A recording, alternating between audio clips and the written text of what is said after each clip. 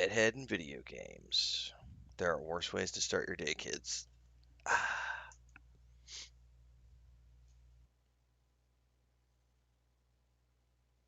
I think we're supposed to turn into the, if I remember correctly from last night, I think we're turning into the quartermaster. And I gotta remember that graphic bug in here, because there has not been a patch yet, so.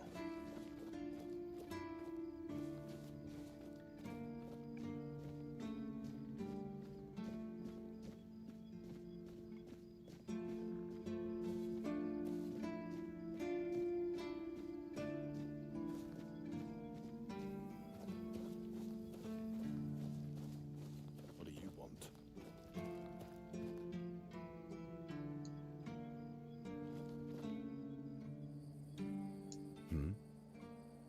All right, Fergus.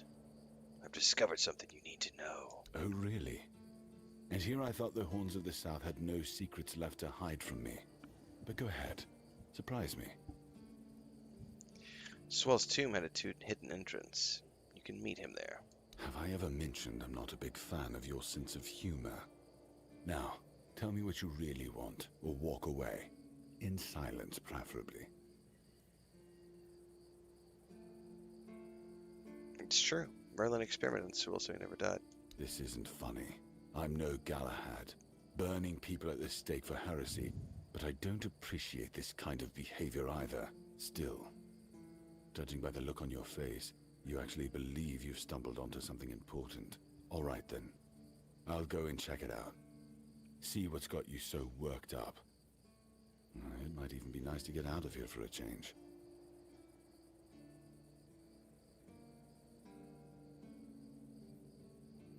I saw what you wanted me to see.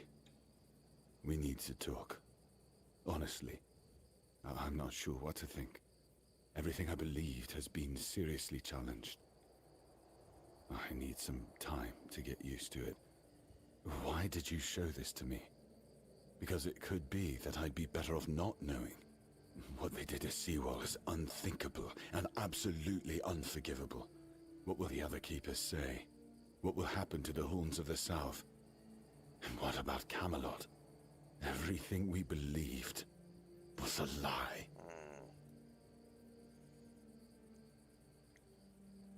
What you believed and what you did with that belief are two entirely different things.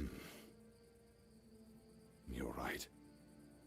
In the end, it doesn't matter what Camelot was back then. What matters is what we are now. And we did everything in our power to keep the South safe, and to keep our lighthouse on through every storm. But this will be the end of the Horns of the South. No young man will join our ranks when hundreds of years of our history are gurgling down the drain. So create a new myth. Any ideas?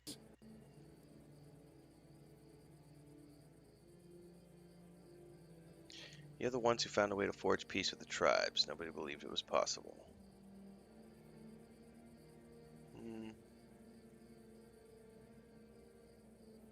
It sounds better than the alternative. That we're a bunch of fools believing in children's fables of knightly honor, valor, and purity. And we'll have to give everyone some hope to cling to after the truth about Seawall comes out. All right. I assume Brandon put you up to this, so you can go and congratulate him. He won. I'll support this case, if only for the safety and well-being of our boys. I don't have to like it one bit, but I can try to make it easier for the garrison. All right.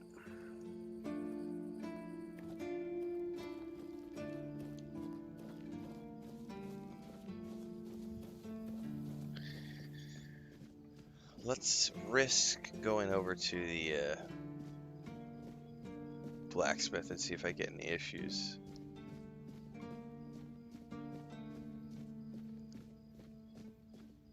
Because I need to make some arrows. Sometimes it's nice to just And I sit need to and think. sell. Okay.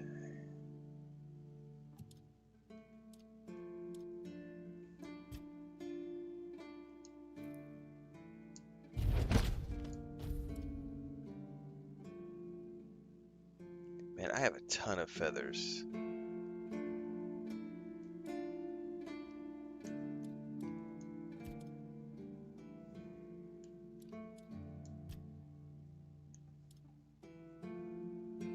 I'm not gonna attach a relic at the moment. I'm kind of running low on cash.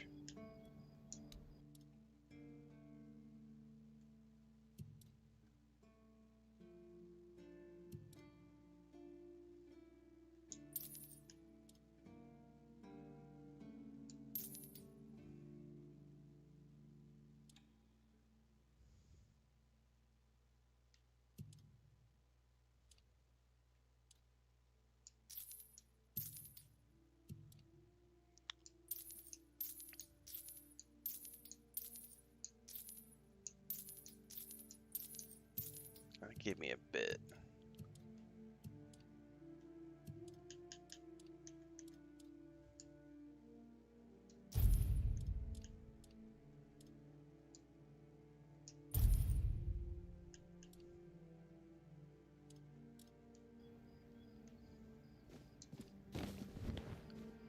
Let's see if I can make it up to the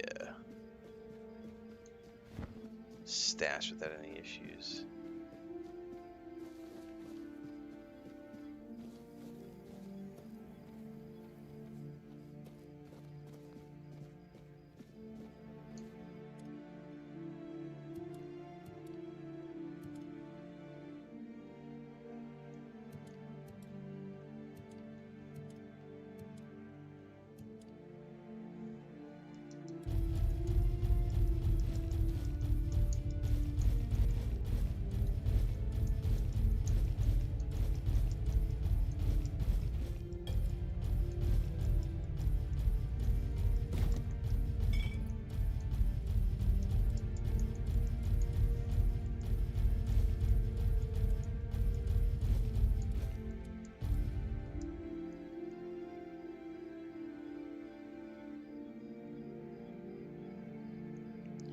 I'm gonna risk it.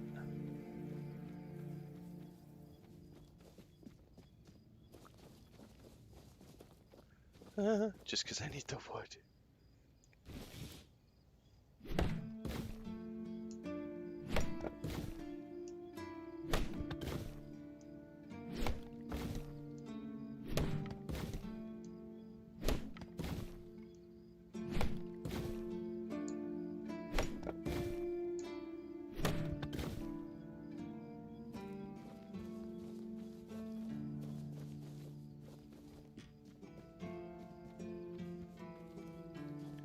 Alright, let's stash that in the box.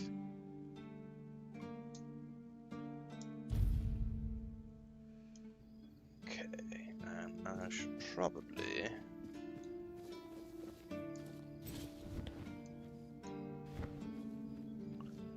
craft a few arrows before we head out. Always good to have a little rest.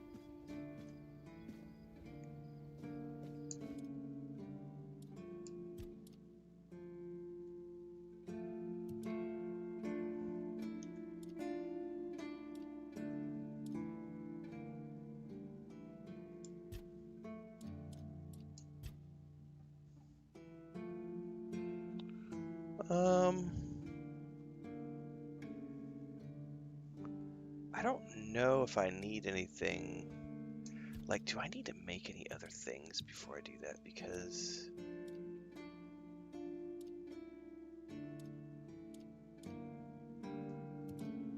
I don't think I do.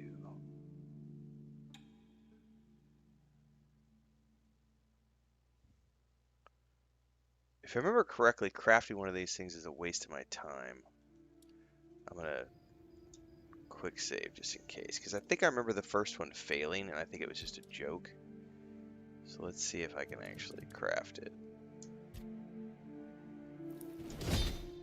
Oh, yeah, it's useless. You should have known better. Yeah, that's what I thought.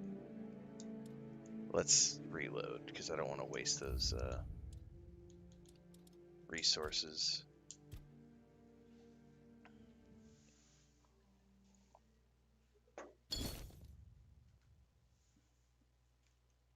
Well, if I don't need to make any actual armor, I probably could just make a bunch of these arrows if I'm not stressed about it too Always good to much. have a little rest.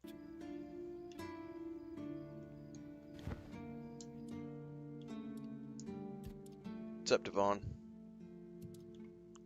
Alright, let's make copper arrows. 190? Fuck it. I don't need 190. Let's make 50.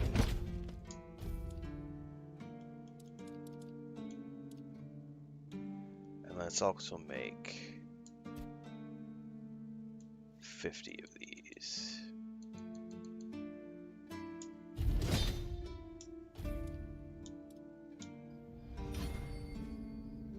Nice. 20 in handcrafting. Okay. Let's go ahead and switch out. Let's see what I got. I've got...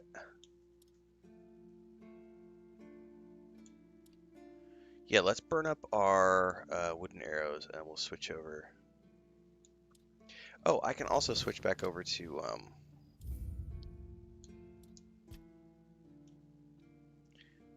Explorer mode because I put it on easy mode last night when I did a Galahad fight, but since we're moving on to other things, we can try other stuff now.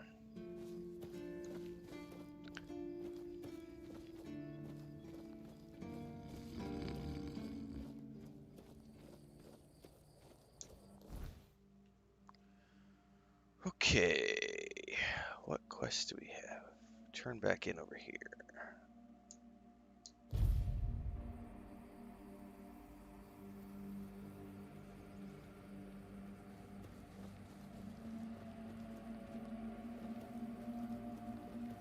Why is everything always such a hassle?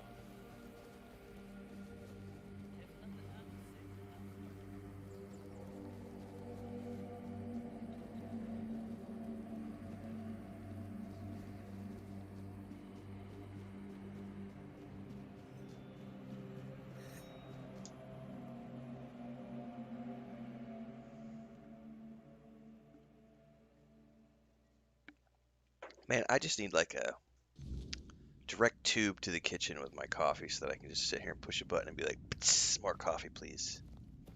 Ah, you're back. So, what news do you bring? Did you talk to Fergus? I did. He seems pretty shaken after he saw the tomb. Good. Just as I expected. I do feel for the boy. He really loved Camelot. Probably the last truly loyal keeper. But he had to know the truth. I knew his honor wouldn't let him hide it from the others in the Orns. What's up, JK? Nicely done. Good morning. Alright, what now? Now, I'll get One Eye, and together we'll go to the Orns with the good news. Not everybody will be happy about it, but that's for me to deal with. Those who don't support us will be released from their oath, and I'll ensure they're safe until they leave the south. After that, whatever they choose to do is up to them. Just get a small handbell and your wife can deliver coffee. Hey, Chris. Chris. ¿Dónde podemos comprar una de esas campañas pequeñas? Ding, ding, ding, ding, ding. Así yo puedo decir ding, ding, ding, ding. Y tú puedes traerme mi café. Ah, en Amazon, sí, o en Temu.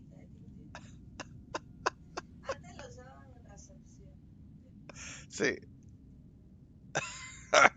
She said, or one of the ones that they used to have at the in the hotels, you know, where you tap the top reception bell. What's up, Phantom? I could probably get away with it for some things. She didn't say no.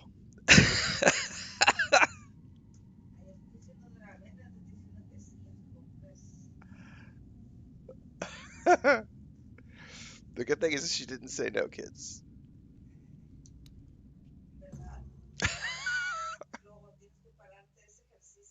I just got told I need to get up and get off my fat ass for my exercises, so.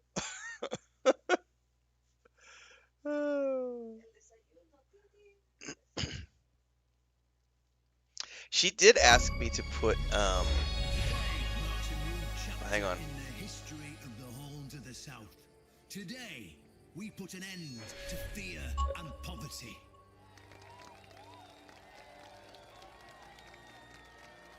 I understand your pain. I know you feel helpless in the face of the looming terror of the weirdness.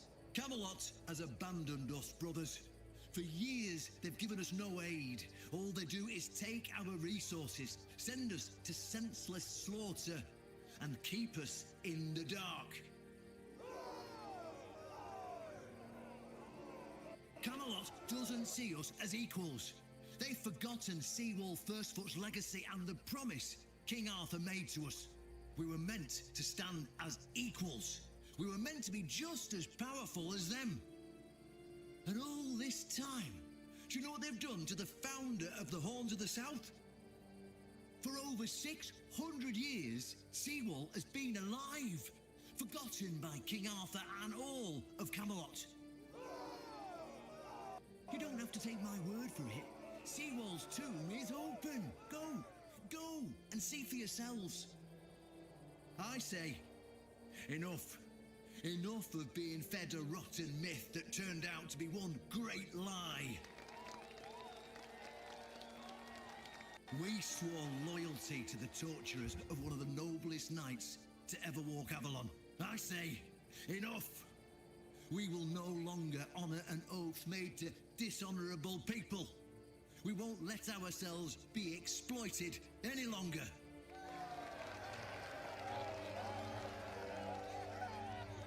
But, my brothers, I bring news. Galahad the Pure, the same Galahad who threatened to burn half our garrison at the stake, is dead. Galahad's death is our chance to break free from Camelot. Enough lies. No more risking everything for those who only know how to take. You're probably wondering, how can we protect the South on our own?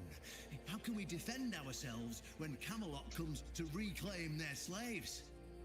Yes, that's what we are to them.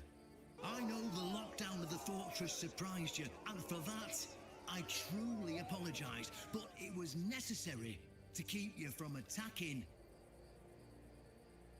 our new allies, the Del Rita tribes, led by One Eye. I wonder if this means we're locked off from some of the quests out in the... Because I didn't finish the bounty This quests. must be a shock, especially since I didn't share my plans with you earlier. But hear me out. Thanks to this alliance between the Horns of the South and the Dalriada tribes, we are securing the safety of the South and our independence from Camelot. The tribes will provide us with the military support our depleted ranks desperately need.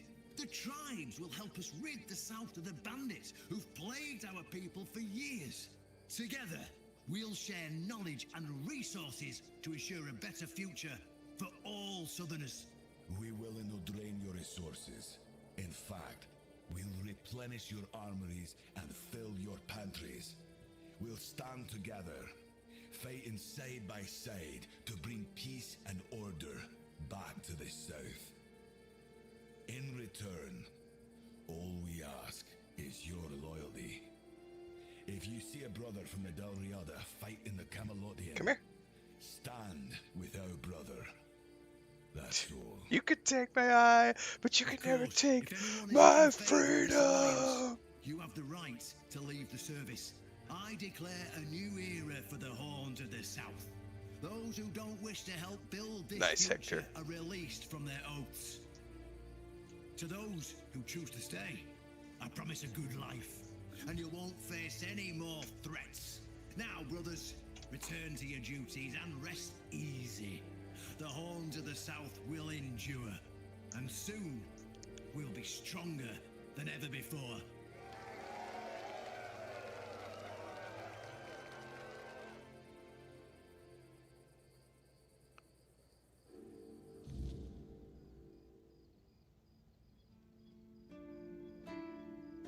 It's his turn for the river. So I'm gonna check the map really quick. I'm generally curious if it cleared all the quests because I know we still had like a bandit. No, it's still there.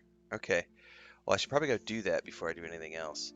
I was gonna say before I got interrupted by the cutscene, one of the things that Chris actually has requested me to get multiple times is she would like me to put uh, a sign on the door.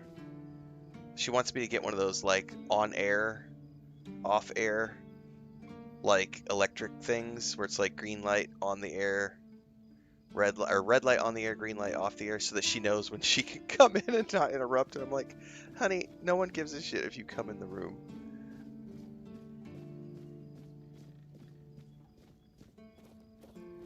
Like, I think generally speaking, most people are happy to see the paid actress come on screen for a few minutes.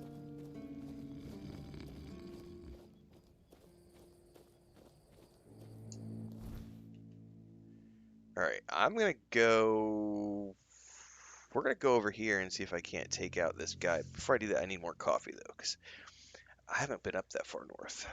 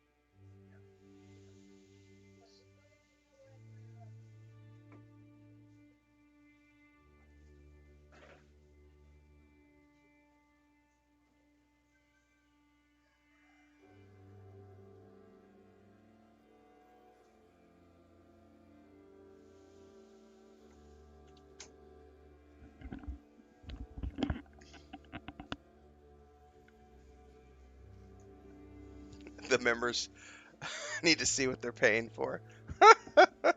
That's true.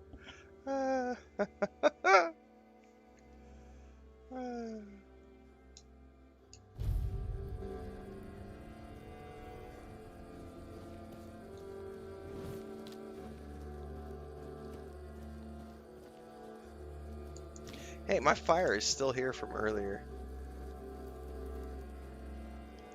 Oh, speaking of which, let's check this, because if it's too close to nighttime... Ah, now we're good. I can always place another bonfire if it gets too close to nighttime.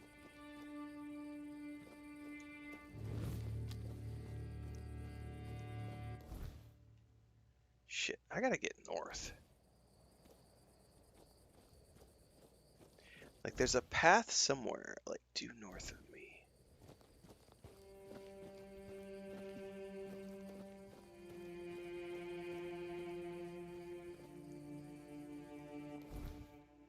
Sherrard says corpse skin? Are you talking about the Quest Eater armor, Sherrard?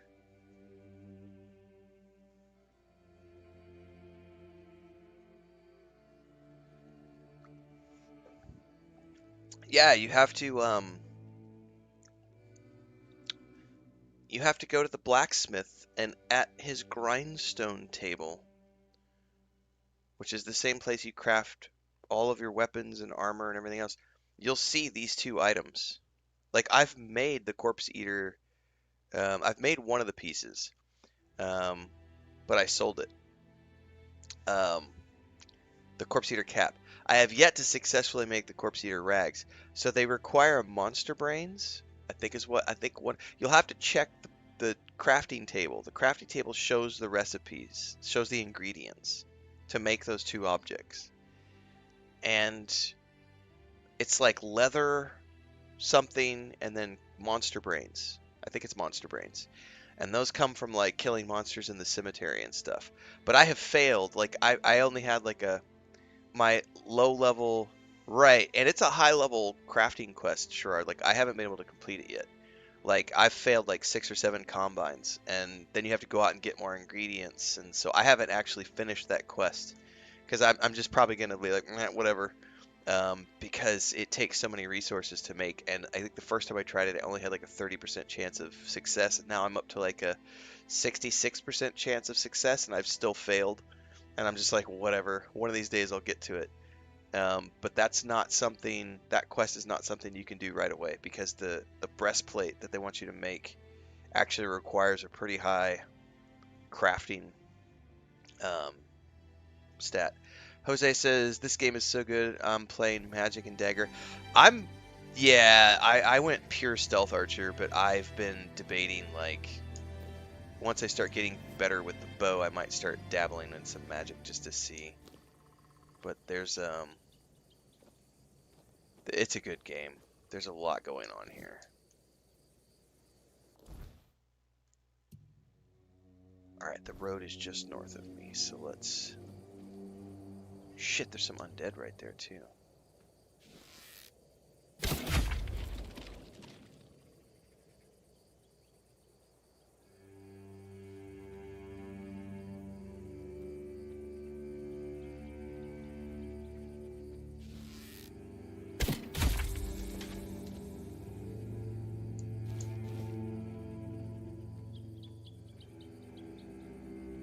It's very complex. The magic system is extremely complex.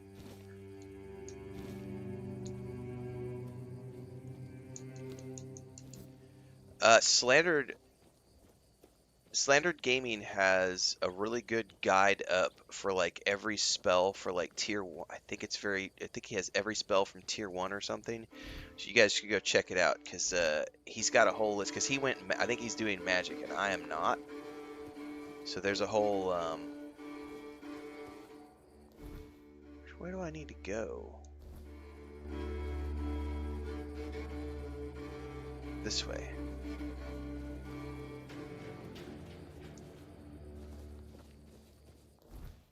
Yeah, this is where we're going. I wasn't tracking the quest, that's why I was confused of where we were going. There's like tiers to the magic, there's levels to the magic. Yeah, you find spells in the world. You can buy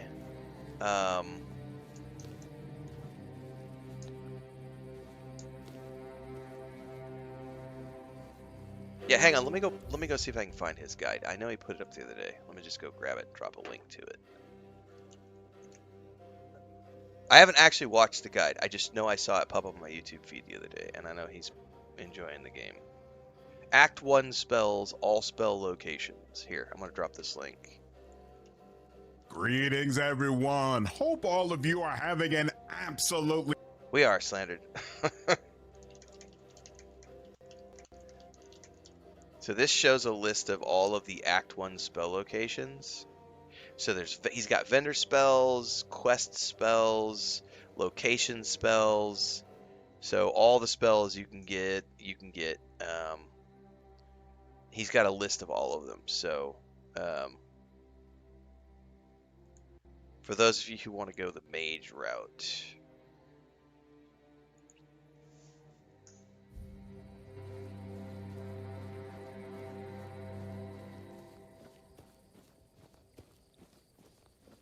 That looks like a friendly NPC.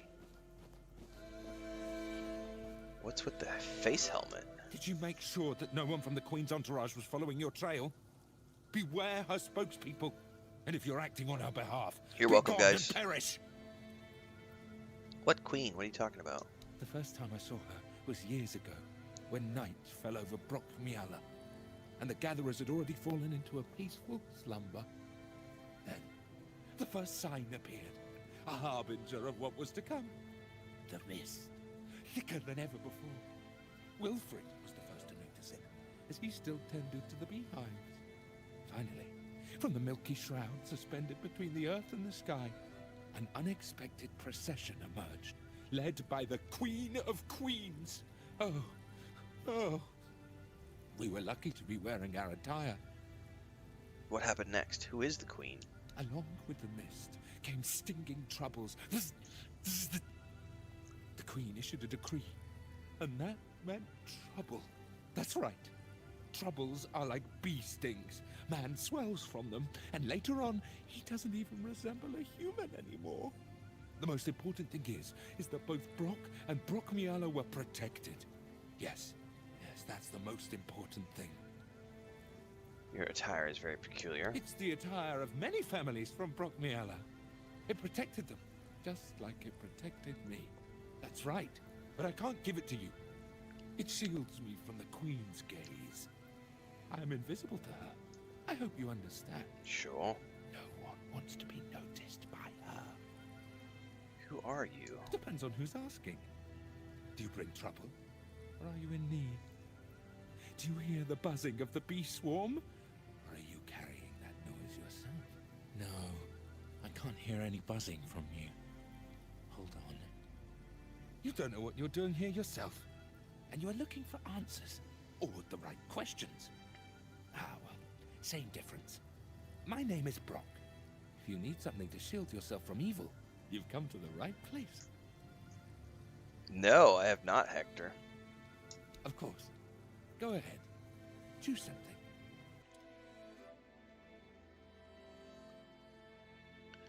So he's got a charm and a bunch of cooking ingredients. Alchemy ingredients, I should say. Well, I don't need to buy anything, so. Of course. Oops. Go ahead. Take care of yourself. The Queen could I haven't cleared. Like, that's what I'm at kind of any working on moment. right now. Is I wanted to. So I've moved the quests to the point where I've cleared. Probably, it looks like I've cleared about 75% of this map. Maybe 80%.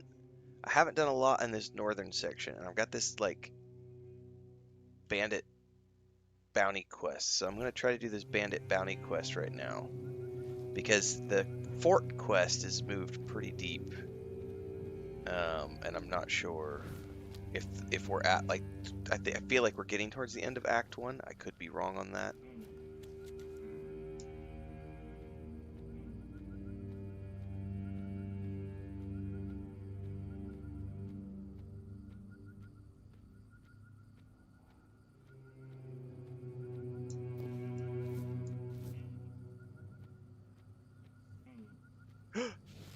I did.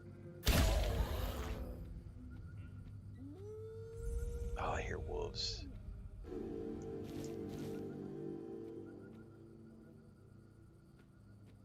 This is an altar. So the All-Mother is the queen. I don't have anything I can give to her.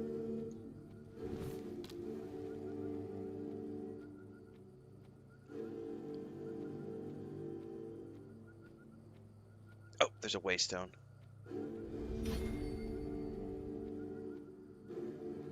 Oh, that dude. Yeah. I found him at the very, very beginning. The guy who's like not human. Yeah, he's interesting. That's a giant druid ring right there. I'm not gonna go up there at the moment because they may send me there later. We're gonna see. Right now, I'm just after the bounty.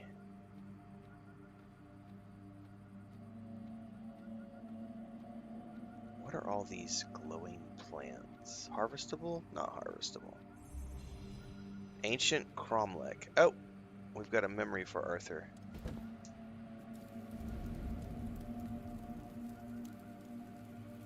Yeah, the bounties do, and I like the whole set of gear I'm wearing. I got from one of the bounty targets. So, do you know what the cromlechs were for? That's a question better suited for Merlin if he was still around. I always thought it was where his druids got drunk and danced naked in the moonlight. He was terribly offended when I said that. Gave me an entire lecture about the delicate balance of life and death, how they are intertwined within nature. That, he claimed, was what the Cromlechs were meant to be. The heart of their power. A place where it could be harnessed and cultivated. Still, he never invited me to any of their celebrations. He always did hate when I was right. Much the same, I watched him. That is why yet this guy. Okay.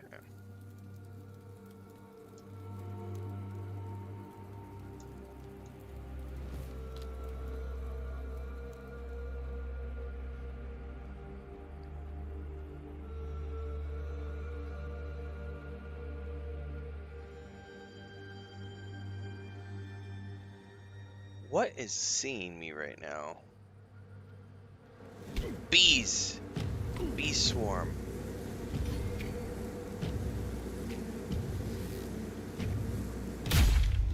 Uh-oh.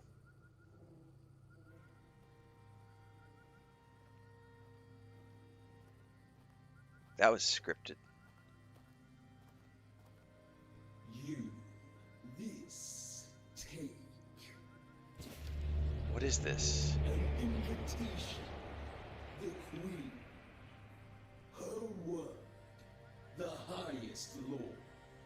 I am a servant.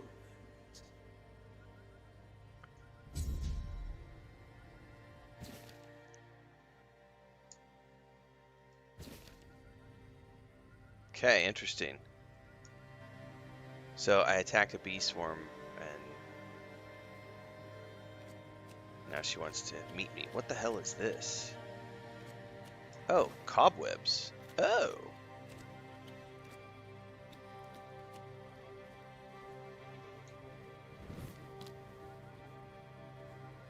Oh, there's some iron ore. I definitely need that.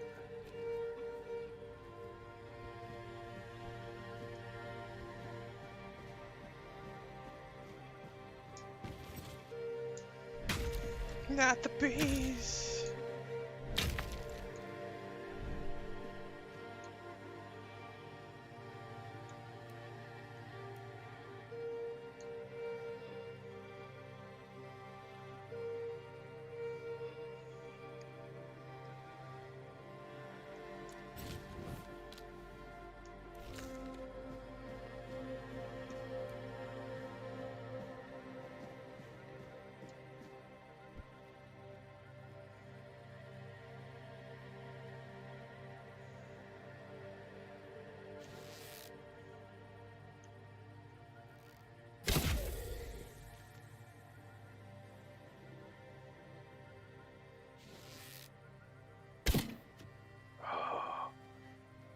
He saw me. Ah! Hate these fuckers. Oh, there's another one. Of course there is.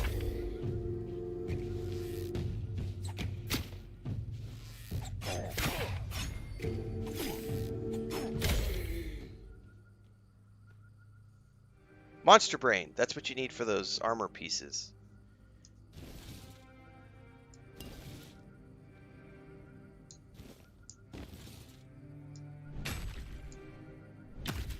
They can come from all sorts of different monsters, like zombies.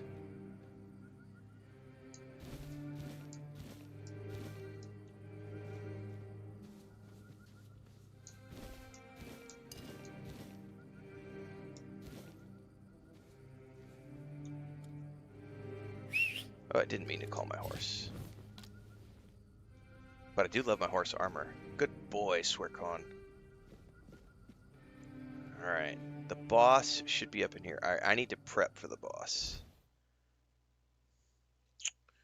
Yeah, you just need to go to the crafting station, and it'll make sense once you get to the crafting station, Sherrard. Because you'll be able to see the items, and you'll be able to see the ingredients that they require, I should say. Yeah, the slow motion kill shots are pretty cool when they. I think that's based on crit hit kill shots, if I'm not mistaken. Also does it when you like backstab. If you do like a slow mo, it does slow mo when you kill them with daggers too. What was I just going to do? Oh, I was going to equip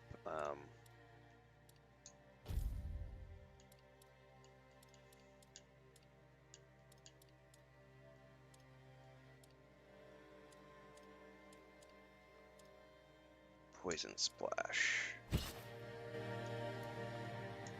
Alright, boss mob should be up in here. You should not be comparing this game to Oblivion.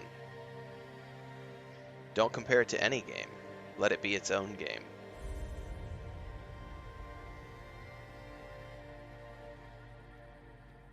There are absolutely lots of dungeons. Dungeons and crypts and a big open world and lots of places to explore. But it is nothing like Oblivion. It is nothing like Skyrim. It's just its own thing. It is a single player RPG. You can do first person, you can do third person. I prefer first person.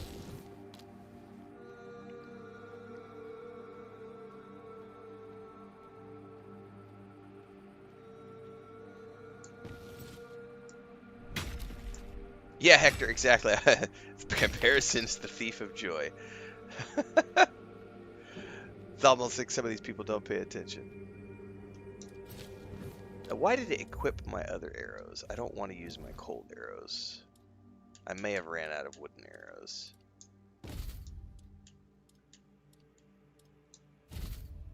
No, so why did it equip my frost arrows?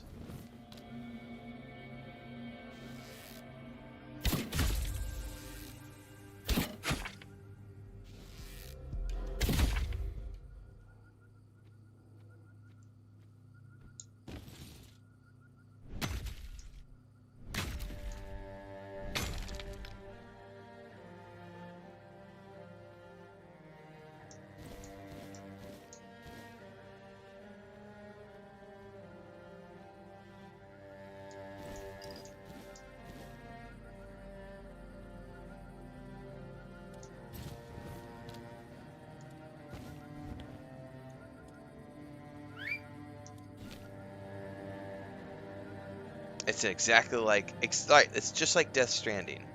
It's a walking sim. Matter of fact, you can use wands, so you could even say this is exactly like Hogwarts Legacy 2.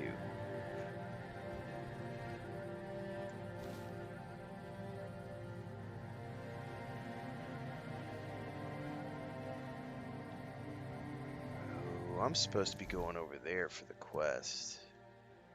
Somehow I have to figure out how to get over there.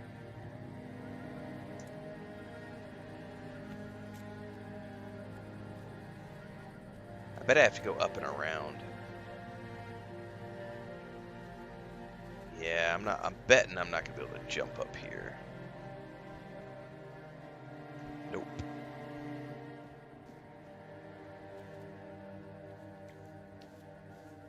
Well, that's a you decision, Gogol.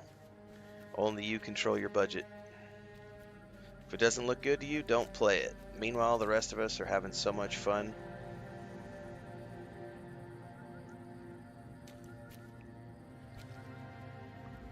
Oh, it's nighttime. I'm gonna do a bonfire. I don't want to deal with nighttime right now.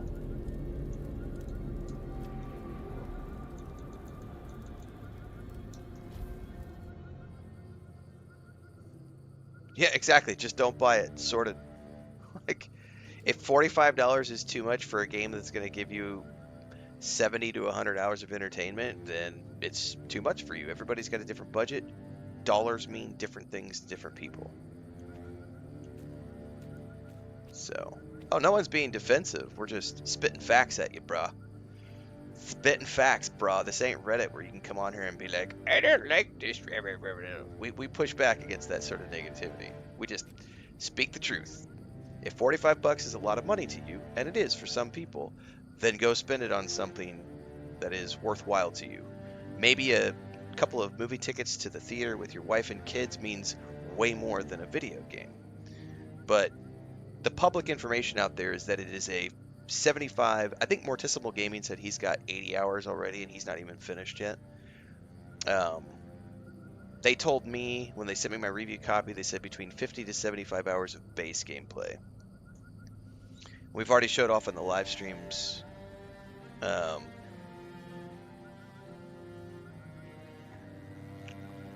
think we've showed off probably 10 or 15 dungeons now and crypts. So, only you control your budget.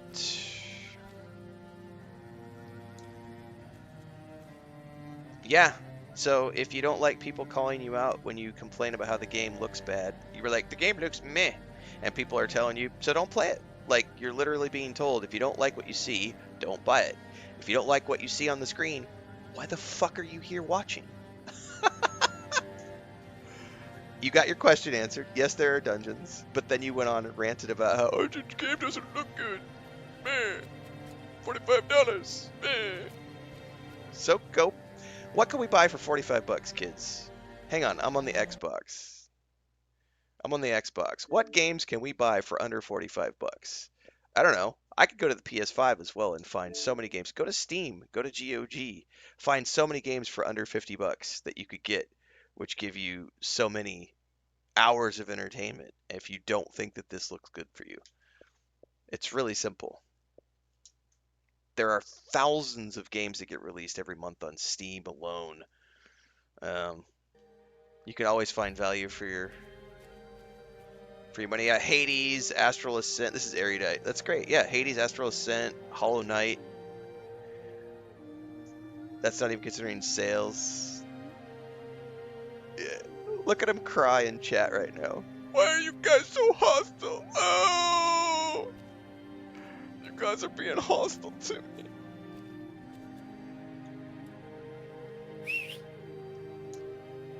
Alright, let's see if we can take this guy down.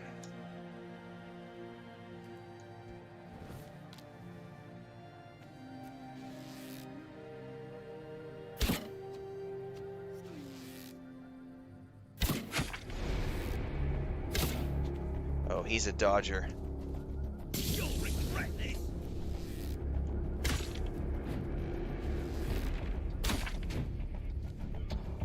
Your money or your life. Your money or your life. This is gonna hurt. Not really. Oh, that did hurt. But guess what? I went invis. What goes there?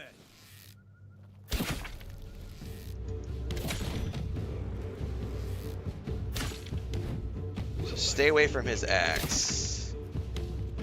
And his throwing daggers. Your money or your life. Dude, he does not want to leave me alone. Ah! Your money or your life.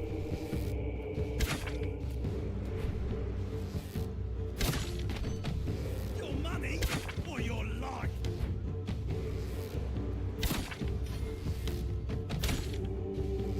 Your weapon. Got him. And I leveled up. Booyah! I tell you what, once I took the points to reduce the cost of my, that lunge you do, that's been a game changer. Ooh, the perfect ring of the warrior. Alright. Let's see what's in the chests over here. Oh, we should quick save.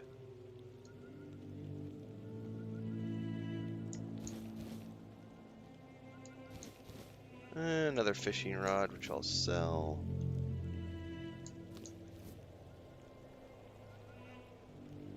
Respect my authority! That's right.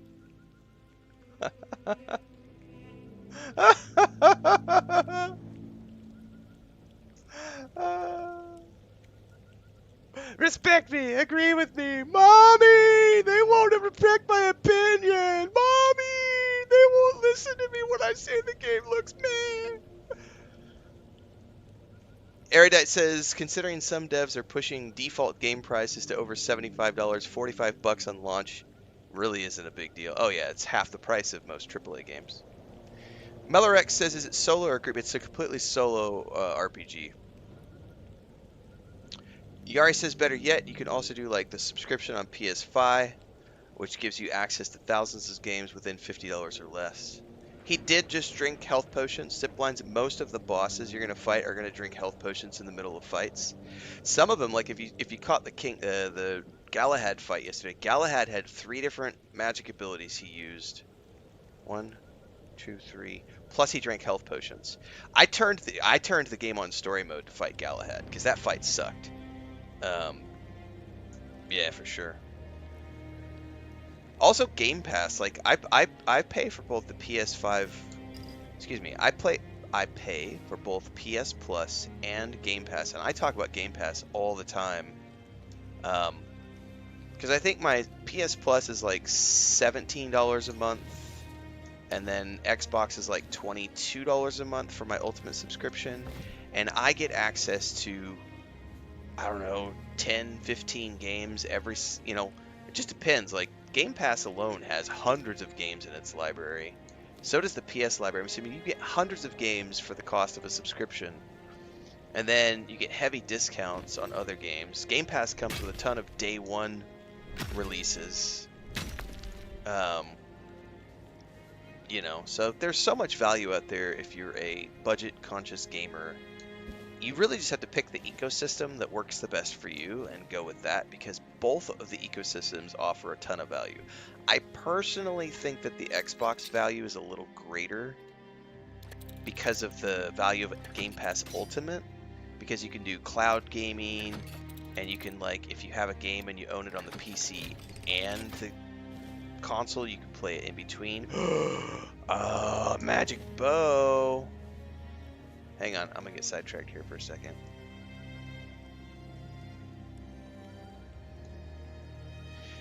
Melorek says, what's the price for Xbox and PS5 monthly subs?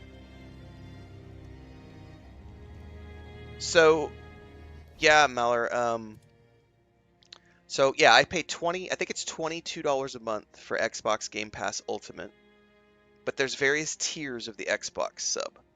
And then I pay $17 a month for the PS Plus subscription. But there's also tiers of PS Plus subscription. I have the base tier. So between Xbox, and the reason is because I play way more Xbox games than I do PlayStation games. The difference is that with Xbox, you get a lot of day one releases included in your subscription. So as an example, Indiana Jones and the Great Circle, Avowed, Starfield, what did we just put? South of Midnight. We just paid something else recently. We paid something like a week ago. Those are included as day one releases with your Xbox subscription, so you get a lot of day one releases. PlayStation doesn't do day one releases. PlayStation does do monthly free games. As an example, I have been playing Harry Potter Hogwarts Legacy because that was included in my PlayStation Plus subscription for one of the free games that they gave me for the month of May or whatever that we're in. So anyway, $22 a month for Xbox. So here's what you get for, I'm on the Xbox right now, so this is a great thing to talk about. So I get a Game Pass subscription, right? So because I have the Ultimate subscription, that means I get games on the Xbox and my PC. If you don't have a PC, there's no reason to pay for the Ultimate subscription, and you can go for like the base Game Pass sub, which is probably $18 or something. And so here's what you can look at. The one is recently added games. So these are all of the games that just got added to Game Pass recently. And these are all the recently game. So for paying a monthly sub, you get to play, and this is a day one release. Doom of the Dark Ages was a day one release. Revenge of the Savage Planet was a day one release. So those are all new games that just came out. The rest of these are older games that have already come out in other places, but they are now on Game Pass. Then you can also see games that are coming to Game Pass. So like these are the ones that are coming up. I need to add that to my wish list because I've not played this. Pre-install all coming June 10th. So I'm going to play The Altars. We're going to be playing that on June 13th. That's a day one release. So these are games that are coming out. The Division 2 is coming to Game Pass. Awesome fucking game. Metaphor Fantasio is coming to Game Pass. And then there's the existing library. These are all of the games that are available on Game Pass that you could go through. There are hundreds of games here in alphabetical order. Hundreds of games that you get for your Xbox subscription. I could also log on to the PlayStation and you would see something similar because I have a PlayStation subscription as well. So depending on where you live in the world, the costs are a little bit different because of Hang on, I don't want that to be downloading right now. Let's, oh yeah, pause that. That's a 40 gig. I don't want to do that while I'm playing right now. So depending on your budget and everything else, I always say that Xbox is a better value for your money because you're getting the day one releases. But yeah, you could spend, let's say you spend the base PlayStation, which is probably like 18 bucks or something, plus the place, so Xbox plus PlayStation, that's like 36, maybe $40 a month between the two, for your two subscriptions, and you get so many games that you get to play for free included in that subscription. PlayStation games will be older games. Xbox will be a combination of older games plus new games that are day one releases on Game Pass. Also, when you are a subscriber to both of those platforms, you also get discounts on other titles. So if you're a PlayStation Plus member, you get a discount on all games, and sometimes on a monthly basis, they will have like this month, these 10 games are deeply discounted for PlayStation Plus members, so you'll get like 35% off those games. Xbox does the same thing. Um, so yes, you can get a ton of value out of the consoles. Yeah, like Dribrum says, you get like 3 games a month from PlayStation Plus. Every single month they cycle through. Um, there's also a PC-only version of Xbox Game Pass. You do not need a console to play Xbox Game Pass. You can play Xbox Game Pass with just a Fire Stick these days, so it's pretty interesting the way they've done that. And the games stay in your account if you ever choose to actually buy them. Oh, like the save files? Yes. Both PlayStation and Xbox, the save files always stay unless you manually delete them. So if you play it for free and then it goes away 6 months later, those save files stay with you so that if you decide to buy the game later on, you can then pick up. So as an example, I just did, so I played Days Gone on my PS4 several years ago. Then last month I played the Days Gone remaster on my PS5. When I loaded up, when I installed Days Gone remaster on my PlayStation 5, it said, "Do you want to load your PlayStation 4 save file data and play that playthrough, or do you want to start from scratch?" And I said I want to start from scratch because I haven't played the game like first. But I was able to like go back to my PS4 save file and carry that over to the PS5 remaster. So yeah, it's there's a ton of value. And then if you have PC, yeah, Sherrard has a very good thing. Like also on the PC, there's a lot of different platforms you can use. Like, um, oh, you've never had a console. Maller says you've never had a console. Yeah, it's a cloud save. Well, some of them are cloud saves, but some of them are manual as well. But if you have everything configured properly, you've got an account, and so it's doing a cloud save of your account data. Um, so yeah, um, once you get everything set up. But some people have a PlayStation and they don't have a PlayStation, like they won't worry about setting up all the config and stuff. So you just need to make sure when you set up your account, you set all that stuff up. So, but yeah, and then like, if you have a PC as an example, Epic, Epic Game Store, GOG, and Steam all give free games every single month. And then, like Sherrard says, if you have an Amazon Prime subscription, Amazon Prime also gives out free games every single month for Amazon Gaming. So that's another subscription option if you have a PC where you can get games every single month for your sub, which is Amazon Prime. And because Amazon owns Twitch, a lot of those tie into like Twitch drops and stuff. So again, there's value everywhere you look for people who are on a budget, like if you're gaming on a budget. Because it's getting fucking expensive. Like I do this for a living, and it's, you start talking about game companies, like I already pay for premium editions with Head Start access and all the DLCs included. I'm already spending 120 bucks. And then you're asking me to spend 80 bucks on base games and everything else, which is why this game only being $45 is a steal in comparison, especially considering you're getting 45 to, 75 hours of base gameplay, and then like Morticimal, if you're going to go to the completionist route, you're going to get 80 to 100 hours, which is why that crybaby douchebag earlier can go back to his mommy's basement. $45? Oh my god. Bruh, that's cheap by today's standards. I get that $45 is not, it's a lot of money for some people, but it's also cheap game. It's a cheap game by comparison when most companies who are charging for, you know, a 50-hour game are going to charge you 80 bucks. And some companies, I paid $120 for Space Marine 2, and it was a 12-hour campaign. So, ooh, titanium. I've never seen this before. You guys used kangaroo dollars, known as dollar redues. Are you for real, Transcend? Like, I know you guys have the Australian dollar, but do you guys really call it dollar redues?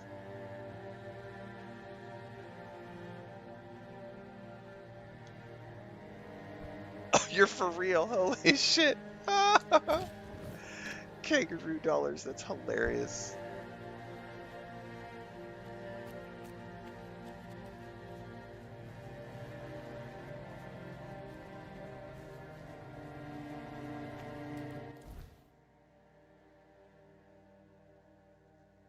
Okay, let's take maths.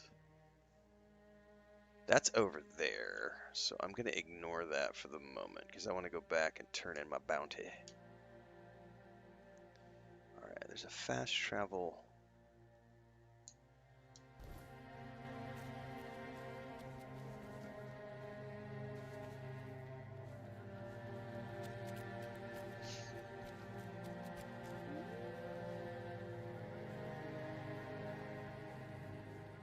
Oh shit, red caps.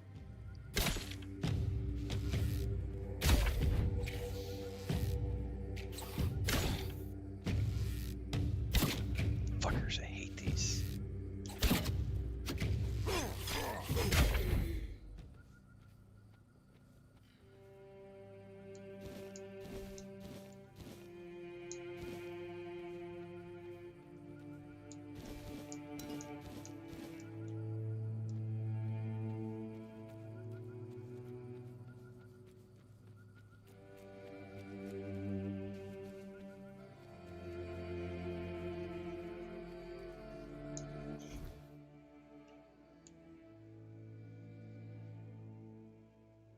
Yeah, I've done the fishing quests, yeah. It was a really cool spell they gave me afterwards, too. That was very interesting. You can turn people into cheese.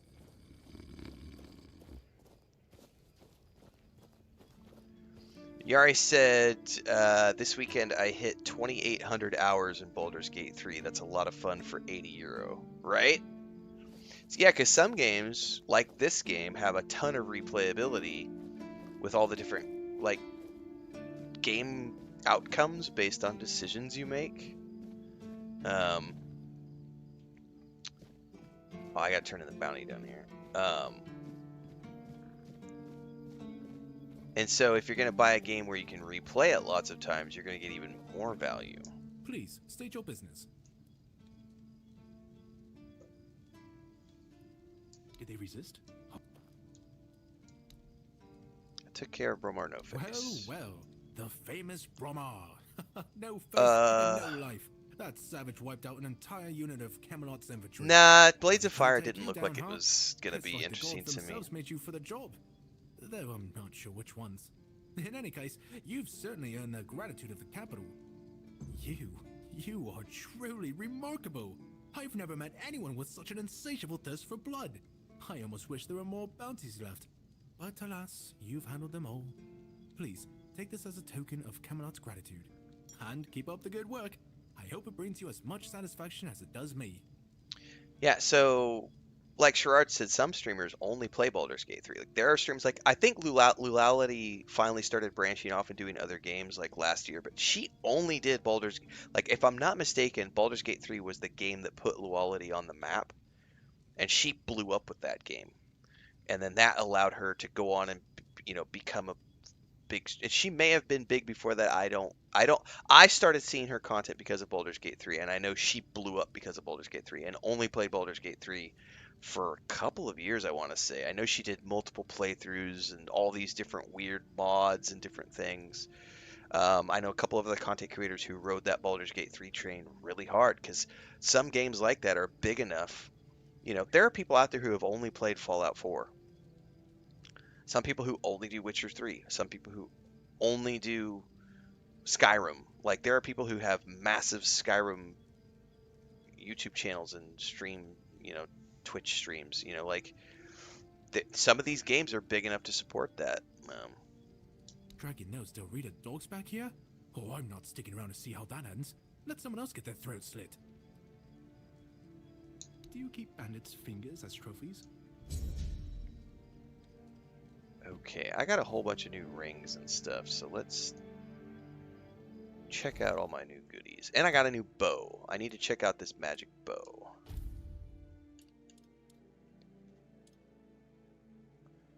That's an absolute piece of shit bow.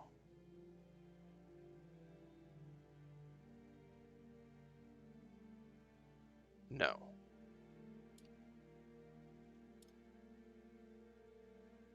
Not even. Okay. No thanks.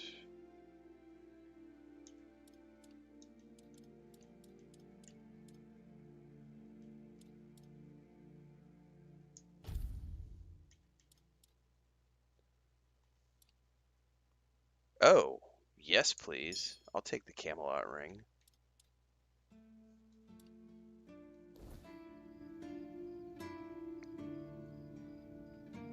Yeah, the mod games that do mods, it's another good example. Like, they can support, like, look at what Skyrim has done over the years because of mods. Look at what Starfield is doing because of the mods.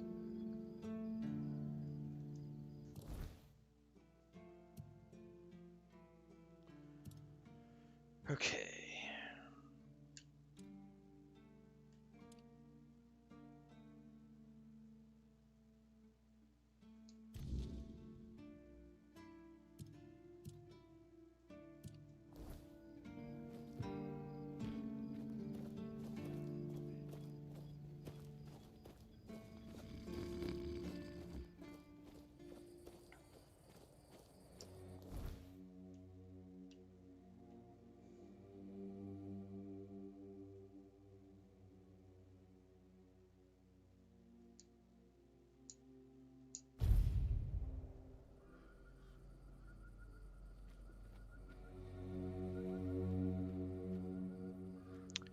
Didn't that guy, wasn't he at the bridge or something over here?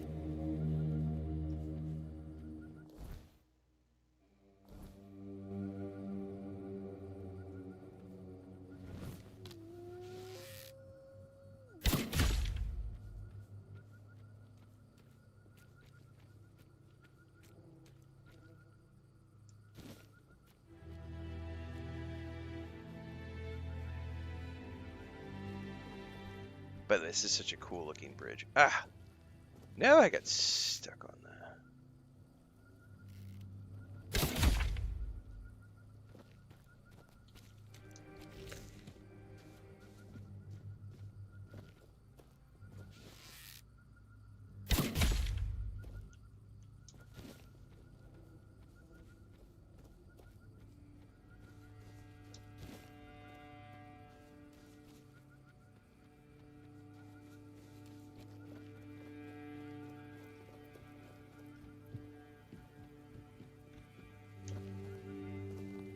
You're here again. And that means the troubles didn't stink you. Do you need anything? They did sting me, actually. I've received an invitation from the Queen. Oh, so her emissaries have not stunk you. And you say they invited you to Brockmiela. Then perhaps there is still hope to save the village. What has been done cannot be undone. But my settlement, maybe it can finally be free. If you truly intend to answer the invitation, remember this. The Bee Queen must be slain. Here, I kept a second set for a special occasion. I hope it proves useful to you. I was attacked by a swarm of bees. No, no. What have I done? I suspected it would draw her gaze upon you. All is wrong. All is swelling. I can handle this. Her entourage's stingers are long and sharp. You must resist her influence for as long as you can. That is all that can be done.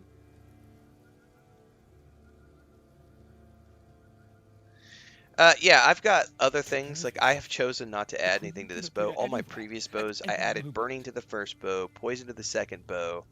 I just was broke the last time I went to town because I spent a bunch of money doing upgrades. So I haven't added an effect to this bow. But I found this bow yesterday, so... Miller says, I want to ride this single-player gaming vibe, and I'm afraid I'm never going to go back to MMORPGs. Dude, the problem is there's just too many games coming out. Just pick what you want to play and go from there. Like, I don't play MMOs anymore, and when I do, I play them like single-player games. Like, I'm about to do Dune Awakening, and someone was asking me yesterday, I think it was yesterday during the stream, they're like, how long do you anticipate playing Dune Awakening for? And I'm like, however long it takes me to clear the content. Like, I don't stick around for seasonal shit. I don't do dailies, I don't do weeklies, I don't do monthlies, I don't do seasonal shit. I do the single player storyline, some crafting, some building, and then I'm off to the next game. Like, I'm not going to sit there and join a guild and do all this other stuff. Like, I have no desire to do any of that. So whatever story is there, I'll play that. Like, I anticipate Dune Awakening for me will be the month of June, in the month of July. I'll get like 2 months out of that game, probably, if it has around 100 hours of gameplay for me. And but the whole Landsrad deep desert end game PvP thing, I'm not gonna do any of that. Hang on, I gotta kill this mosquito. If I don't lose it.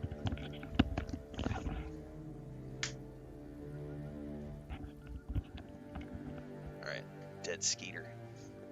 Like, I don't care about any of that MMO stuff anymore. So I just like it when, when games provide me with story content, I'm happy to play whatever story they give me. What did he give me, by the way? Like a B set of gear? I can't even wear it.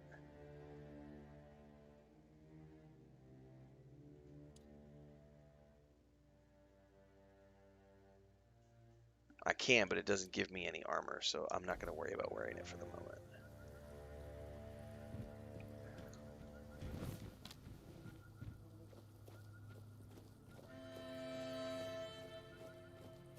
So he wants me to kill the queen.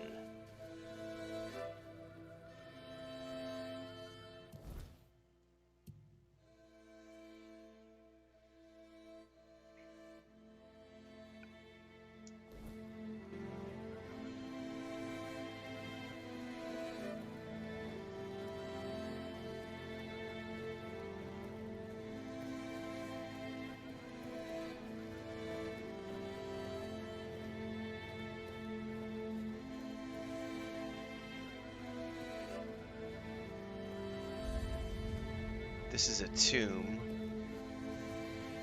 I'm not going in there. Not right now. I don't want to get sidetracked. I need to figure out how to get over here. Is that like a bridge?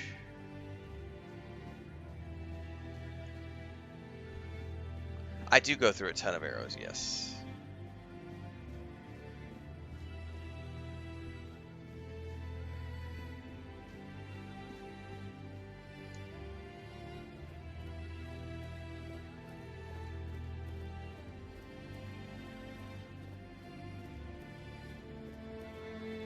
Like, just to take down some of the boss mobs, it's like 30 to 50 arrows.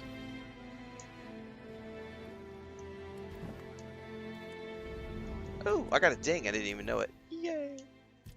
Man, I do not want to know where I want to spend my points, so let's do perception again.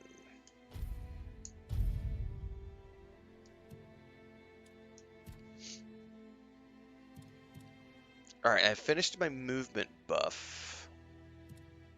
Let's check the sneaks tree.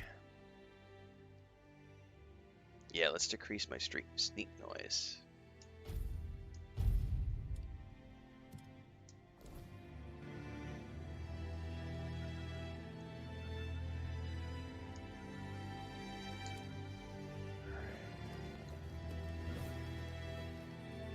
Oh, whoa, whoa, whoa! I forgot to do one important thing.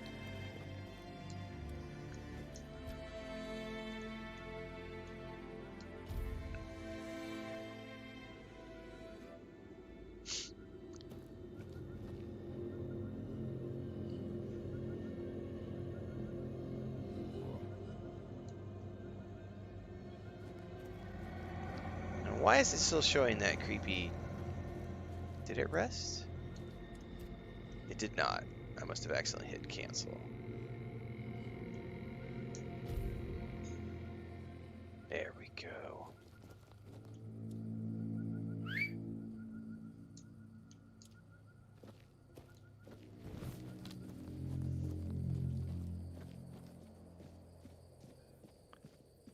I absolutely push myself manic because lazy people don't accomplish anything in life.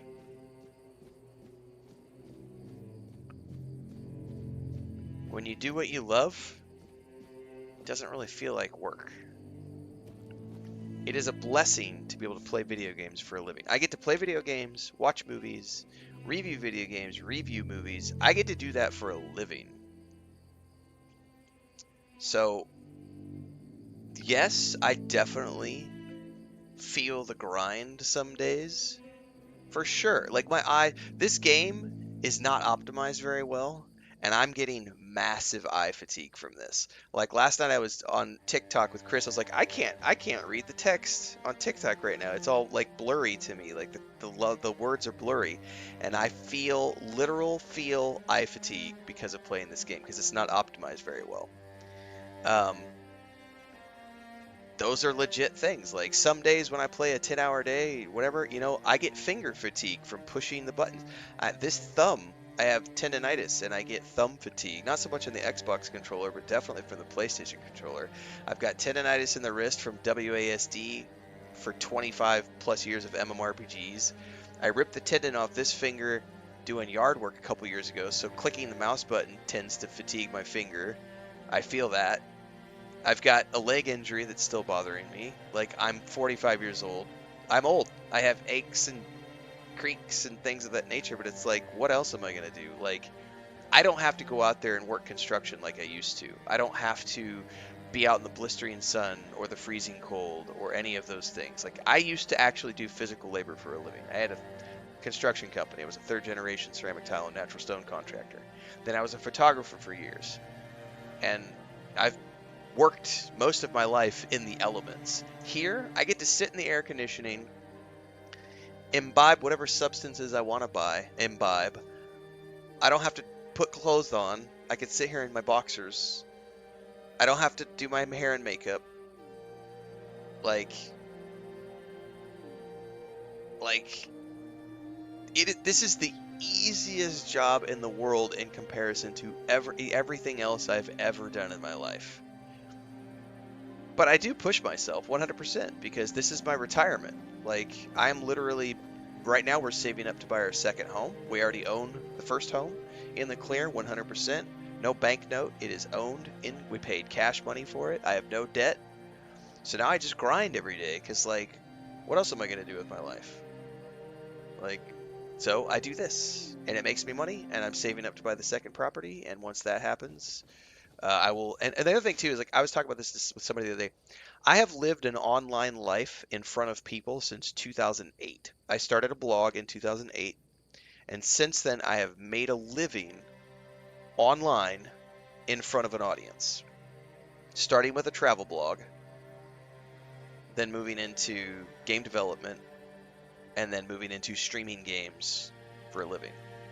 And along the way, I've done a shitload of freelance writing, freelance photography, videography, speaking engagements, marketing campaigns. But I've lived online since 2008. And I will continue to live online until I die. Like, I love the internet, and I love everything the internet has allowed me to do. Because it allowed me to stop doing construction and pursue a career as a writer. I was able to get into game development. I was able to do all these things that I always wanted to do with my life. So this is just for, and there are people like Hemvar has been following since 2014. So he's been following me for 11 years now. Liam from Liam's Lyceum. I think he's one of the ones I can go. He's one of the longest followers I can think of. I know there are people who subscribed to my travel blog back in the day who have occasionally checked in on my, but I don't remember their names, and they would have to reach out and tell me, hey, yeah, I've been following. But I mean, I know some people who have been following for at least 11 years my online evolution, right? Um, this is just the latest version of it, you know, and whatever comes after this will be whenever we buy the next property. Like, we have that homestead channel in the background. That channel has evolved also. I've had that homestead channel. That was my very first YouTube channel. I think that YouTube channel is 13 years old now, or 14 years old. And it has you can go back on that YouTube channel and you'll find videos of me on the beach in Cancun before I met Chris, when it's just me. I had a shaved head, and I was just living on the beach, drinking tequila, making travel guides, smoking stuff, and having fun with Latinas. And you know, so I've lived an online spotlight existence for a long time, and I don't get, like, yes, it's work. I feel tired some days, for sure. I feel tired, like, but I also get to do what I love for a living. Like, on the worst day of streaming, it's a better day than any day I ever worked in construction. Even though I make way less money doing this, because I'm still in the early years of streaming. I'm only in my 4th year right now of doing this full time, so 3.5 years in. I make enough money to pay the bills, and I get to put a few $100s a month in the savings. I'm very happy with that. I used to make way more money doing construction, and way more money doing travel as an influencer in the travel space and content creator, and as a public speaker and marketing guru and everything else. But I don't care. It's like, I'm not beholden to anybody. I don't have to do what anybody says. I wake up when I want to wake up.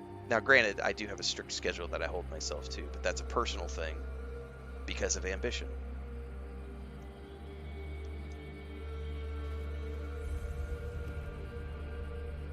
Exactly, Void. You're an electrician.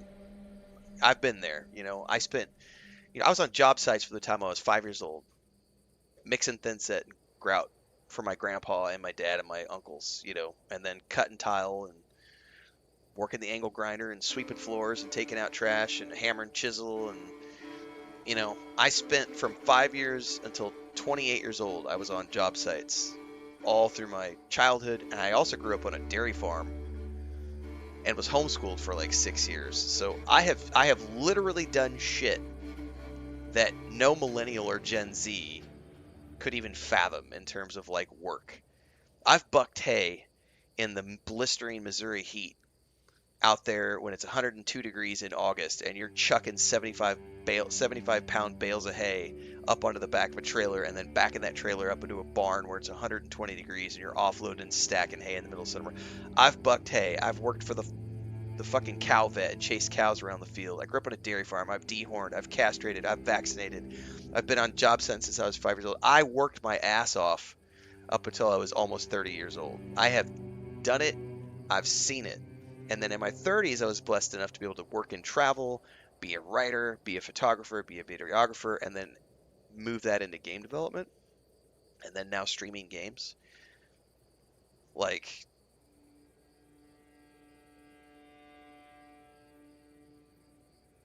I have zero things to complain about with this job. Oh, my internet's being poopy today. Oh, like that's my biggest complaint, is the days when the internet is a little shit, because I live in the middle of nowhere and sometimes the internet's not the greatest. Like, that's my only legit complaint, is like, oh, the internet. Or I guess another complaint would be, oh, because this does happen. You know, I bought this game, I wanted it to do good, but I'm not getting the views that I wanted.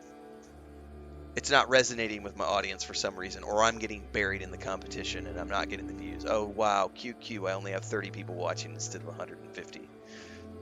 Like, oh, I put 5 hours into this video and it only did 5,000 views and I wanted it to do 50,000 views. Oh, I mean, it sucks when that happens, but it's like, that's just the nature of this job. Like, there's no guaranteed Like, the only thing you can do with YouTube and Twitch is get up, put in the hours,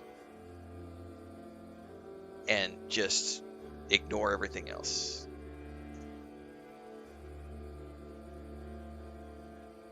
Yeah.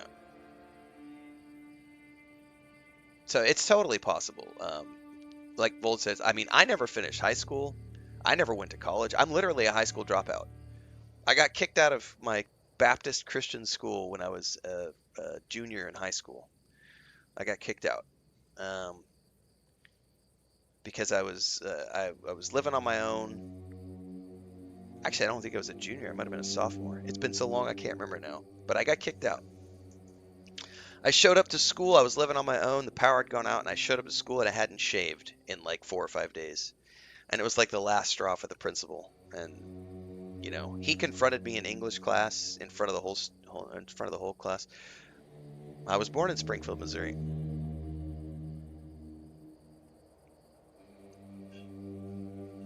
My family still has all their cattle ranch operations is in Missouri. Houston, Missouri, and Kabul, Missouri. And then I grew up in Marshfield. I spent a lot of years growing up in Marshfield, but also Sparta and Ozark, and spent all my childhood in Branson area going camping and stuff. Then a lot of years in Colorado too during my teens and early 20s. But yeah, I got kicked out of the school I got kicked out of was in Springfield, Missouri, actually. Christian Schools of Springfield is what it was called, CSOS. And I got kicked out because I showed up to school with it was a Baptist high school, and I'd been pushing the boundaries. I was smoking cigarettes in the parking lot. And yeah, I was definitely a bit of a rebel at school, and the principal finally had enough. He was the principal of the school and the pastor of the church, and I got kicked out for having a beard, for not shaving when I got to school. You here. She is there. You will take the path. You will hurry. Why has the queen summoned me? Every queen needs a consort. Consort. You. Consort? Piece of French toast and a couple of fried eggs, which we're going to put on top of the French toast. And after the stream today, I'm going to go make, I got a New York strip thawing out and some sausages. And I'm going to do grilled baked potatoes and stuff.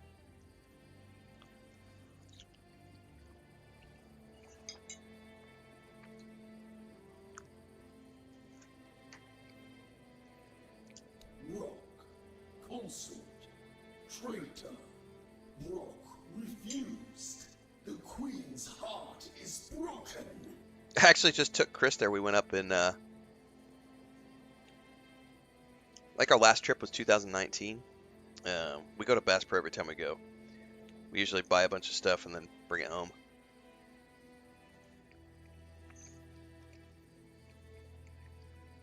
Shout out to my paid actress for breakfast.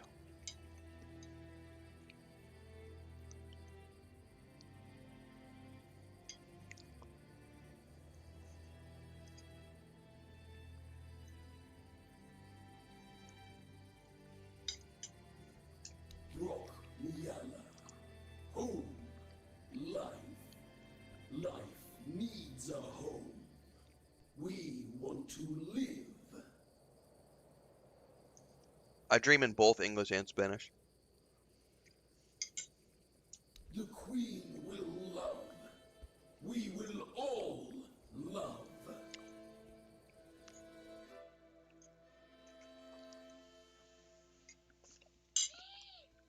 What happened? What? Estoy en stream, no es despacio, no hay despacio. Thank you for breakfast. I'm getting yelled at for devouring my food and not taking my time. I'm like, I'm eating on stream, honey. There is no take your time.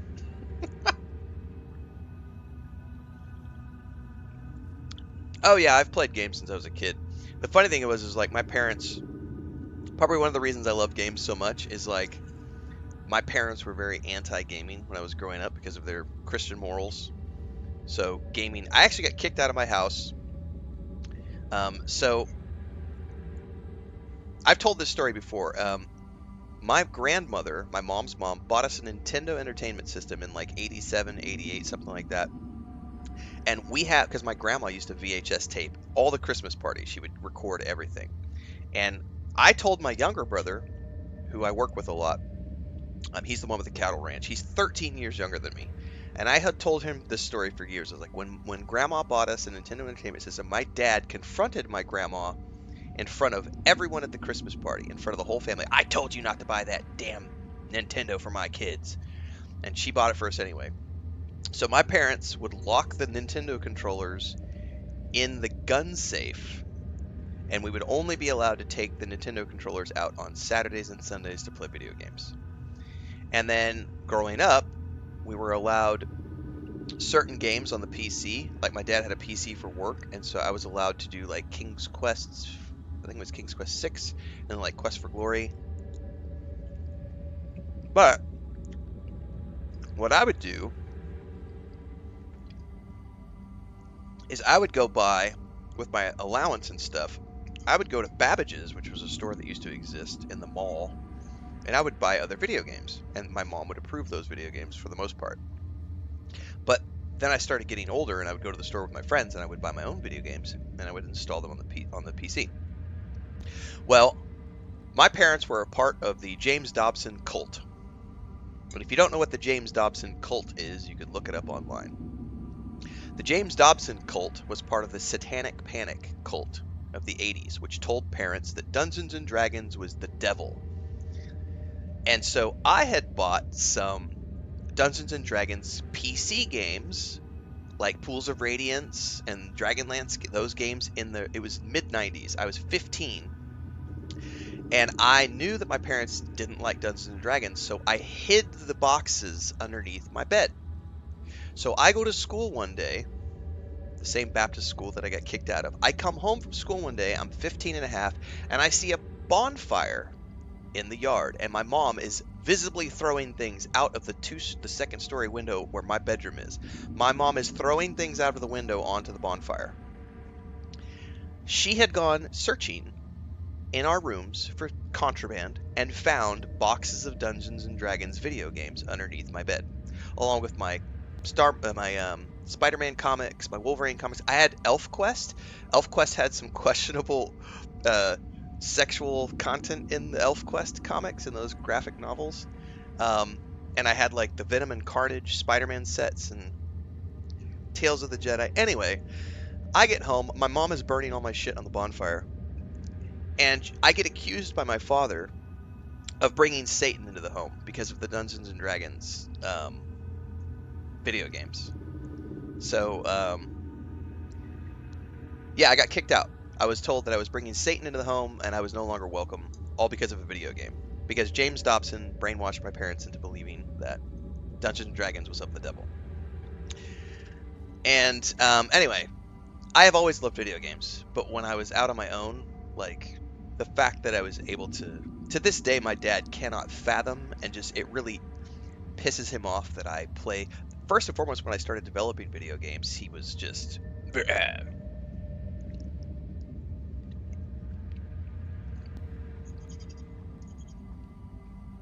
he has a hard time fathoming what I do for a living because he was always so anti-game. So, yeah. Probably part of the reason I love games so much is because I was prohibited from playing them growing up. And so it's kind of like, I get on my own as an adult and I'm like, woohoo! Hey, George Yankov, fuck off. I will do whatever I want on my streams. I'm going to eat. We do this every morning. We have the morning ASMR and mukbang portion of the stream. So, oh no. No hindsight whatsoever that they were brainwashed. Erudite. None whatsoever. Hey, George Yankov, this is just for you. Uh, uh, maple syrup and egg yolk. Uh.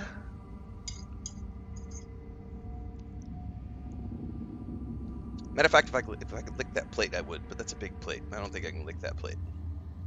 But the plate is relatively clean. That was delicious breakfast. And I've got more coffee to wash it down.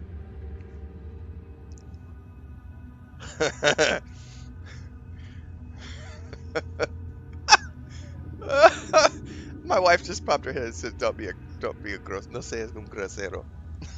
Don't be gross on camera.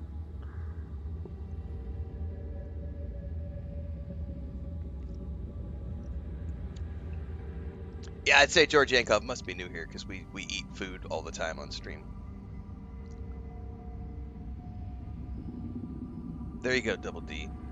Mexican wives are the best. Heinrich says, morning from Iceland. Thanks for sharing. My parents were also against gaming. They just didn't understand it was a creative hobby, but they eventually came around. Leisure Suit Larry, baby. I always liked the Space Quest and Quest for Glory games more than I did. Like Police Quest, I never really got into. Neither Leisure Suit Larry, but I did love Freddy Farkas' Frontier Pharmacist. Pools of Radiance was an awesome game. A very awesome game for its time. Yeah.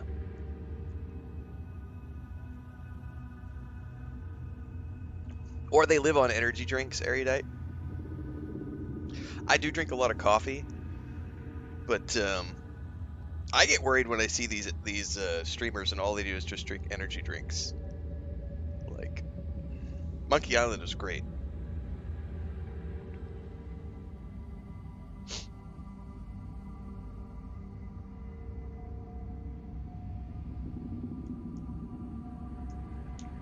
Alright, we need to go up here and find the queen and talk to her.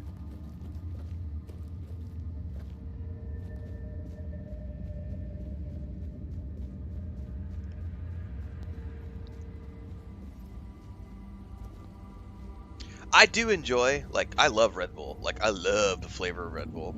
I just love Red Bull, period. And when I used to do a lot of road trips between Missouri and Colorado, and I would just load up, get like 6 Red Bulls, and I would just, it's a 12-hour drive, and I literally, that drive would be like 4 to 6 Red Bulls, a Subway sandwich somewhere along the way, and like a bag of David sunflower seeds and a roll of Starburst, I think is what they're called, like the little square candies.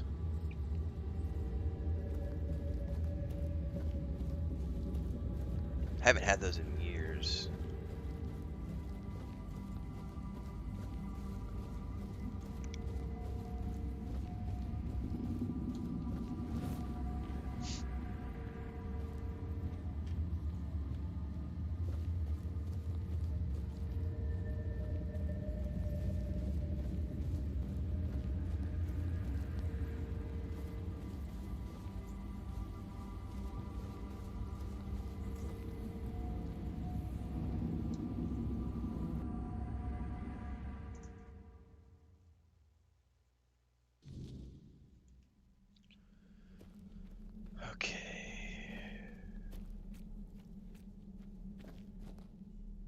She's kind of hot, man.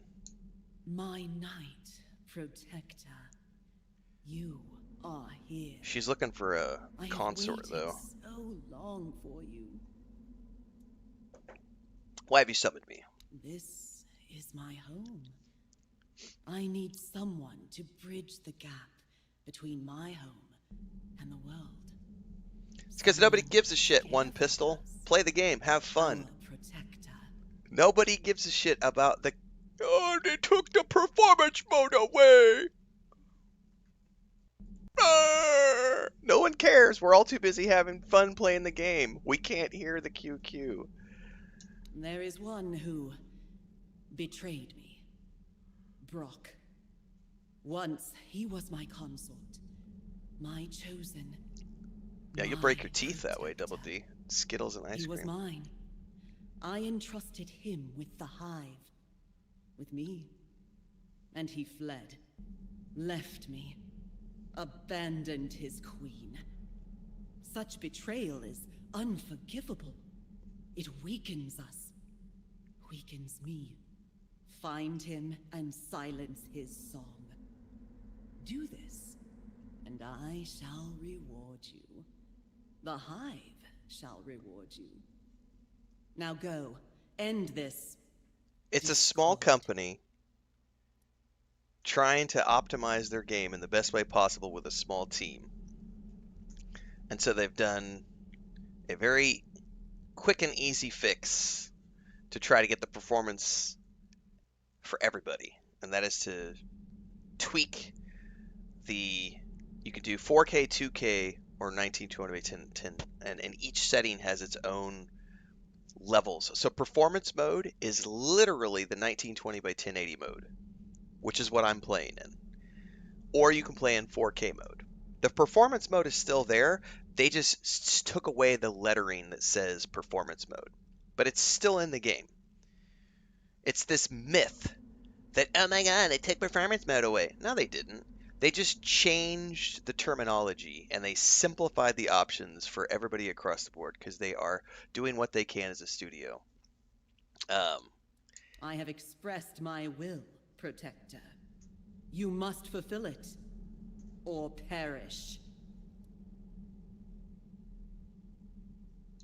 I don't plan on dying today. We shall see about that.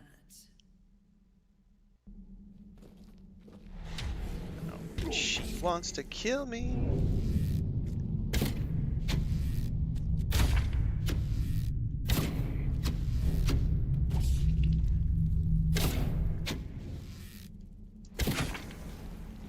Shit, she summoned something.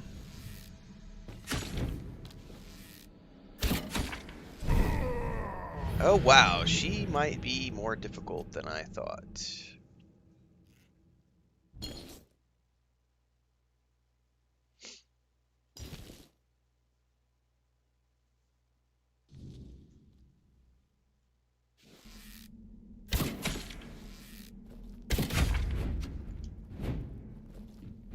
I gotta figure out her. Oh, that's not good. And I gotta have to fight the ads. Oh, I'm stuck in the corner.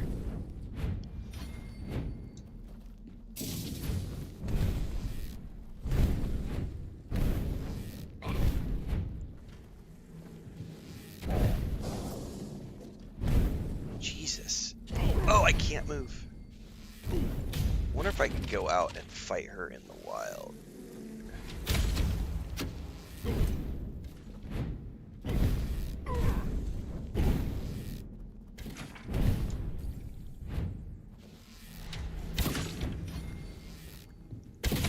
Okay, ads are down. Well, 2 ads are down. Jesus, would you leave me alone?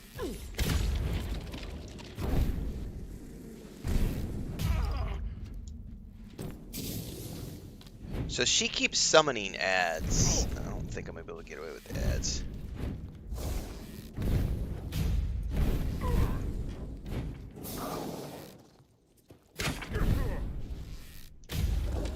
So she keeps summoning ads, no matter what I do.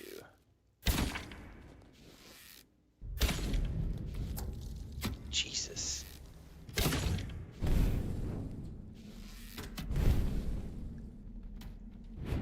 I keep getting stuck in the environment.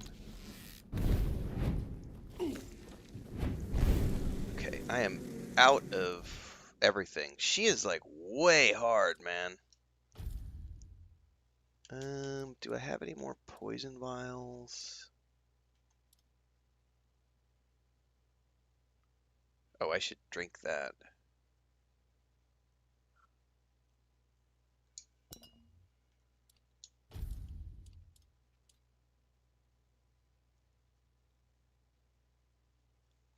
The game did not run better in the demo version.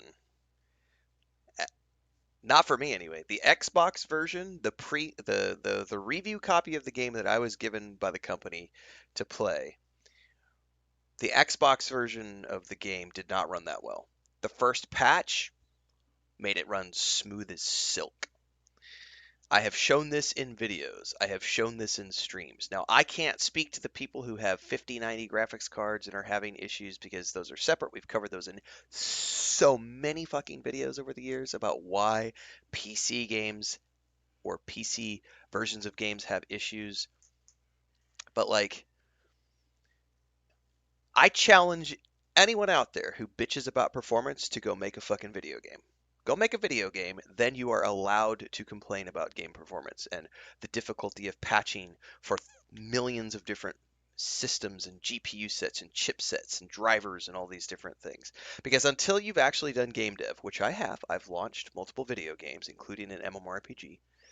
Until you've actually built a game, you have zero room to complain because you don't know what it takes to get something out. If you have an issue with a game company having a game that has some rough spots and performance isn't perfect and maybe there's a graphical glitch because they patched something and it broke this thing over here, you don't know what it takes. Especially you don't know what it takes to be a team of 50, under 50 people developing a game, and then you launch a game and it gets purchased by millions, and now all of a sudden you've got to try to fix all the things that you missed during your Q&A testing until, and this goes for everybody watching, until you have built a game and built a game studio and been in that position to be a game dev trying to make a game performant on millions of machines around the world, you lose the right to complain about performance issues in a video game. You lose the right to complain about bugs in a video game. You lose the right to complain. If you don't want bugs in your games and you don't want to play with performance issues, don't buy games at launch. I've said this a million times. You and only you are in control of FOMO.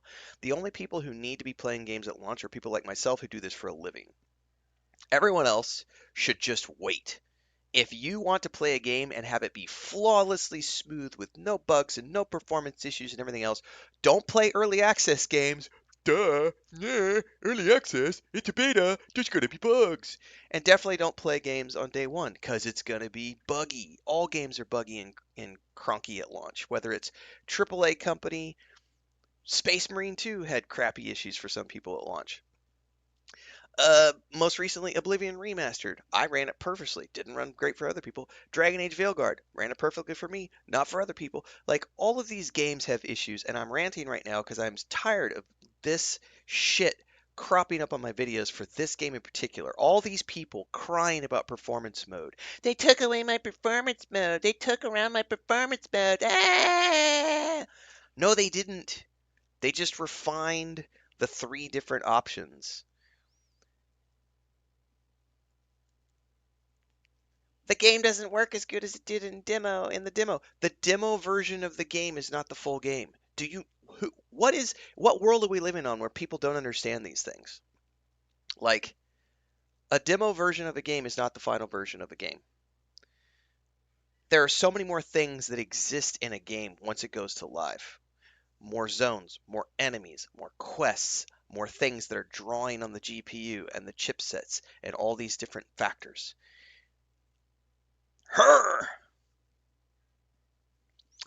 I feel like a lot of people didn't a lot of folks who complain about things haven't played, like, go back and try to play Kingdom Come Deliverance at launch. Holy shit. You talk about a buggy, janky, choppy, performantly poor, absolute train wreck. Kingdom Come Deliverance at launch after the Kickstarter launch. And then they fixed it. They patched it over many years. And they got better as a company. And when they launched Kingdom Come Deliverance 2, it was way better. Cyberpunk 2077 is another perfect example of a game company who had already done very great things in the game industry and still shipped a product that had problems on a specific platform. And then they spent 2 years making it better and getting it to the point where Cyberpunk 2.0 was celebrated, and that game has gone on to sell over 30 million copies. Stop bitching about performance in games and bugs in games unless you're a game developer, because then you can complain about it. I'm so tired of it. All y'all do is just whine and bitch and complain. Just go play the games. If you're not having fun playing a video game, go play something else. If you buy an early access product, you and you alone are responsible for the fact that that game is going to have bugs, hitches, graphical glitches, and so on and so forth. You play a game at launch, it's going to have issues. Every game out there is going to have issues. That's why they patch games. I really hope that this company patches the game. They've already done like 3 fucking patches for this game. What more do you want? What more do you want? Rant off, guys. But the customer is always right. No, they're not. The customer is sometimes a whiny little bitch. That's what it comes down to. Every fucking buddy out there is a Karen these days.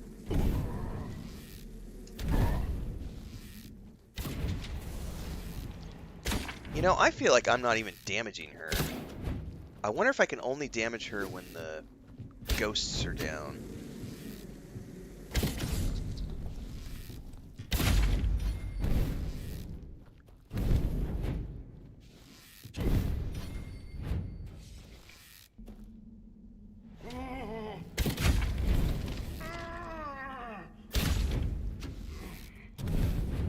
I'm doing damage to her, but not a lot.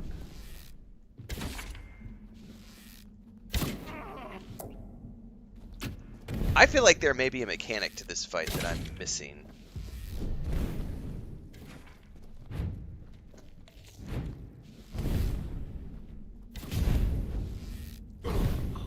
Alright. Huh.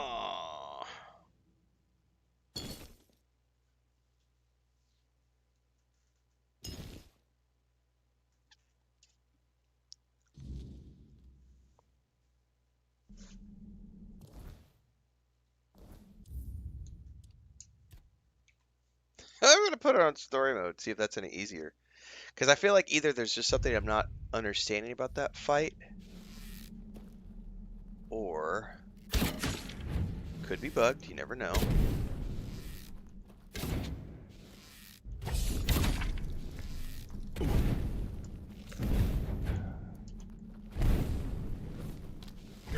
She like slowed me or something.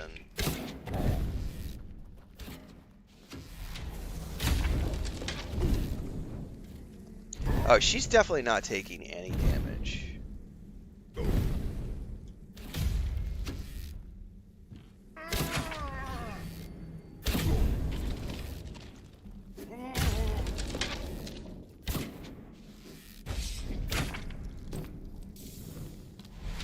And she slows me. She's not taking any damage from these arrows, so there's gotta be... Like, I'm shooting here with no effect.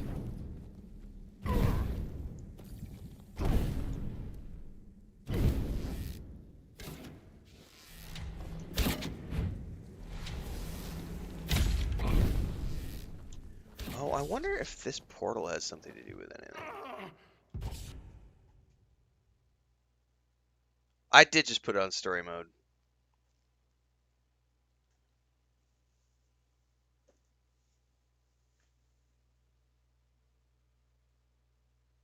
I'm trying different things out. There's got to be a mechanic that I'm not understanding, because she's not taking any damage when I shoot her, only occasionally, and I haven't figured out the mechanic yet as to what is provoking her to have that.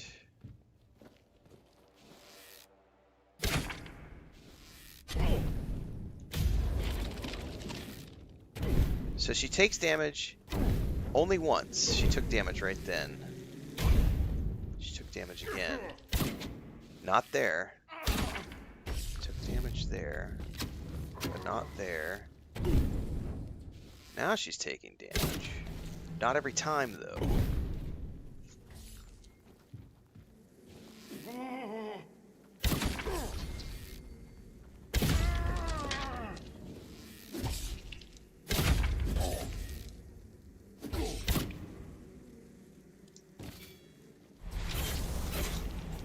Come here, bitch.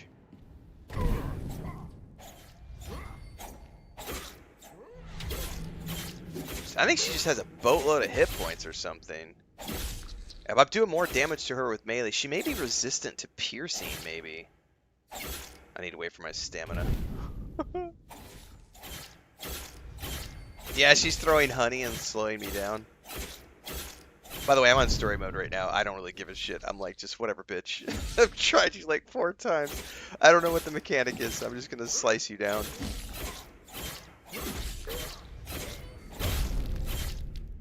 I'm locked her in the corner.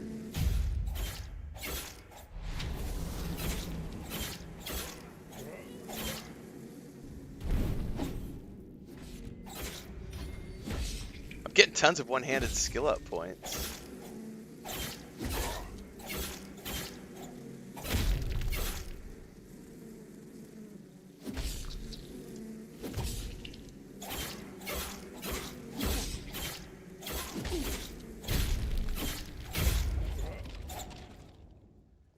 Bitch. Stay down.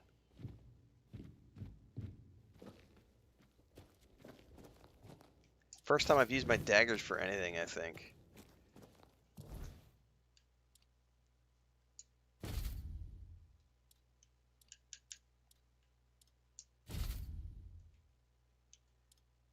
Which means I burned through all of my...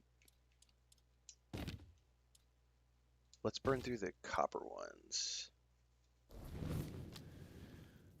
Okay, so I think we've officially taken care of her. That was a little weird.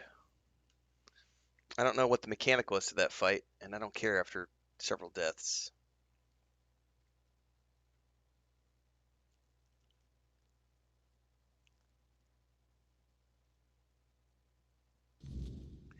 Someone had a good point earlier. If you have taken time off to play a game, that's a legit thing. That's a legit reason to be upset. Like, you took time off from work because the game was supposed to launch, and then the game launches and you can't play the game because for whatever reason it's not working on your device. That's a legit complaint, and you should absolutely request a refund for that. And I've said this before elsewhere. I don't believe in refunding games, and I don't personally, for any of the games I've released, there's a reason I don't release on Steam, because I'm not going to give you your money back. Sorry. Just because you don't like something about the game is not a reason you should get your money back. But if you can't play the game because there's a technical issue, that's on me as a developer, and I will absolutely get you your money back because of that. So if you're someone who took time off and the game comes out and you can't play it for whatever reason, that is 100% a reason to be upset. You should ask for a refund, and you should be upset that you took time off for a game that wasn't playable by you at launch. However, I will also say there's caveats to this. First and foremost, this is the first game from a brand new studio. What does that mean? Well, they may have worked on other projects before, but this is their first time doing it for themselves. What does that mean? Well, have you ever tried to do something for the first time? Have you ever tried to learn how to paint? Have you ever picked up a guitar? Have you ever learned how to play a musical instrument of any kind?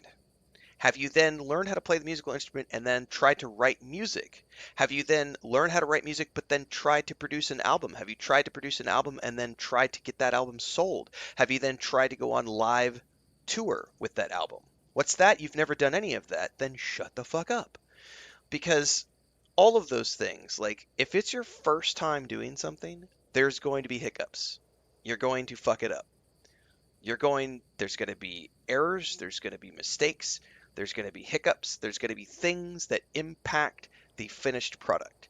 And if you are someone as a consumer who has no patience for or sympathy for or whatever, insert adjective there.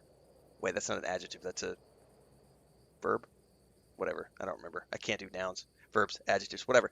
If you can't have empathy for someone for releasing their very first project and that project being a little rough around the edges, that's a you problem. Like, I would understand a little bit more, as an example, Cyberpunk 2077. CD Projekt Red had already done so many great games and had a reputation for making amazing RPGs. Cyberpunk 2077 comes out. It worked great on the Xbox Series X. on the PS5, and it worked great on many people's PCs. I played it on the PS4 Slim. I have I have videos on my channel to this day on my YouTube channel. I stopped trying to stream the game because I was blue screen crashing so many times with Cyberpunk 2077. It was so bad that PlayStation pulled it from the fucking store. That's how bad the launch of Cyberpunk 2077 was.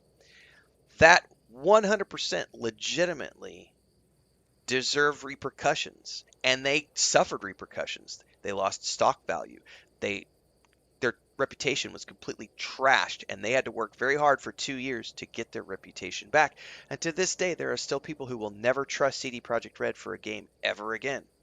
And they are justified in that because of how fucked up the launch of 2077 was. But I will also say that they redeemed themselves in my eyes by how good they made 2077, by how good Cyberpunk was made over the 2 years after that. Um, Mithril says, I must admit, my first attempt at building a nuclear power plant wasn't a great success. Looking out at the wasteland in my garden. Right. Like, I think that new studios making something for the first time, there absolutely should be a little bit of slack given to these companies for a game that might have some performance issues, might have some bugs, might be a little rough around the edges. I saw someone yesterday complaining that they are putting out too many patches. I was like, are you fucking stupid? Like, the fact that the company is out there putting out so many patches, putting out fires, trying to fix all these problems, that's the sign of a development team that is working their asses off to try to fix all of the things that people are finding that are wrong with the game.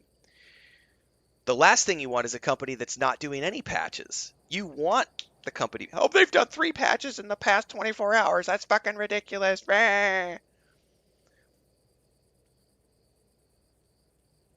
It's not against you, One Pistol, and if you're taking it personally, that's a you problem. No one's attacking you personally. I am attacking the mentality behind those types of opinions. So don't take it personal. You're still here. Stick around.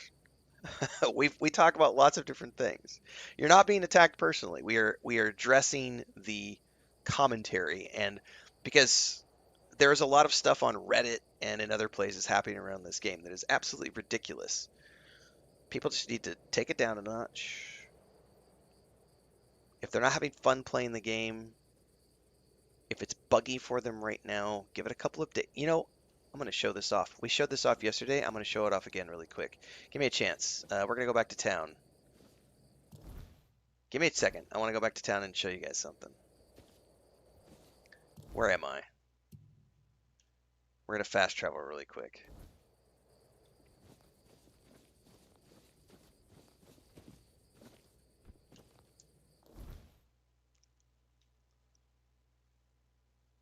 We'll turn into him later. We're going to go back to town really quick.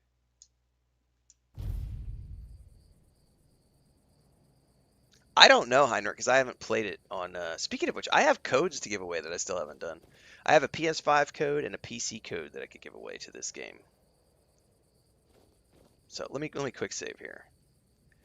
But they did give me a code for every platform, and I just haven't tried it on other platforms because I preferred to play it here because I knew I was going to be playing it a lot, and I like the Xbox controller. So, all right. So right now there's a graphical bug that happened after the patch yesterday, and we're going to see if I can make it happen. It's somewhere over in here, unless they did a patch in the middle of the night. Oh, you know what? I should check. They may have done a patch in the middle of the night. Give me a second, guys. I forget how to look at this.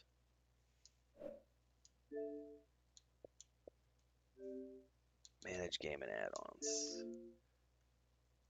They may have done an update in the middle of the night. Version, file info, this is what I'm looking for. Update 9:27 a.m. 24th. Today's the 25th, right? All right, so they haven't done an update since then, so we should still be able to make this graphical error happen. I'm not seeing it right now. If you played yesterday, if you watched me stream yesterday, there was some sort of magical graphical anomaly. Oh, there it went. It triggered for a sec. Actually, I think that might have just been the game saving.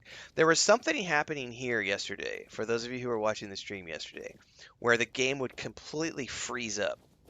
And there was some sort of like graphical anomaly happening right around this section, and we couldn't figure out what it was. It was just figuring maybe there was like an LOD issue with one of the assets or something. If I was your typical content creator, I would have made a video about that, put it up on YouTube, made a big ranty post, made a big ranty video about how this game is trash. How dare they release something that has, look at all this hitching and all this look, the game is freezing, unplayable. I literally would have titled the video unplayable trash, and then I would have put it on Reddit, and I would have attempted to harm the company's reputation by making a post about and a video about how horrible the game is because I found a graphical anomaly. What did I do? For those of you who watched the stream yesterday, you know exactly what I did. I said, well, if I'm having a graphical issue and it's centered around this area of the castle, there's a really simple workaround. Don't fucking go to that part of the castle, because instead we can go around, we can go down here, and we can run around the outside of the castle, and we can take these stairs, and we can avoid that graphical glitch, right? So we don't even have to go over to that section of the castle. We can go over here, we can go around, we don't have to go up there. We've bypassed the graphical glitch. We have found a workaround for that graphical glitch. That's what a mature adult does, right? It's a bug. It'll get patched. It's no big deal. 99.9% of the rest of the game is playable and enjoyable and is not suffering from those issues. Shut the fuck up and play the game. Like, that is not something that is worthy. Like, just now, did you guys see the screen tear that just happened? There was a little screen tear that just happened across the screen, just flashed across the screen right now. That right there, that is something that people are legitimately making videos about and they're like throwing hissy fits because there are the occasional graphical tears happening in the game. Shut the fuck up. Just play the game.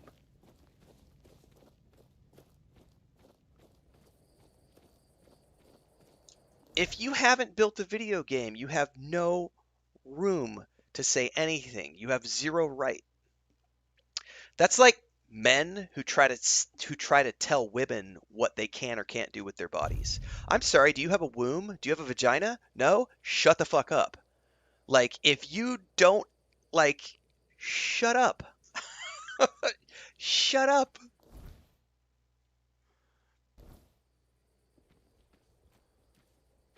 It's just, yes, there are graphical anomalies. There are some screen tears here and there. There's performance hitching. There's jank. So what?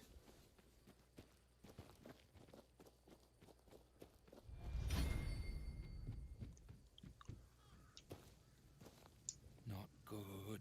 Very not good. Hector's like, but Luke. Hector says, but Ren, Luke Stevens seems super concerned. Just as I thought. The buzzing has ceased. For the first time in years, I hear nothing. It's quiet. Such peace. I'd hoped to see you again. This is a great day. I thank you, Liberator of Brockmere. I thank you deeply. I kept something for such an occasion. Please, you should take it. A well-earned reward.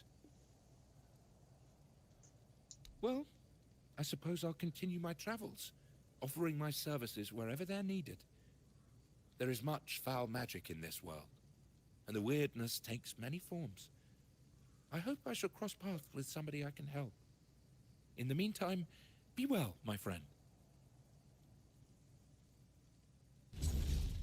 Right, Heinrich, we've talked about that in other places on a different day.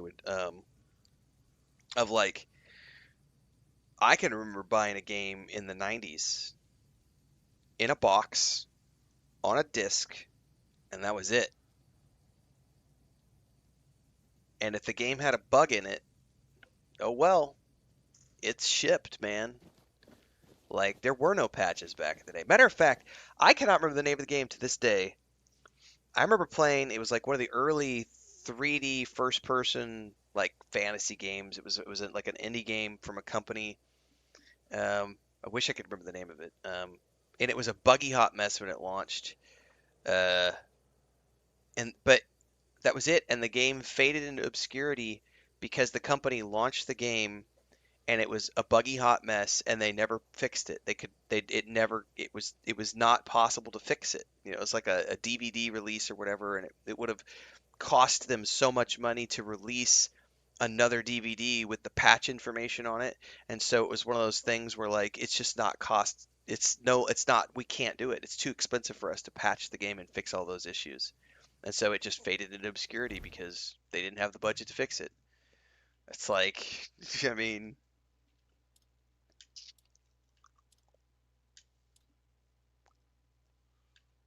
I wonder if I can make any more of that armor.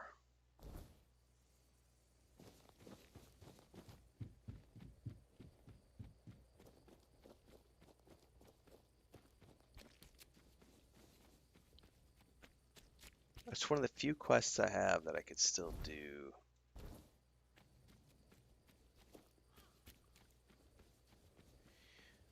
One of my favorites is the people who are like talk about like games used to release on physical media and I would just buy the game out of the box and it was just perfect.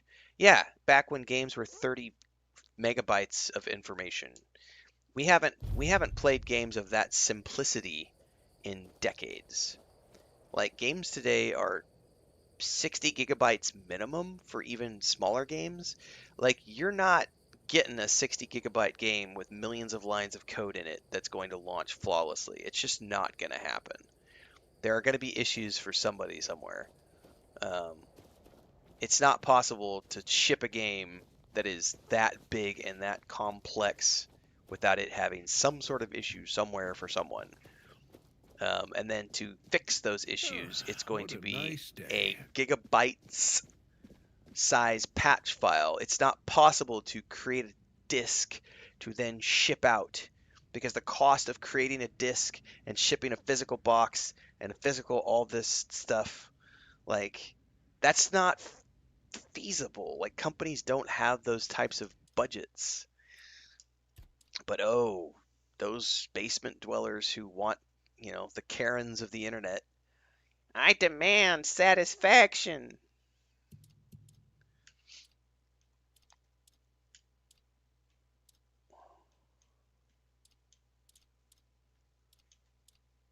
Corpse Eater rags. What do I need to make this? I need leather. Man, I still only have 2 brains.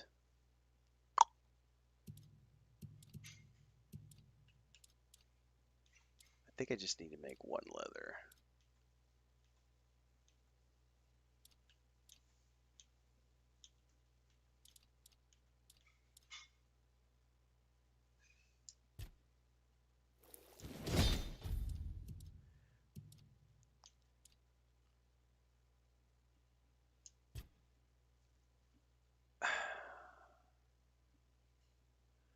I still have a horribly low expected outcome. I'm never going to make this. Never mind, I take that back. However, I sold the cap. Oh no, I don't know what I need to make the cap.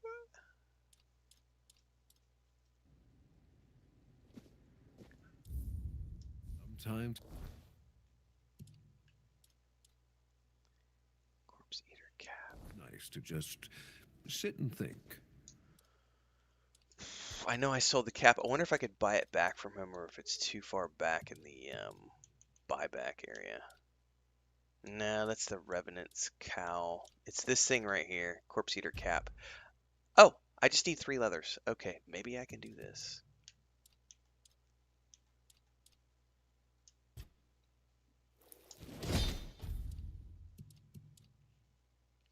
Corpse Eater cap.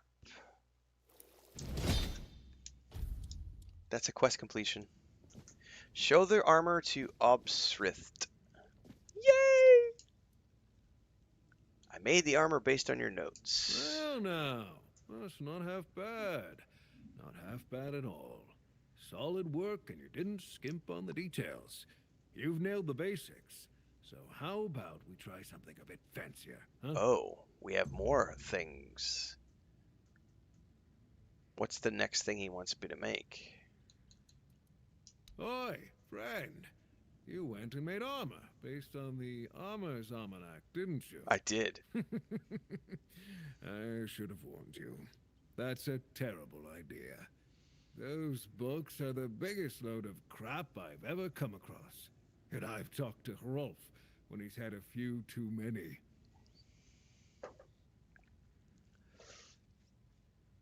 No, there's nothing wrong with having debates about things, Pistol. Like, that's part of what we do here is we're not afraid to, like, we have lots of heated discussions with people. I'm a big fan of, if you go back to the days of Aristotle, Plato, Socrates, these guys did not sit around in circles of like-minded people and jerk each other off because, oh yeah, that's a great idea. Oh yeah, that's a great idea. No, they had what was known as debate. Debate in Greek and Roman times was the public forum was a place of debate. This is how we achieved mathematical equations and philosophical advancements as a species was because of public debate. It is very important that we have public discussion. The difference is when people come in with an attitude and just want to be trolly and, this game is trash, man. Well, then bye. Get out of here, Felicia. We don't want you. Having discussions is healthy. The problem is when people get offended about pushback. We had somebody who came here yesterday, I think it was yesterday or the day before, and he said something along the lines of, this was yesterday. It was yesterday morning. Why does this game look so meh? It's a modern game. Why do the graphics look so meh? I'm paraphrasing here. Right? That was his commentary. The game looks meh. Why do the graphics look meh? And then I pushed back on that, and I was like, it's an art style. Like, then we went and looked at, I think it's called Bolt Gun, which is a Warhammer 40K game that was released a couple years ago, and it's in an 8-bit style like the old Doom games. That's a modern game, and it has an 8-bit graphic style. Graphic style is a thing. Not every game is going to be hyper photorealistic. And if you come into a game and complain that the graphics aren't modern, that's not a legitimate complaint. Literally, that is not a legitimate complaint because art styles and budgets are a thing. And when I said that, the individual got very offended and said, I post on all your videos and how dare you not respect my opinion?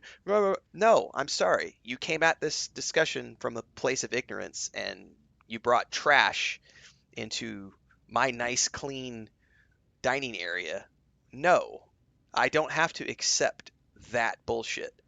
We're going to educate you. And if you are resistant to the education and you feel offended by being educated, that's a you problem. I'm not going to sugarcoat it. I'm not going to be nice and be like, oh, yes, let's placate your shitty opinion.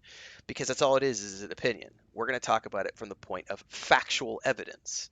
Factual evidence shows that different games have different art styles. Different games have different budgets. Not every game is going to be Grand Theft Auto 6 in terms of hyper-realistic, photorealistic graphics. And if you come into a discussion saying, the graphics look like shit for a 2025 game, you are immediately going to be shown the door and told to kindly fuck off, or you can stick around and be educated on game development. And if you're resistant to that, there's the door. You're not respecting me. I don't have to respect you. If your commentary is ignorant and you are providing nothing meaningful to the conversation, then go away. But if you want to have a discussion about things, there's nothing. I get offended all the time. All the time I get offended. That's a good thing to be offended. A lot of times being offended means it's because I need to fix something. Oh, I didn't think about it that way before. Oh, you're right. I should have thought about that. Oh my God, that's a point of view I've never considered before. And maybe there's a little bit of moment at the beginning of me being offended where I'm like, well, but, uh, uh. That's because it was time and place, Darius. There's a time and place to talk about performance, and that time and place is in the review of the game, not necessarily during the live stream. Time and place. Those are the types of things we do here. Like, I am a 45-year-old adult who's been doing this for a long time. I've been a public speaker, I've been a mentor, I've been all these things. This is my space, so it's a no shirt, no shoes, no service type of thing. And so the people who come here appreciate that. The people who don't, there's the door. We don't pussyfoot around issues, and we don't tolerate ignorance and stupidity. And when people get offended by those things, that's not a me problem. That's not a me problem. I don't really give a shit what you say right now, Darius. Time and place. Maybe I have discussed it in other places on other games. I was not in a time or place to discuss it yesterday. I was saving it for my review. I don't care if you disagree with me on that. You don't have the right to dictate what comes out of my mouth, whether you're a paying subscriber or not. It doesn't matter. So going back to the guy from yesterday who was upset about, how dare you tell me that, the graphics, I don't care. It doesn't matter. Like, I don't care how long you've been here. Like, everybody's on the same footing, whether you've been here 1 hour, 10 minutes, or 10 years. Oh, I'm very consistent with my commentary. You just don't agree with my commentary because you're feeling offended right now. Literally goes back to what we were just talking about 10 minutes ago. We have someone in chat right now who's feeling offended. They're taking it personally, and they're expressing themselves with anger. I get it. But the thing is with being offended is sometimes you have to realize that you're not right. And sometimes you're in the wrong. And sometimes it does take an adult perspective to step back for a minute, reflect on something for a couple of days, and go like, you know what? Maybe I shouldn't have said that. Maybe I should have had a different point of view. Maybe I'm not looking at it the right way. Maybe I'm not understanding the context of the conversation. It is what it is. That's called being an adult. Yeah, well, Alar is a fanatical follower of Valley that Girl Ren. Shadowblade. He's read a couple It's of gonna make some those armor, books, guys. Suddenly thinks he knows my trade better than I do after 40 years in the forge. He even had the nerve to argue with me. Now, I told him I can hammer What's up, your JP? face just as easily as this steel. Well, that shut him up quick. Arden Shitblade? Arden Shitblade. Of course I don't respect him. That's Yeah, you didn't go out of ruining town, the JP. I thought you were heading reputation of out. every armorer out there. No one knows who he is or why his nonsense even gets published. But plenty of people would love to get their hands on him. I'd gladly get rid of him myself. I have 8,000 videos on my YouTube channel. I love it when someone comes into my chat and tries to tell me that I'm not consistent with my commentary.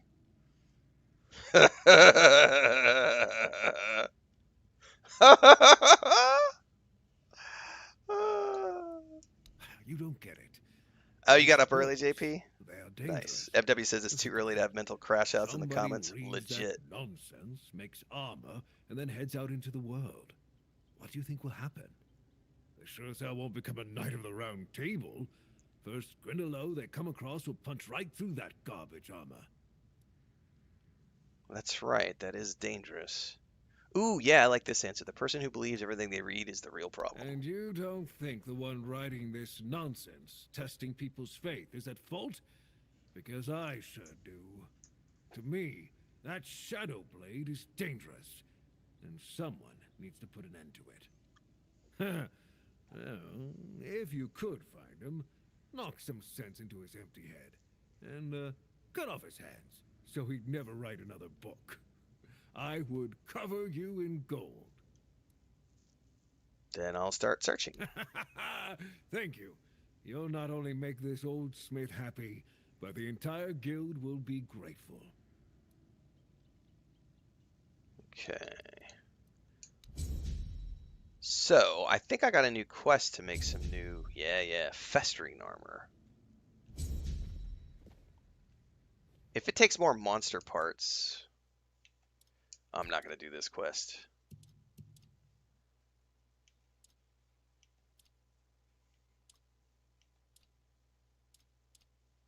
Yeah. Oh shit, that only takes leather? Ah, we're fine. We can make leather. What does he need?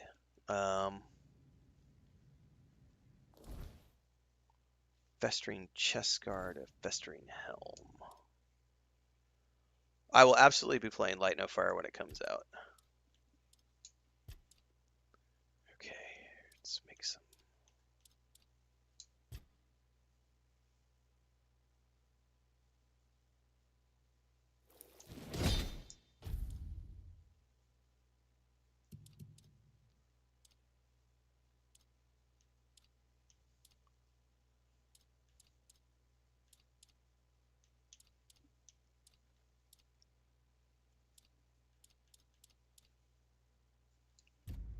I need 10 pieces of leather.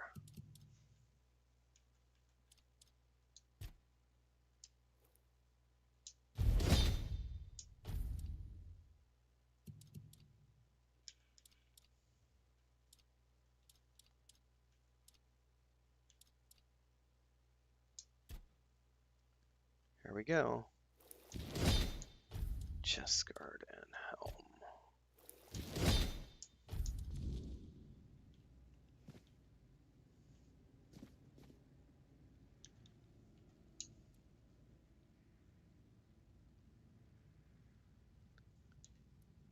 Damn, you're getting the hang of this quicker than most. Tell you what, you've earned the chance to try something more advanced. Now, I've got a pattern I've been sitting on, and if you get it right, you'll have armor so good, even I might get jealous. Okay. What's next? Drowner's armor. I'll be right back.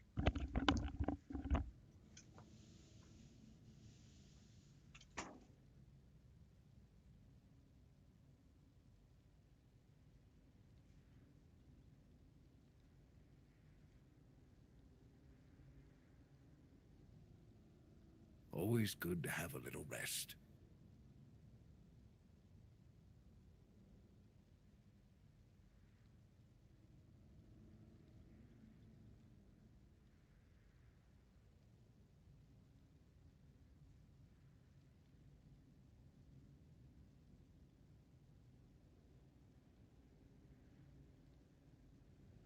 Ah, what a nice day.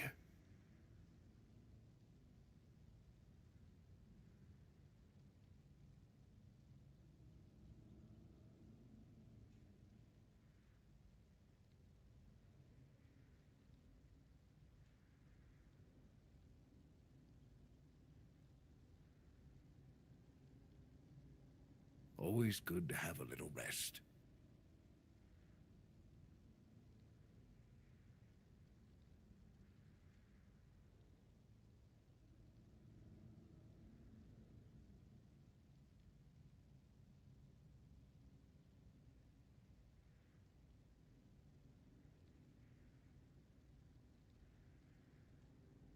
It's nice to have a break.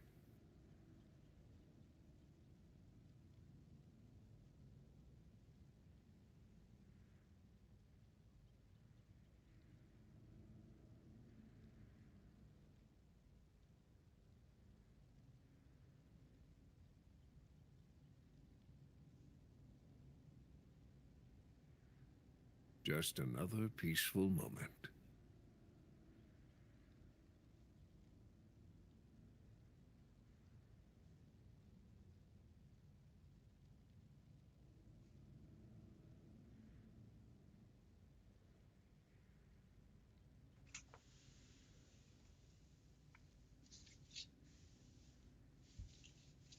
I like it when things are quiet.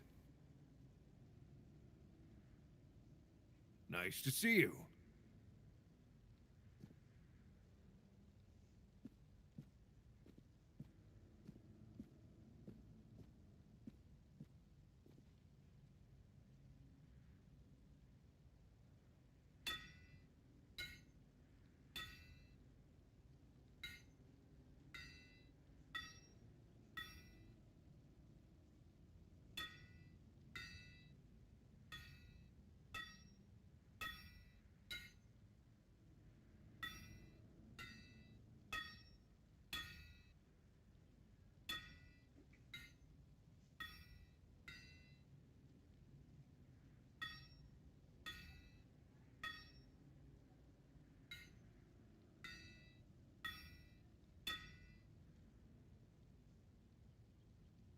I like it when things are quiet.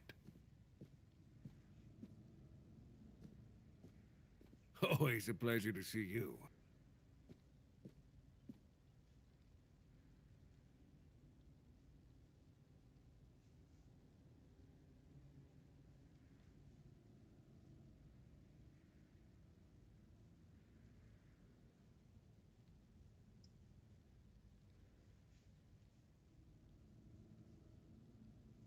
I like it when things are quiet.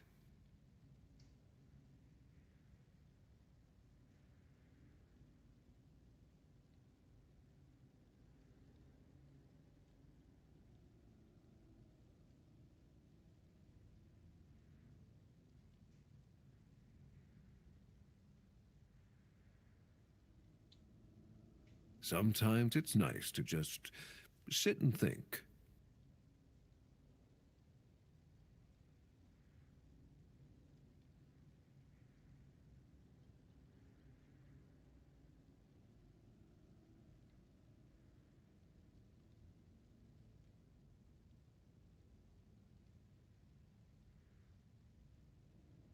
Always good to have a little rest.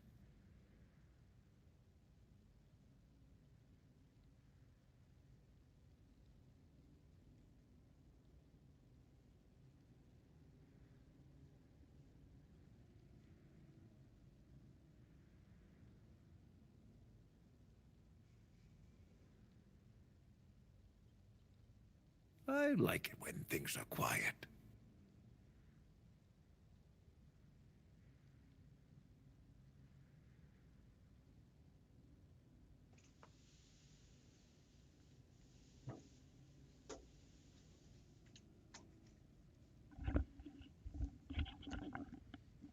All right.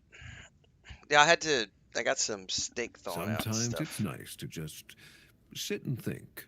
It is. Sometimes it is nice to just sit and think. Anyway, I had a bunch of, I took a package of sausages out. I had to take two of them out and put the package back in the freezer, and then get the steak ready. And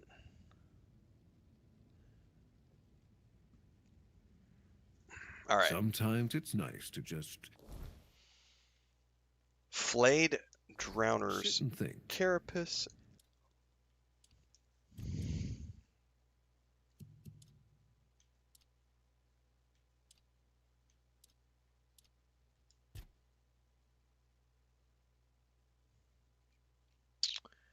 I'm gonna need fingers or something.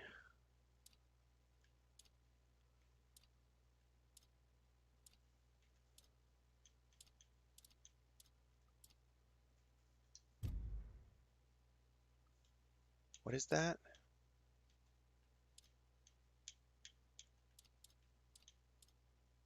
I'm gonna need more iron.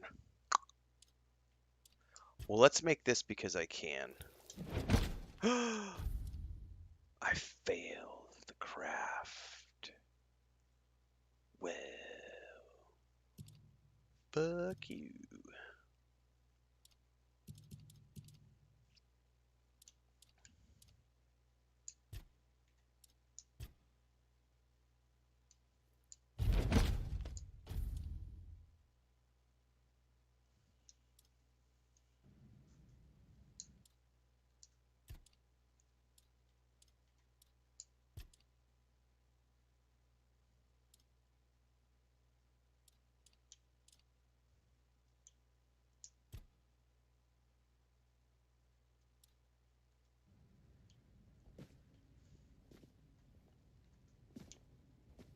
Uh,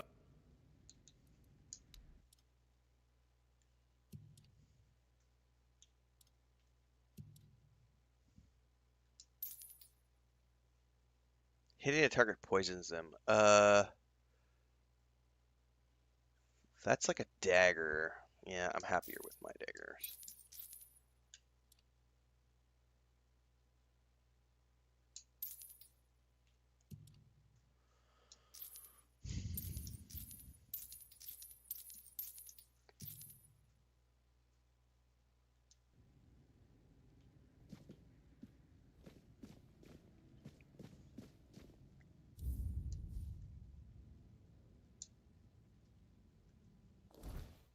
Well, I'm not making that armor anytime soon.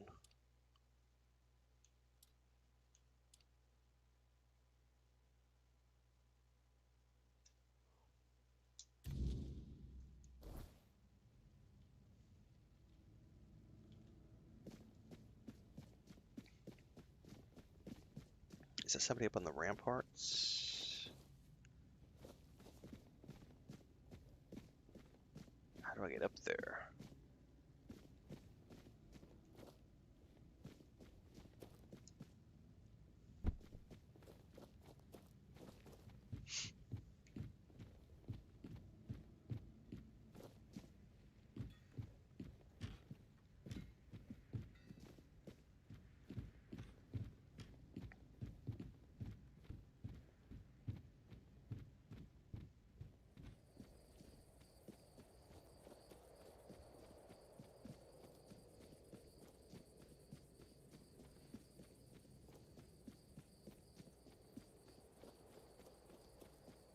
Man, he was way the way over. I wonder if... Oh, can I not get there from here? Yes, I can.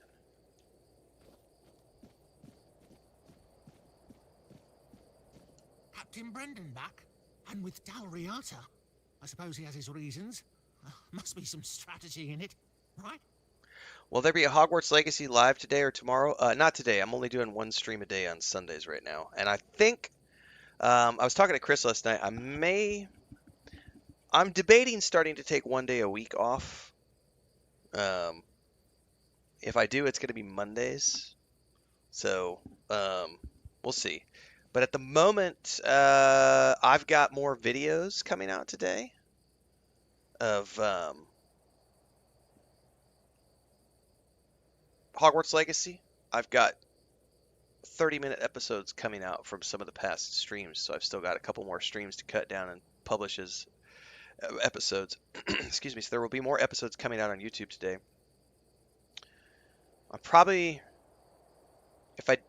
it's a back burner game right now, so possibly tomorrow or Tuesday I'll do some more Harry Potter. It'll be an afternoon stream at the moment.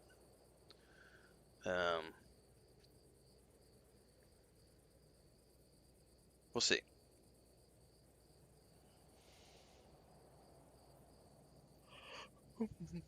We gotta get through. I gotta put some time into this game though, because I gotta beat this game before Dune Awakening drops on the 5th. So I made that armor you gave me, asshole. Oh, right. The lamellar armor from the Armorer's Almanac. I remember.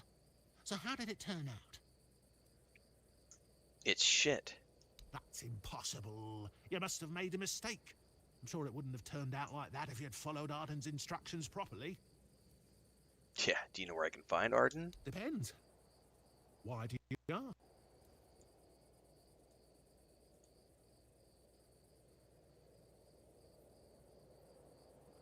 I just caught Erudite's comment over. It's from the earlier discussion over on YouTube, but it says, at least here, we don't validate takes for the sake of making someone feel better. So if you don't want your opinion to be scrutinized, you don't have to share it. I thought that's brilliant.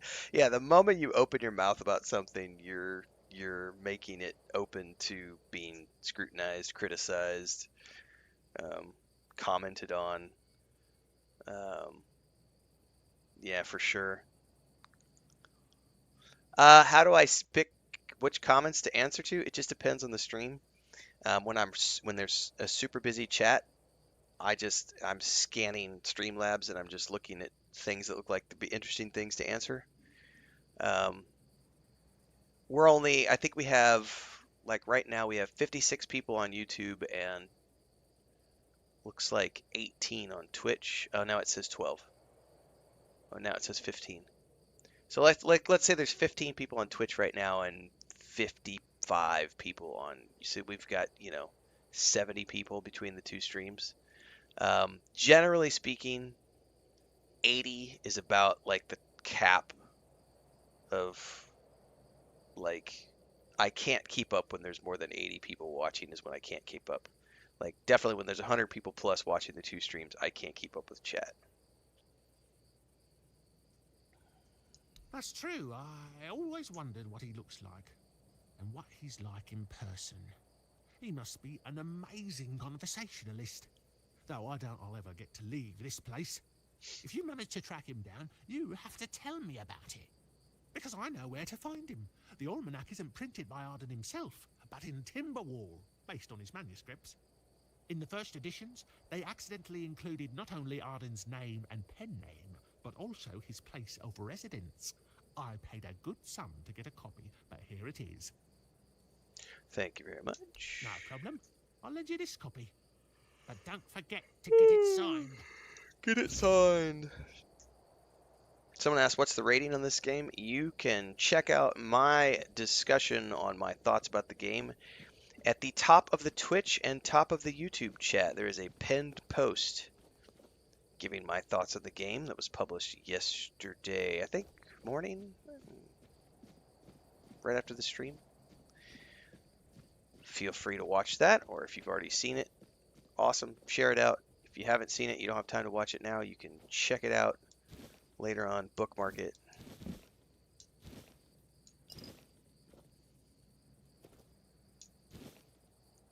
So this would be considered stealing, but I don't mind a little everyday theft.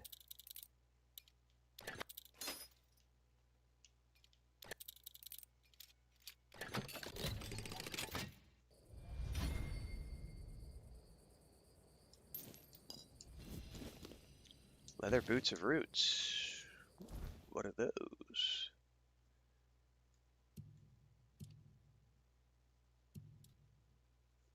Hitting an enemy immobilizes them for 5 seconds, which occurs once every 60 seconds.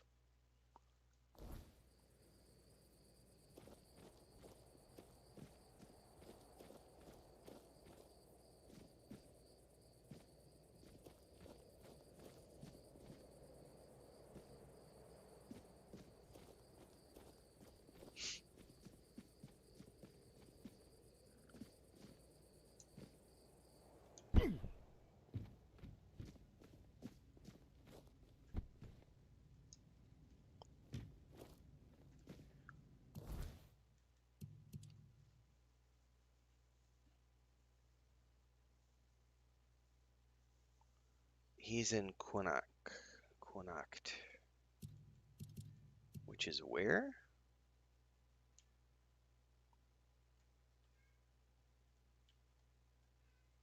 Oh, is that like another zone?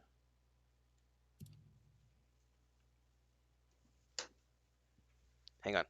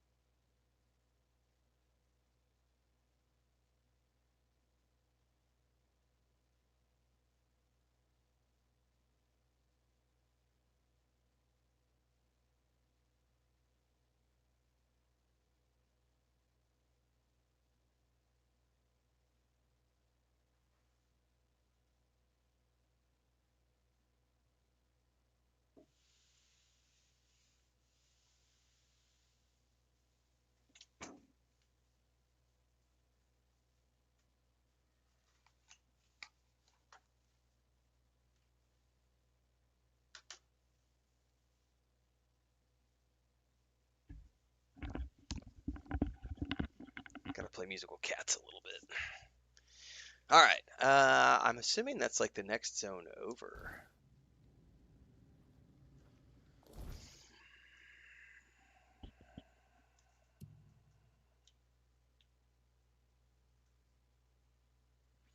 Because that looks like it's all the way up there at like a zone. I'm assuming that's like a zone line. But I haven't seen like other zones. Let's go check this out. I'm assuming that's the borderline though. Blanca, bájate mamá. Mamá, ¿estás mal? She's up on the desk where she's not supposed to be because she's looking for my earplugs. Stop it. That's been like her obsession the last 3 days now, and I do not know where she started. I just came in here like 3 or 4 days ago, and my earplugs were on the floor, and she had slobbered all over them and was chewing them all up, and now she's like obsessed with finding them every time she comes in here. And I already changed them out. I had to get new ones because she chewed those up and slobbered on them. Coffee and bacon with more bacon. Oh, nothing wrong with that.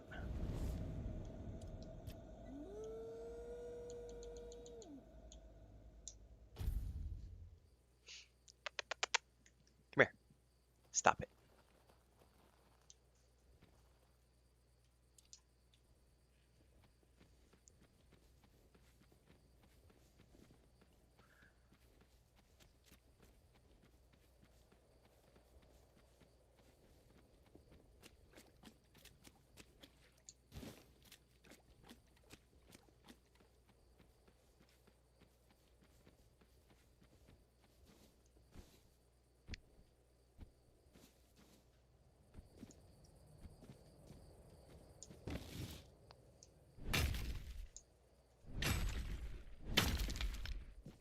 At this point, Bailey's is probably cheaper than real cream.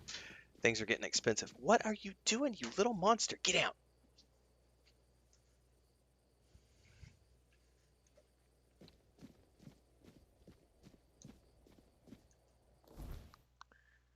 I think I have to go up through here.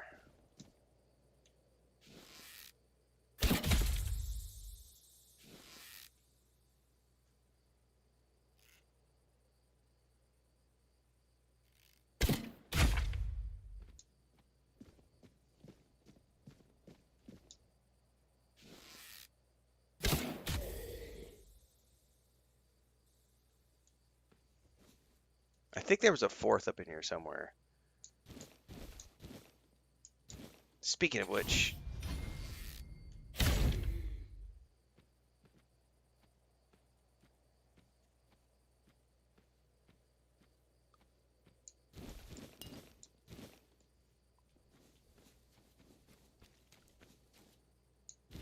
I didn't mean to loot the dagger.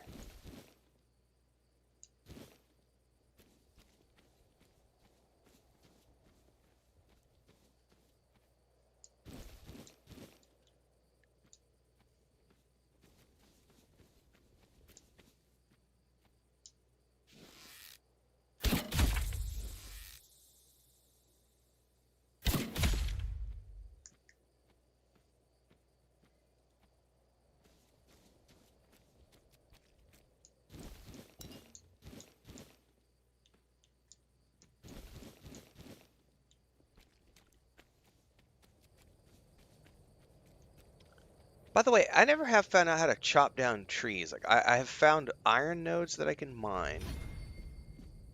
I have found plants that I can harvest, but I've never found any wood nodes that I can chop. Oh, what the frack is that? We've got an ogre.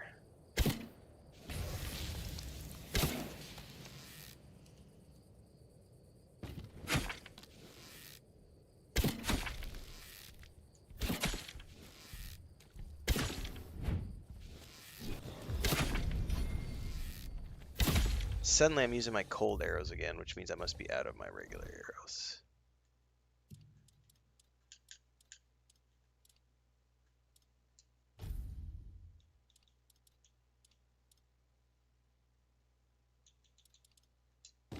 Yep, time to use my copper arrows.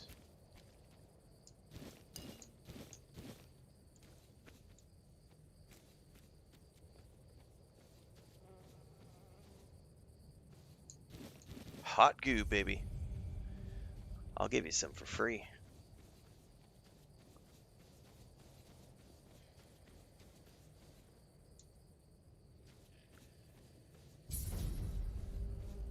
New location, ancient cave. This place looks awesome, but it's not where I wanted to be for the exit.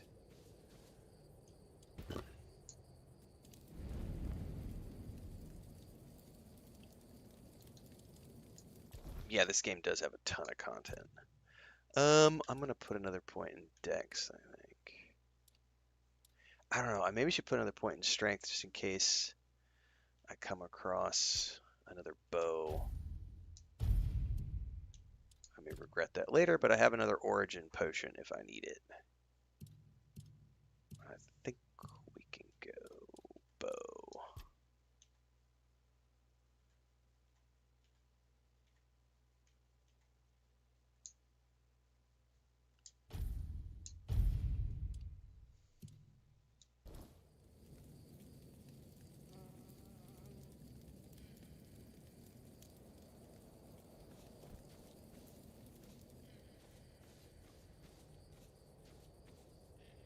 Hang on, I'm like right on top of it, aren't I?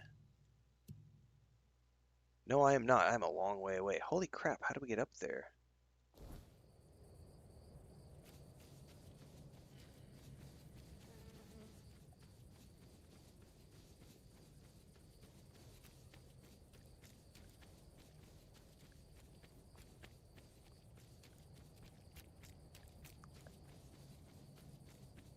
Haha! Oh, what was that?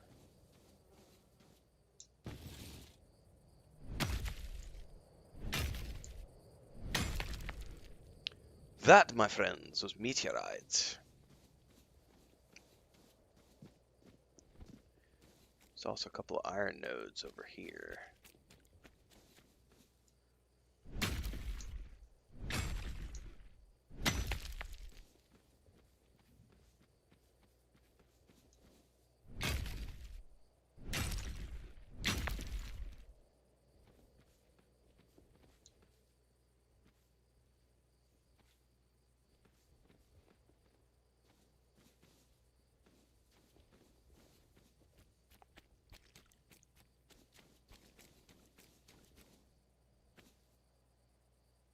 So we can. Is this There's another still region? a part of me buried in this place. I can feel it stirring. We must find it before we move on. That's my, hey, you're not allowed to go to the next zone until we finish this zone. Copy that. Alright, let's go back to the fast travel stone.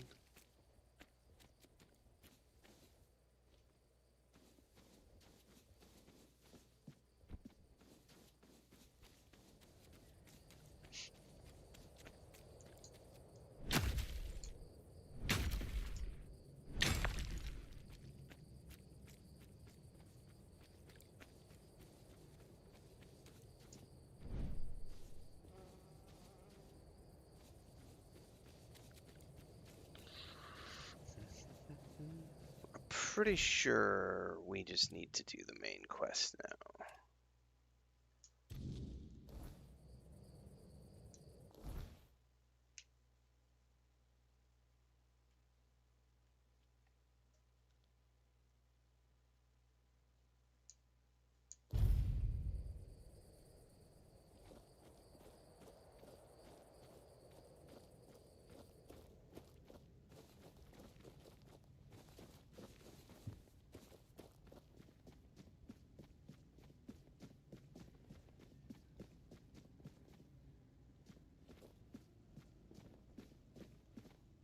Oh, there's that graphical anomaly. And it crashed the game that time. Yay! Hang on, guys. I need to go make that Reddit post now.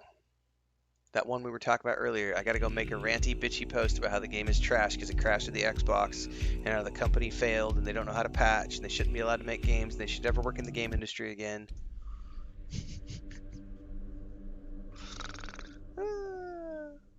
It never gets old. I'm never gonna get tired of mocking that, ever. How many zones does this game have? I don't know, Transcend. That's a good question. I'm sure Mortissimal Gaming probably has something up because he's really deep into the game. I wonder if he's finished it by now. Someone said he was at like 80% yesterday or the day before.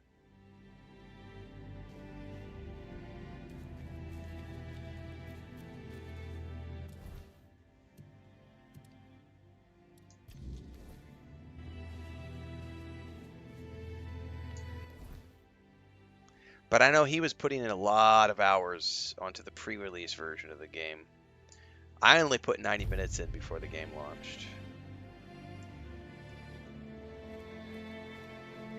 I'm super concerned, right? Super concerned that we don't know how many zones there are in this game. We need to go get a candle of the lead developer with a face on the candle and light a candle and talk about how super concerned we are, just like this other content creator does with the game studios.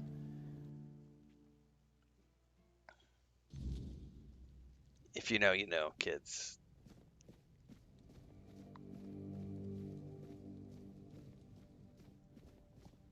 Hey, I'm finally getting to explore the captain's office. Look at all these books that I can't touch any of or read any of. All right, Brandon. Time to pony up.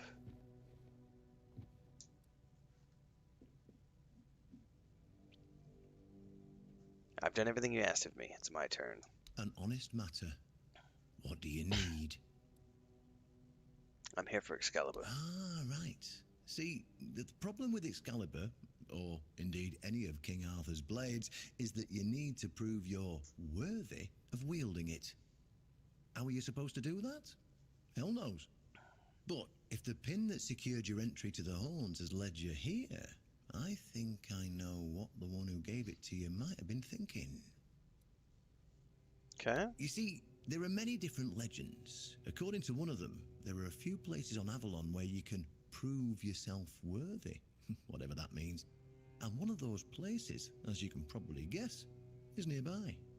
Have you seen the old gong in the sunken village? Well, many years ago, when people still went to the woods for a shit instead of using a privy, it was part of a certain ritual. Only the people who passed the ritual could become keepers. What does the ritual involve?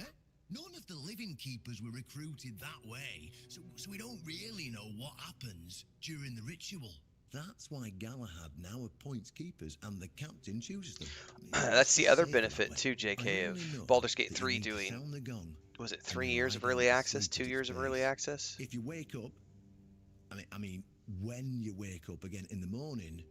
So they had 1 million players with hands on the game Unfortunately, through early access, allowing them to have 1 million points of view on how to break things. Since it's made of weird steel, that's not going to be easy, is it?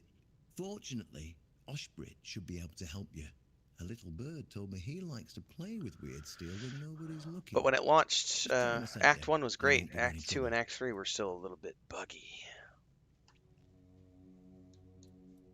If all of the recruits were worthy, why did none of them try wielding Excalibur? Well, of course they tried. It turns out that the keepers who passed the ritual could hold it longer than anyone else. Maybe it'll be enough for what you need, and maybe something entirely different will happen. It's your risk and your decision.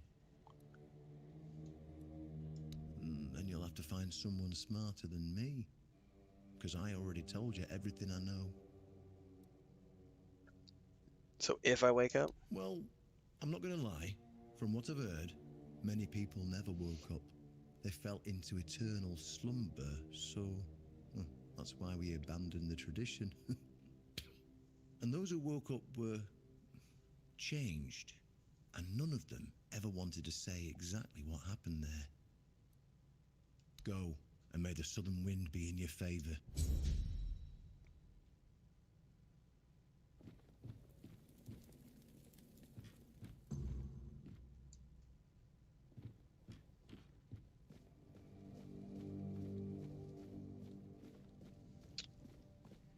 Time to go talk to the blacksmith.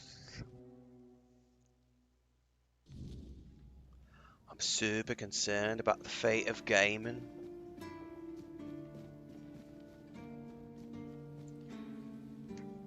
Oh. I know what video I'm making when I wrap up the stream today, JK. Matter of fact, why wait? Hang on. I'm super concerned I gotta write this down. I'm super concerned about the fate of gaming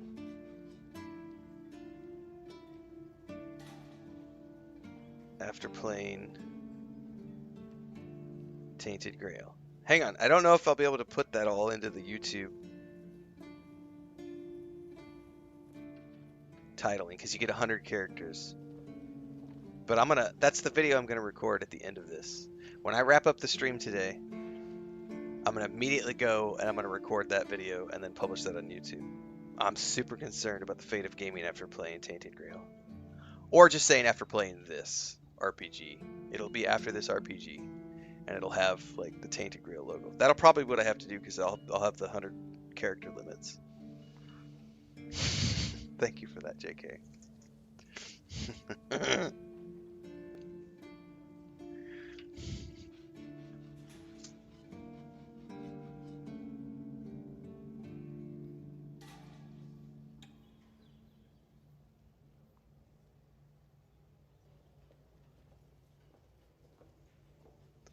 That'll be today's video.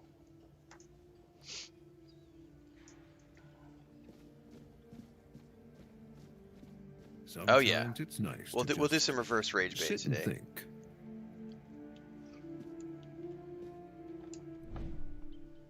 There's an ancient gong in the sunken city. Why Can would you you want to fix fix it? Do you even know what it is? Take some advice from an old man.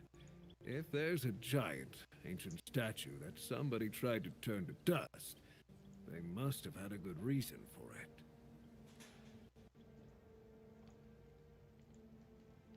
I need to repair it. Well, if you put it that way, then I suppose I have to tell you the truth. Otherwise, the terror from the sea will bite me in the ass while I bathe. Of course I can fix it. I've been doing this kind of thing since I could swing a hammer. It's a skill we pass down from master to apprentice, generation to generation. Nothing fancy, just good old blacksmithing. Obviously, though, you'd have to bring me a couple things so that I can actually do it. Okay. Let me check what he needs. 1 second here. Is Avalon just another walking sim?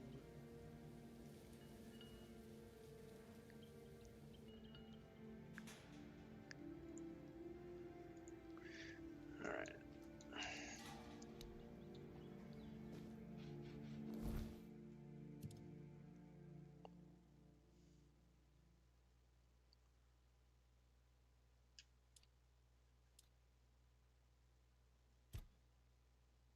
He needs the... So do I have to go get the broken gong?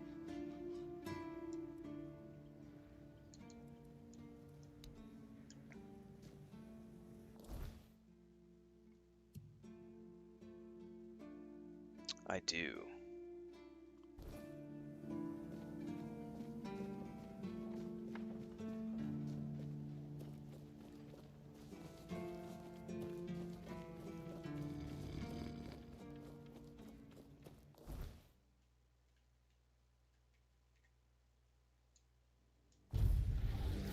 Oh shit!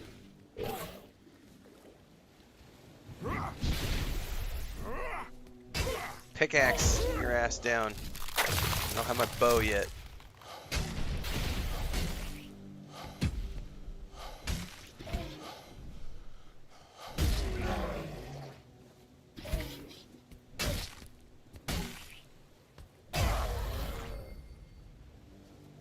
Stay down.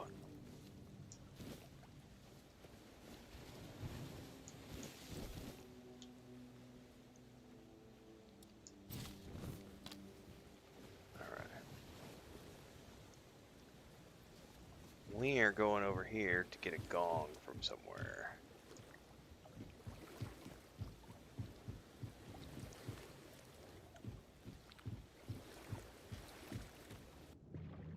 Shit, that's deep water and that makes me scared. Like, seriously, that triggers my real life fear of deep water. Oh.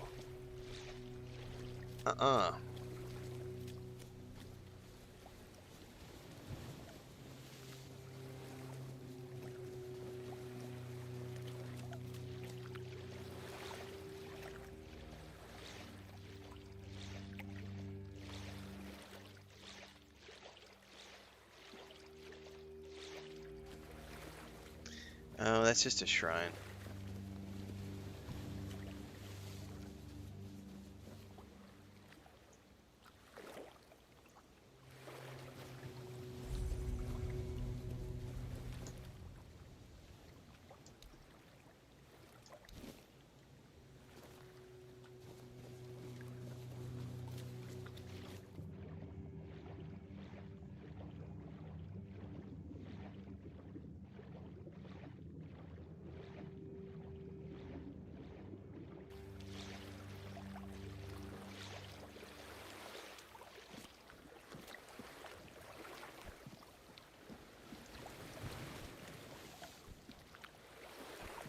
Oh, there's somebody here. Oh, you're full of energy today.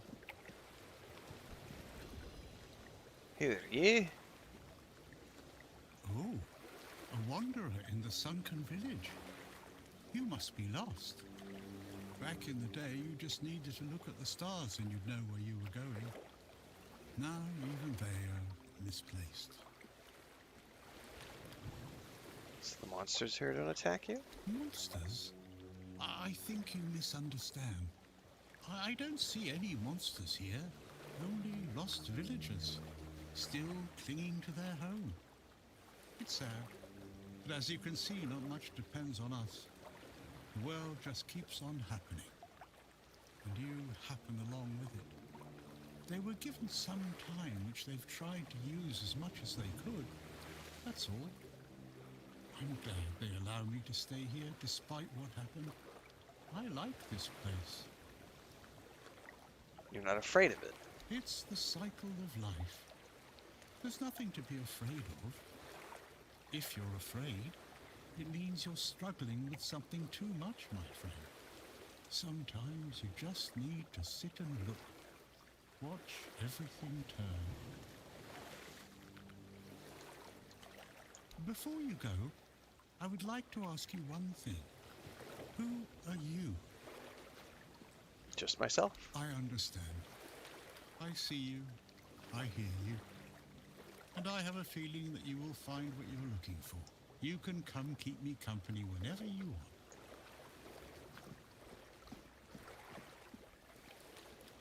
Alright. Quick save and grab the gong. And back we go. That is mildly terrifying, even though it's not that deep.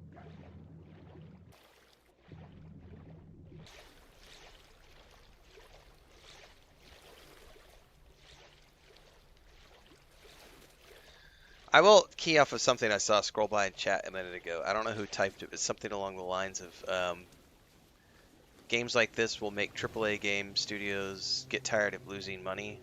I'm paraphrasing because I'm not scrolling up to see it. And I would like to push back on that just a little bit because I feel like those kind of commentaries don't take into account all of the amazing products that AAA companies produce. Yes, some AAA games are garbage, but there's also a ton of really good AAA stuff that gets produced. That's why they have hundreds of millions of dollars to play around with, because they produce commercially successful games that millions of players find enjoyable. So just recently, as an example, I think I've already uninstalled it because it was a one and done for me. But Doom: The Dark Ages, that's a AAA game, chef's kiss experience. Oblivion Remaster, that's a AAA experience, chef's kiss. And yet, this one in particular gets a lot of trash heat for it because people are like, oh, Bethesda's wasting their time. They should hurry up and release Elder Scrolls 6. They're a fallen game studio. No, they're not.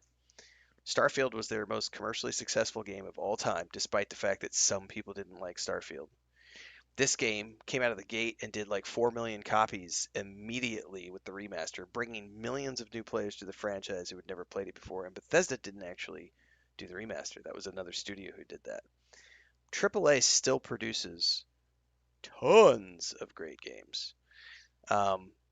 There are some really stupid decisions that get made in AAA because they have the money to make stupid decisions. But I wouldn't want to lose that because for every stupid decision, that gets made, we get 200 good decisions, 200 great AAA games. Like for every company like Bungie who has a hiccup with Marathon, where like somebody's artwork, however that whatever that ends up doing the lawsuit and everything else, that's a hiccup. That's an oopsie. Just because that happened to Bungie doesn't mean that Bungie's a bad company or that their past games should be thrown in the trash. It means that whoever's in leadership right now needs to be punished, needs to be scrutinized, that needs to be rectified. Those punishments will happen. The lawsuits will take care of that. It doesn't mean Bungie is a bad game developer. Ever. None of that. No, that's not how it works. Like, EA is a shitty publisher. No, they're not. Do you know how many games I've played over the years that have given me thousands of hours of entertainment that have been published by EA? Just in recent years, Jedi Fallen Order, Jedi Survivor are two games that I can point to that EA published that have given me hundreds of hours of entertainment and are absolutely phenomenal games. You cannot say that EA is a bad company when they publish games like Jedi Fallen Order and Jedi Survivor. Does EA make shitty financial decisions because they're run by investors and not, a privately owned studio? Sure. That doesn't mean they make bad games. So I will always push back on the, AAA companies are bad. Let's make context. Context is key in that conversation.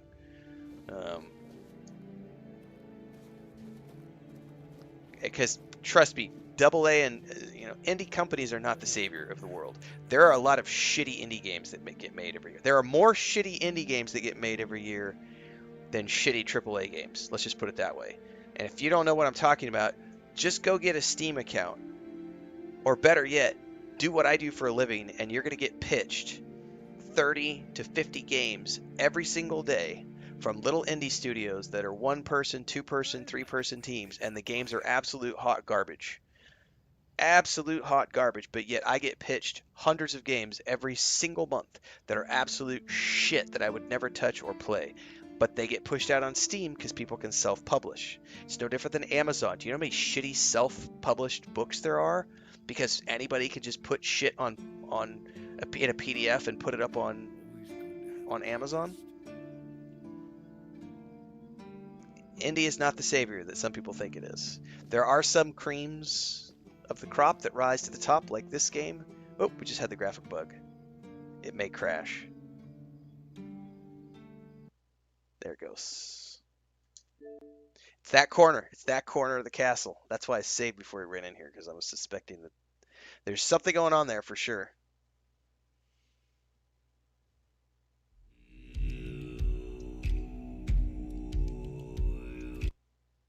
It is true that if you have money, you can get away with a lot. That is true. That's the world we live in. I heard somebody made a really good argument. This has been a few years ago. A friend of ours who talks about why he doesn't really give a shit about like making a big effort to recycle his home trash. He will like if the government is going to provide me with trash cans, I will separate my trash. But if the government is not going to provide me with trash cans to separate my trash, I am not, as a private citizen, going to take the effort to go out there and separate my trash into organic versus inorganic, cans versus glass versus plastic. I'm not going to do that. Why? Because my individual part doesn't matter at all when you have billionaires who fly private jets to take lunch in London because they have a craving for caviar. And so they'll fly from Los Angeles to London to have their favorite lunch just because they have it on a whim. So my individual contribution to recycling is never going to offset the carbon footprint of that billionaire asshole flying around the world on his private jet. So why do I'm not even going to waste my time. And that's the thing. Like, that's the world we live in. And you can either choose to be impacted by stuff like that or just shrug your shoulders and live your life to the fullest that you want to live your life. How did you, oh, forget it. I don't even want to know. Just give me a moment. Here. That should do it. Do whatever you need to if you're really sure about this. But please try to come back alive. Okay, anything I should know? I have nothing to tell you. I could try to talk you out of it, but I'm guessing that wouldn't work. Yep, it all ends up at the same waste site.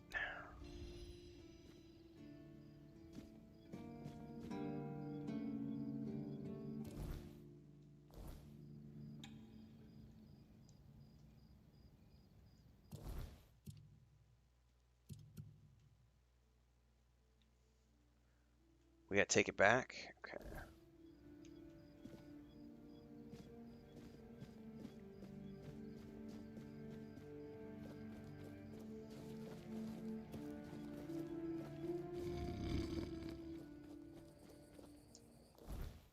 Because the reality is, unless any of us ever get to a place where we can be in a position of power, i.e., a government official, none of our opinions are ever going to matter, ever, about anything. And then even when you do get into those positions of power, good luck enacting the change that you want to take place, because the system is resistant to change. People don't want to give up their money and power. And in an altruistic world, the utopia of Star Trek where everyone is equal, money doesn't matter, power doesn't matter, all of those things, it's a great dream to have, but we're not there as a society, and one individual is not going to be enough to make a difference. And you can say, oh yeah, but rise up, resist. If there's 100 of us, okay, 100 of you decide not to purchase a game. Great. Does that impact the does that impact the company who's selling 200 million copies of games every year because 100 people decided not to purchase a game because of their morals? No.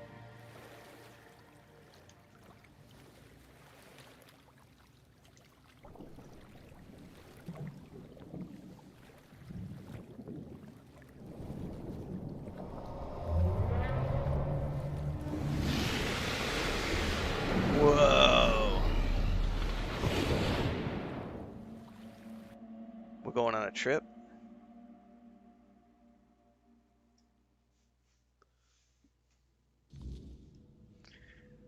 The first piece of the king's soul is tied to Excalibur. I have everything I need.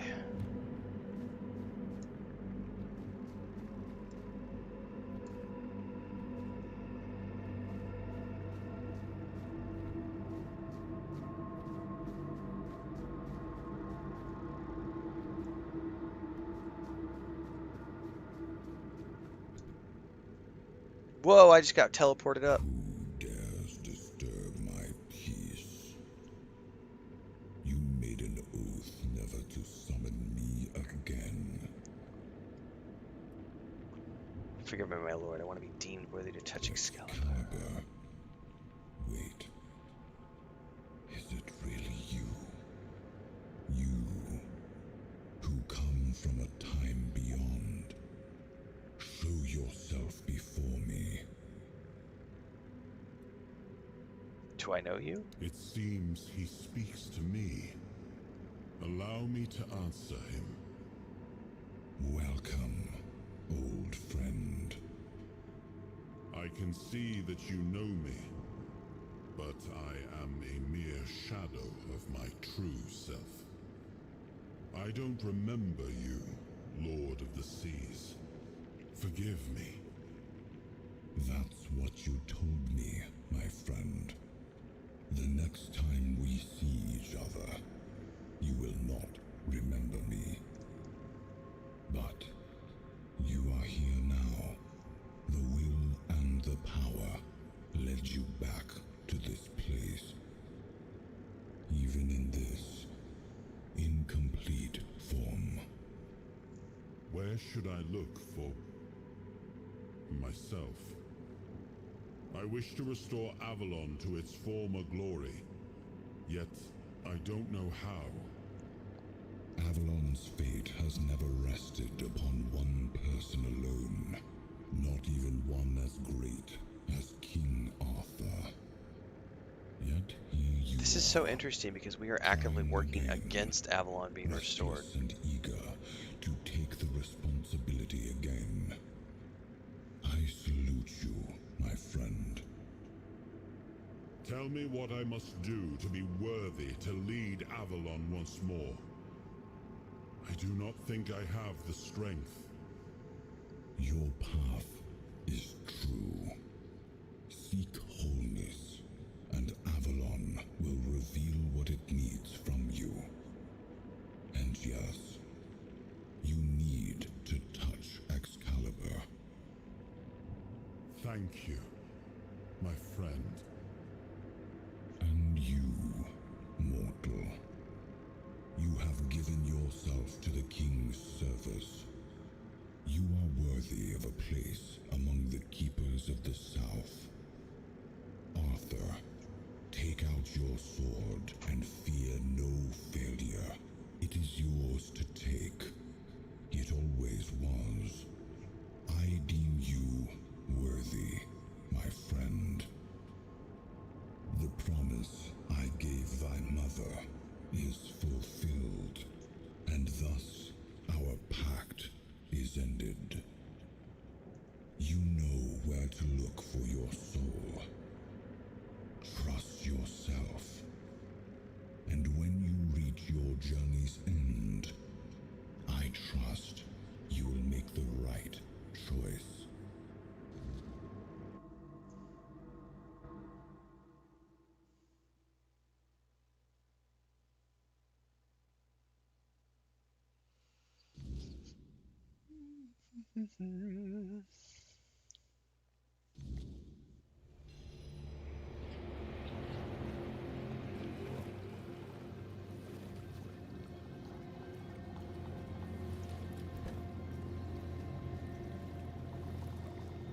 It's very interesting. I can't put bonfires next to the water.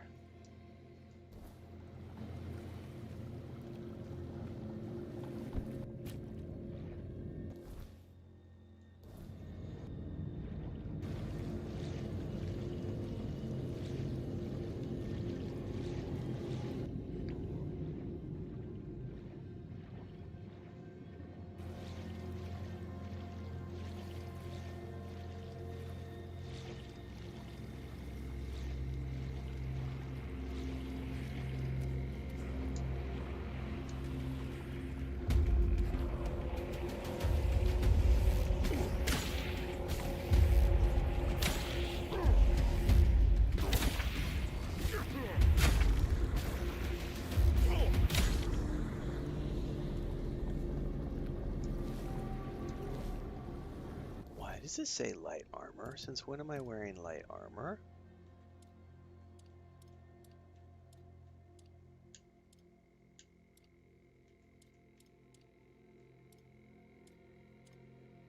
Is this light? I guess it is, but I'm so used to getting medium armor updates. I just saw a light armor update. It's very strange. Time to talk, Arthur. Spill the beans. The Lord of Seas seem close. Yes, it seems we knew each other well during the war. And this proves that I sought allies beyond our own forces. And I trusted him enough to carry the knowledge of Excalibur. This must count for something.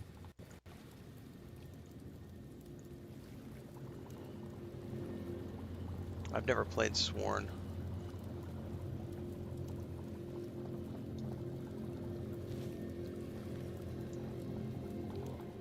Oh, I can't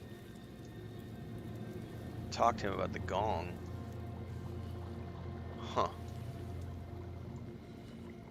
It showed me a gong response, but then when I asked him about it, it disappeared. The other response went away.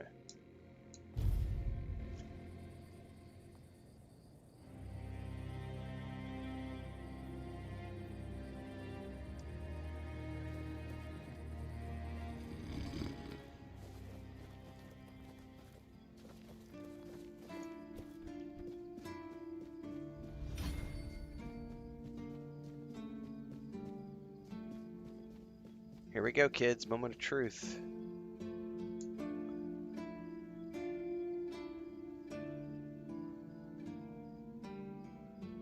Oh, it like drained my health.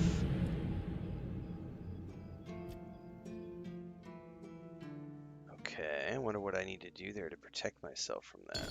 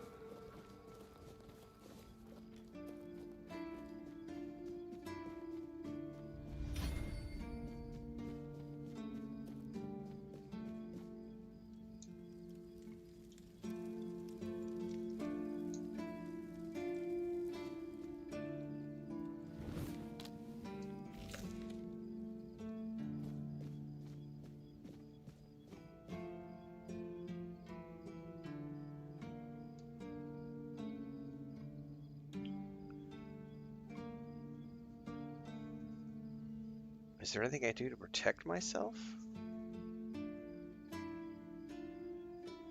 I'm letting my health regen to full before I try this again.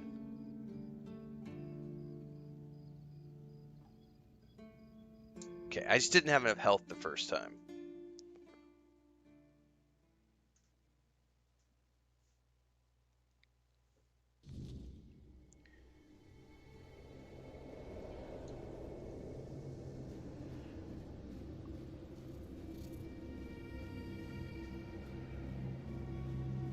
Oh, this makes way more sense now, because the first time I was like, what are each of these individual alcoves?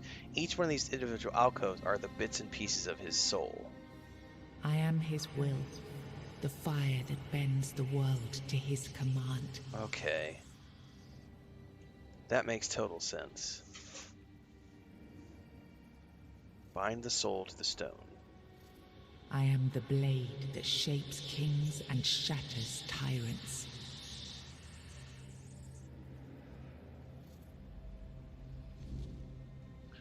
Okay.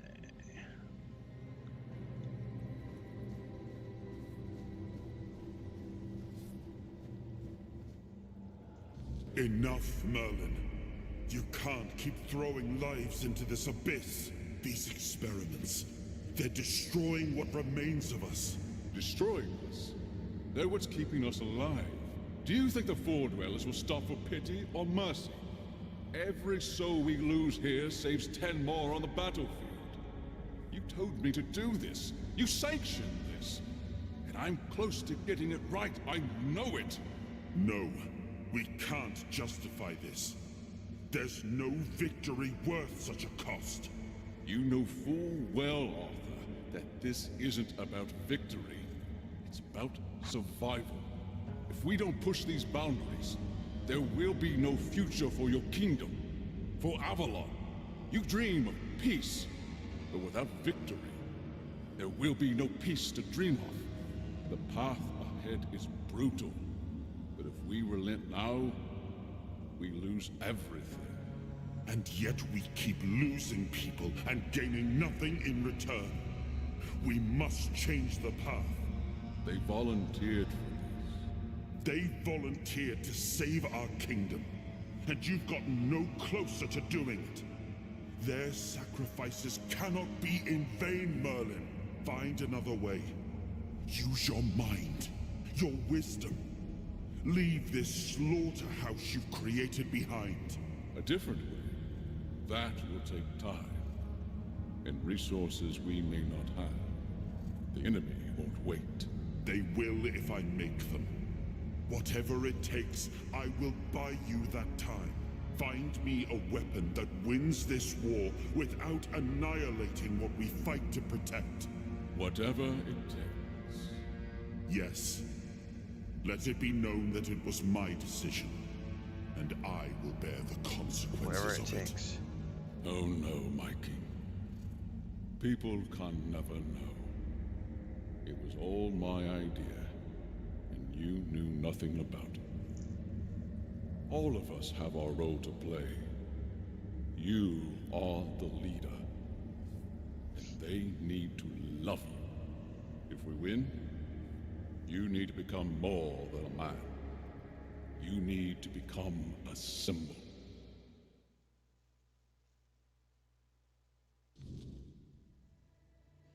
Alright, you have gathered a new fragment of Arthur's soul, unlocking its hidden potential. Open the menu to explore King's Soul Shield Tree or visit a bonfire to develop new abilities.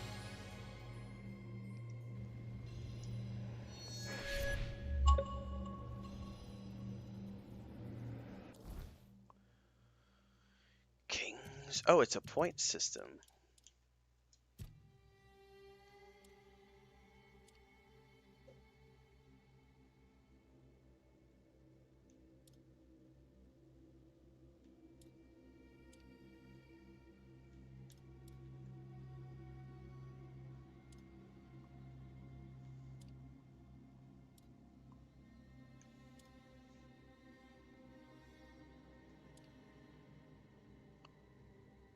Reflect all incoming projectiles.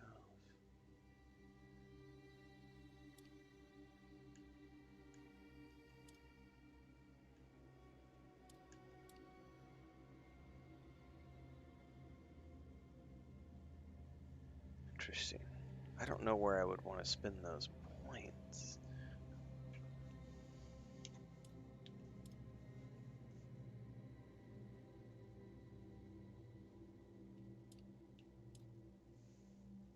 Deflect. I mean, that could be interesting.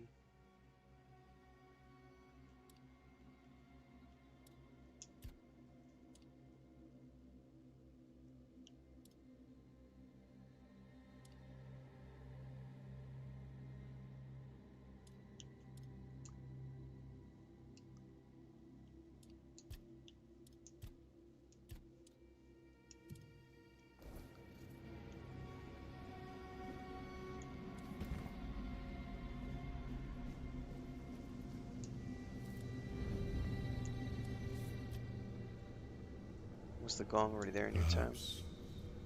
I cannot say for certain. My memory remains too clouded. It seems familiar. I do not feel my soul bound to it, but I know our path shall lead us here, one way or another.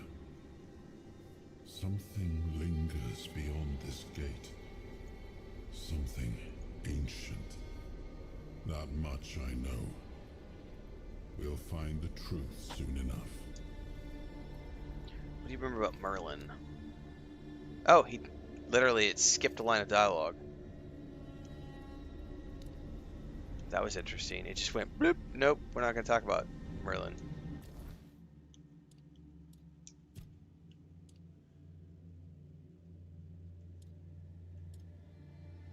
I really don't know. I think I'm going to go with the finisher, I guess.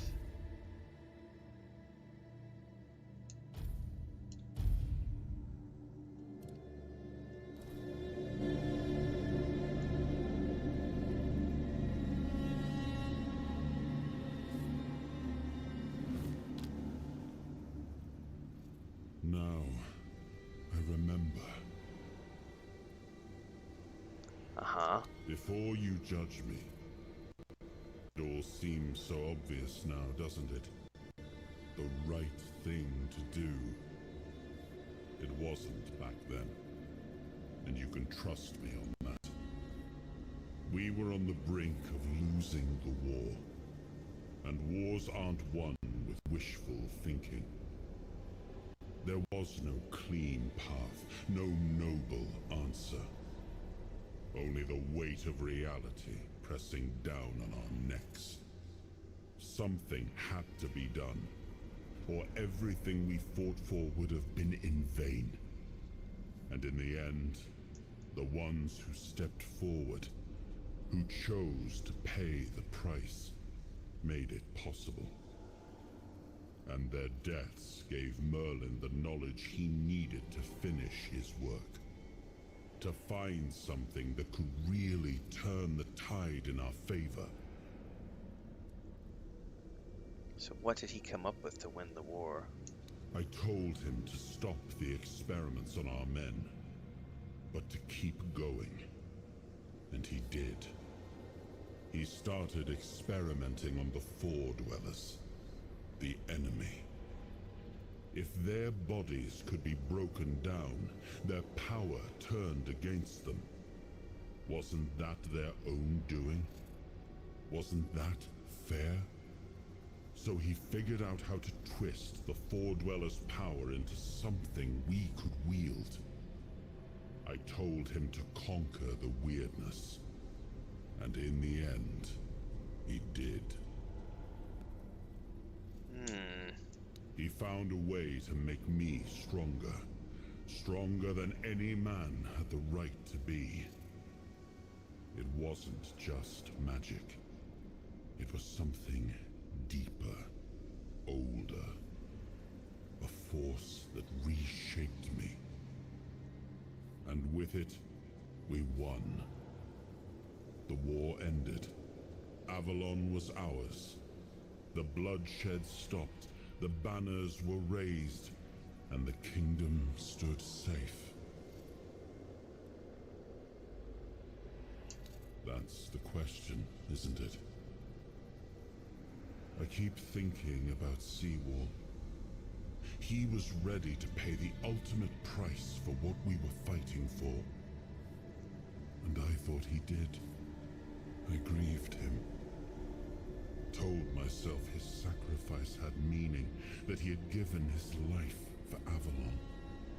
And now, after all these years, finding him like this, I told myself I carried the weight of my choices.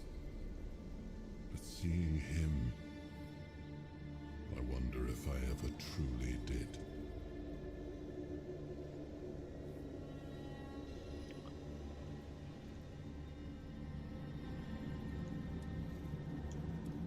So I guess we learned a little bit more there.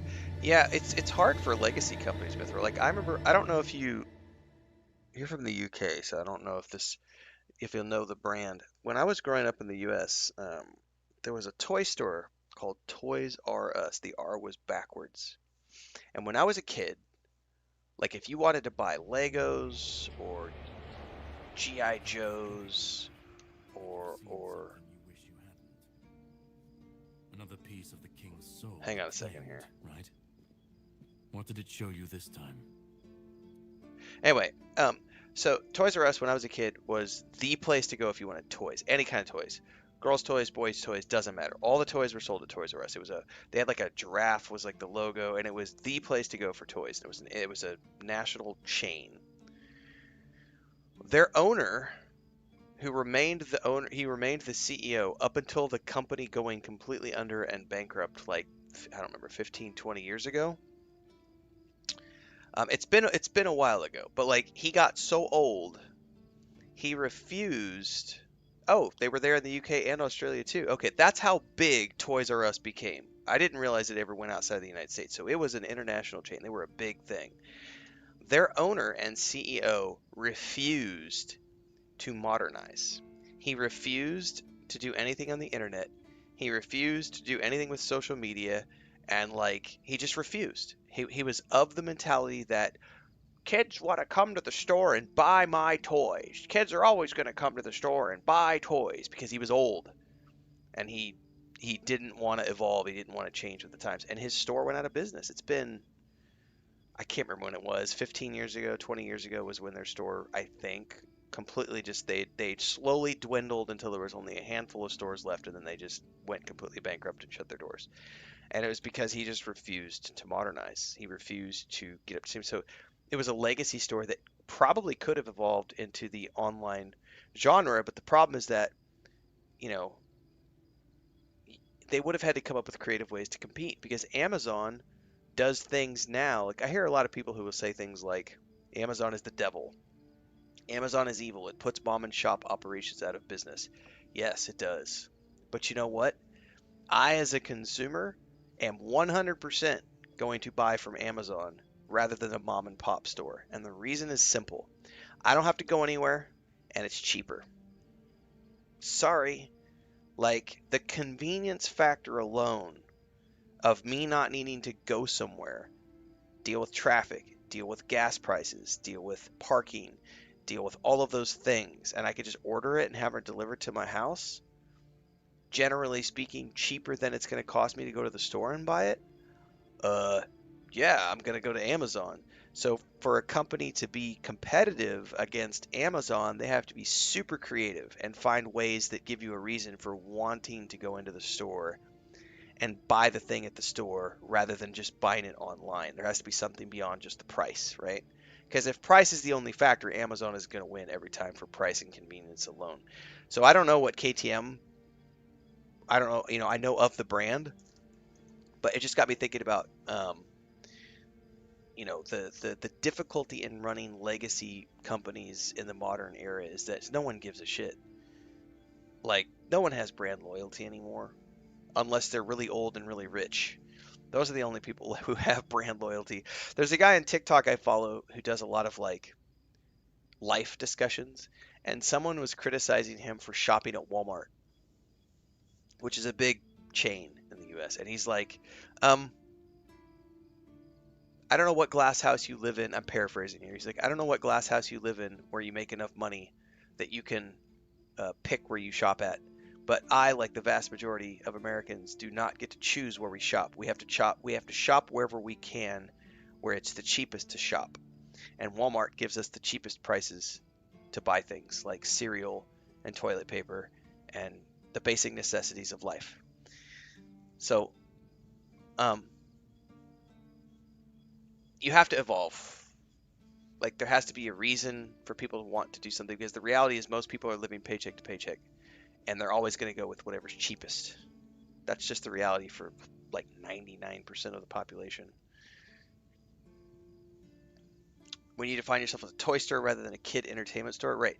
Like, they could have done so many entertaining things to, like, do a subscription service, do an entertainment center system, JK, or they could have done things like bring your kids, like, we'll start a daycare service at Toys R Us, and you bring your kids, and we'll give you pay a subscription, we'll do daycare, and then you get like a 15% or 25% discount on all the toys at our store.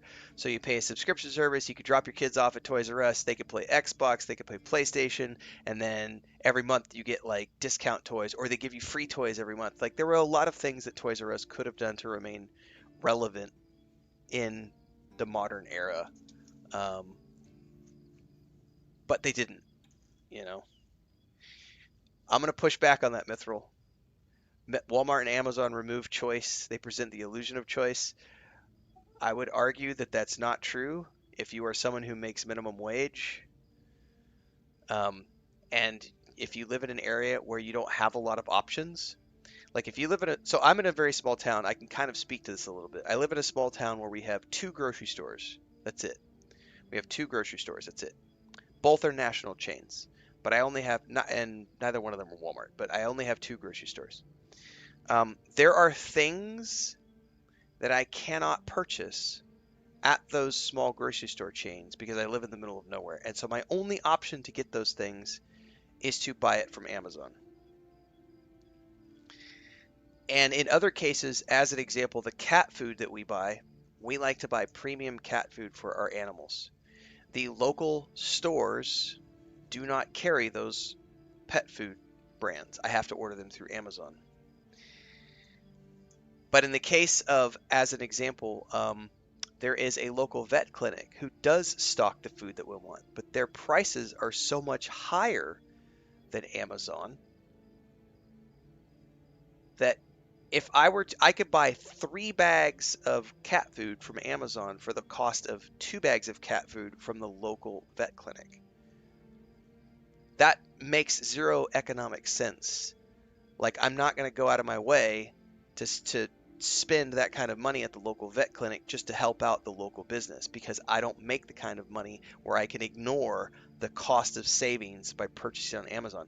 I am definitely in that 99% of people who I don't make enough money to be able to make those kinds of decisions. But that's the world we live in. Like, it's not an illusion of choice. It's people literally. Maybe you're willing to do things that other people. Maybe you're in a unique position. Many people aren't in that unique position. Many people don't have a choice. They shop where they can afford to shop, because that's where they can afford. Like, I've got rent, I've got health insurance, I've got this, I've got that, I've got other. I need to buy diapers for my kids. Where can I get the cheapest diapers? Walmart. I need milk replacer. I need milk for my kids. Where can I get the cheapest milk? Walmart. These are the types of decisions that people have to make with their dollars. And that's why, it's not that easy.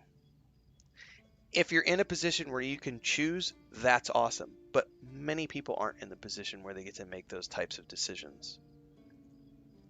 And then, it's one of those things where not everyone gets to have the moral high ground and say, well, I don't like Walmart and Amazon, so I'm not going to shop there. That's great if you can afford to do that, but the vast majority of people don't get to make those decisions. It's like, shit, I gotta, my kid's sick.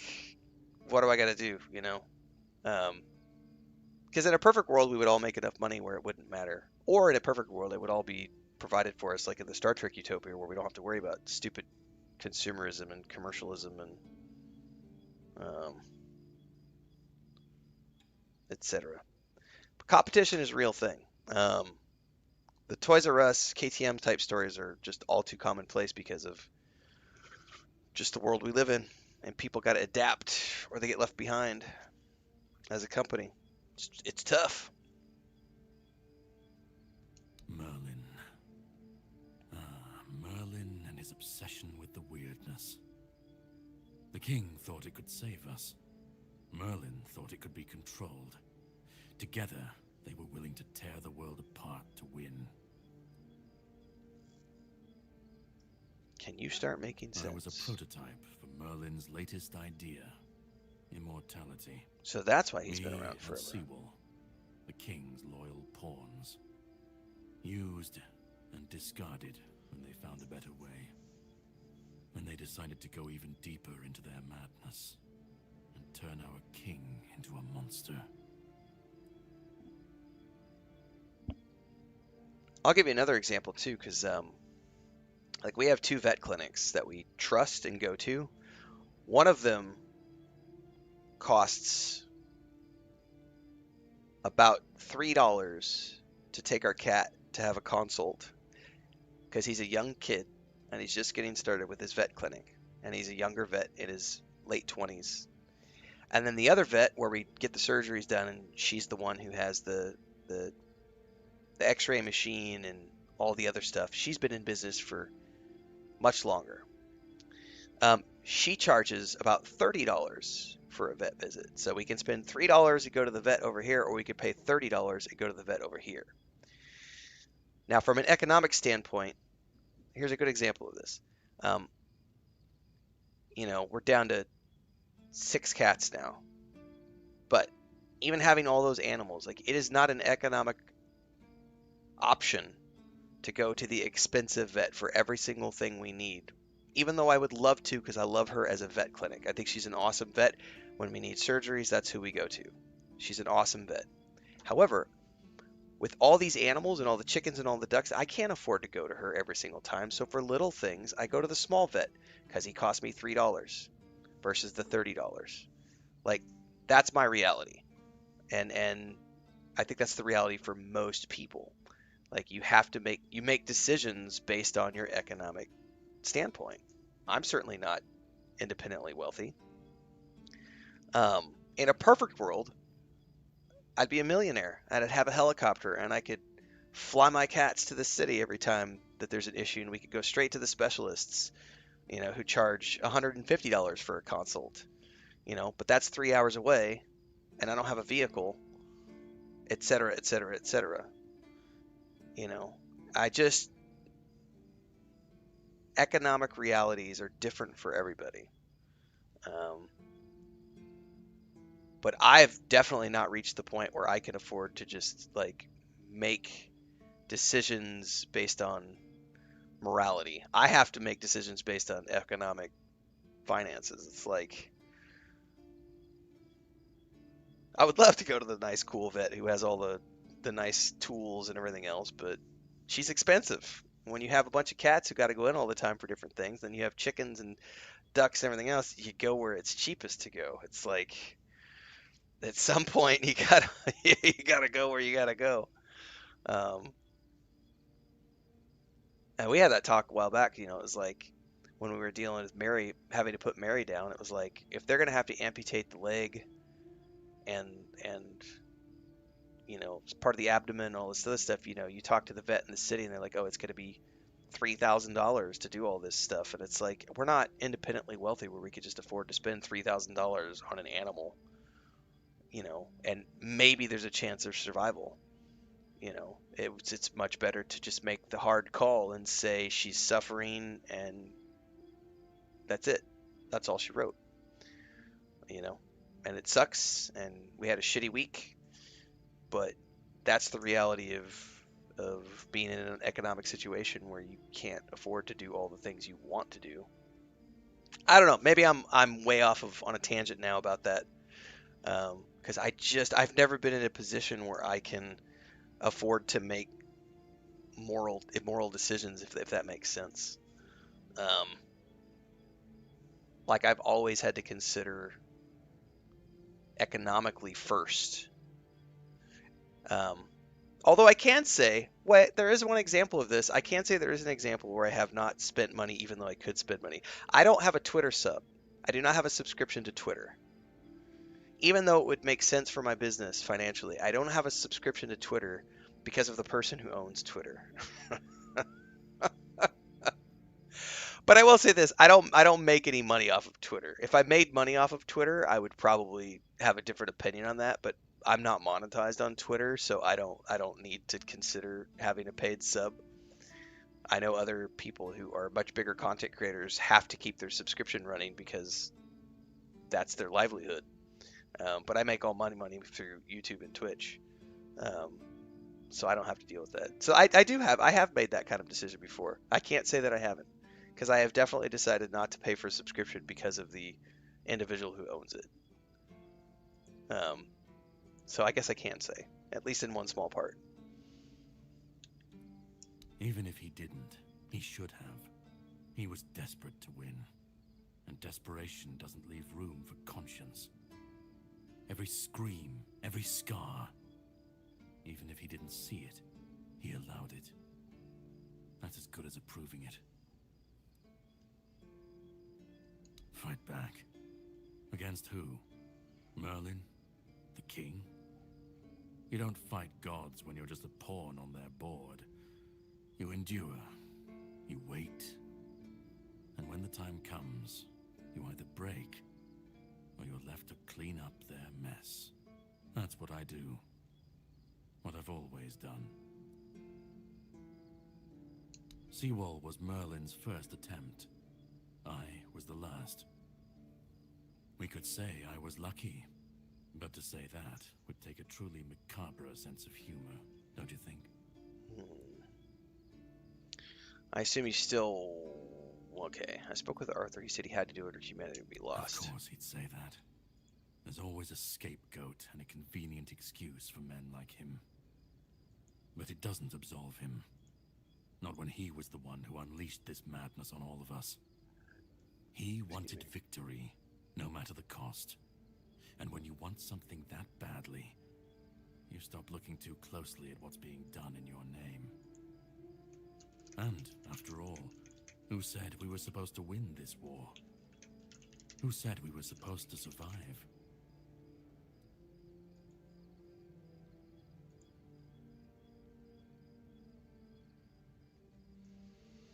Alright, I'm assuming you still want something from me? You've seen what they did. What he did. And that's not the end of the story. It's not the extent of their sins. Find the pieces of his soul. Put him back together, that's what it takes. And then we, or I alone, if you decide to defy me, can end the cycle. Either way, we will get to his resurrection. I've seen it too many times to believe the cycle will be broken before it happens.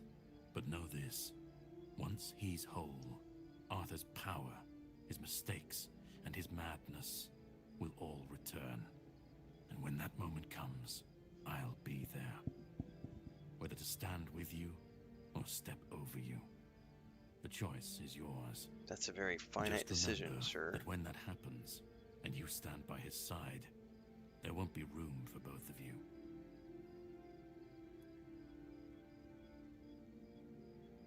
If I'm going to fix this, I need to know where to start. You've already started. But if you want the next piece, head to Kunacht. The menhir there is failing. The weirdness swallowing what's left of the village. You will need to find another artifact. The shield our king gave to Palamedes. He was one of the king's finest. A voice of reason amidst the madness. But it didn't save him or his legacy from what they had coming. Find the shield. And then, well, we will meet again. And I probably will still do a subscription to Twitter one of these days if they ever offer another discount, just to try it out and see. But I'm not spending $40 a month on something that doesn't give me any revenue from it. But they did a deep discount last year where it was like they dropped the price to like $12 a month or whatever if you subbed. And I just didn't do it because like, nah. But I've had quite a few of my colleagues who have done it and say that it's worth it. So we'll see. I'm not going to spend 40 bucks on this for sure.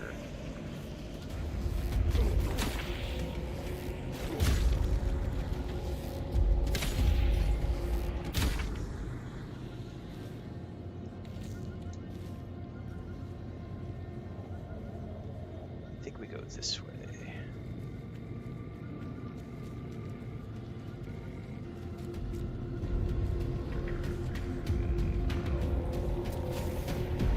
Who's attacking me and from where? Oh, you're inside the rock. Oh, you're stuck. Haha, sucker.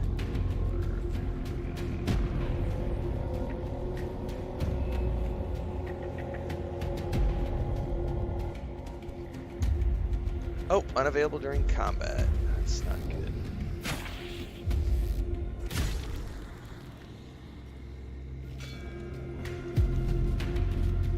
Oh, that guy's finally showed up. Oh shit, he finally showed up to attack me. Dude, he's been chasing me through the mist for like forever.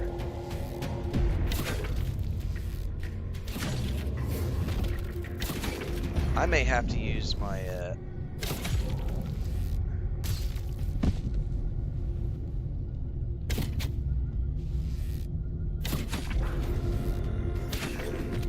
wow, I can't seem to damage him.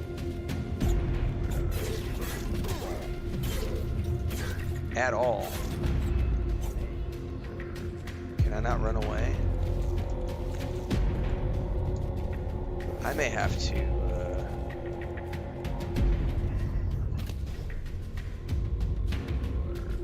I don't know.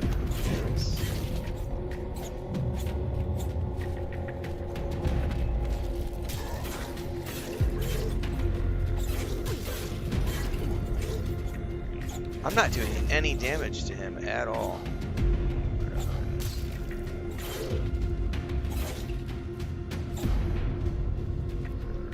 I'm gonna run away.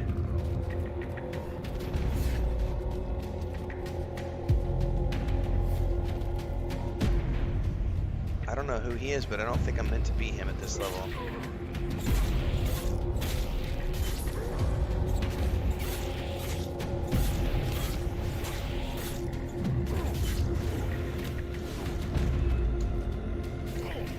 Are you still chasing me?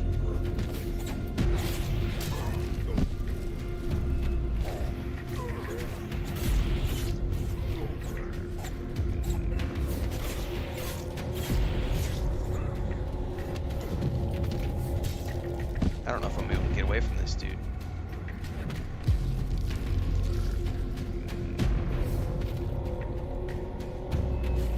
I may have to reload and find like a different place and go till daytime, because I don't think he's gonna leave me alone.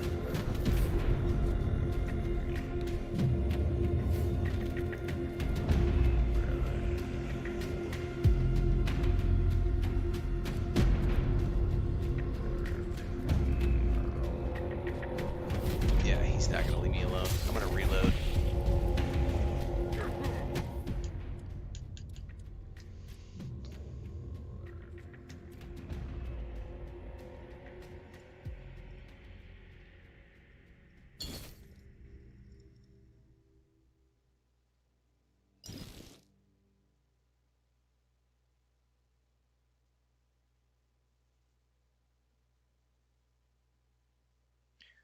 That guy is apparently really high level. Yay! Librello made the door, and I don't have to deal with him.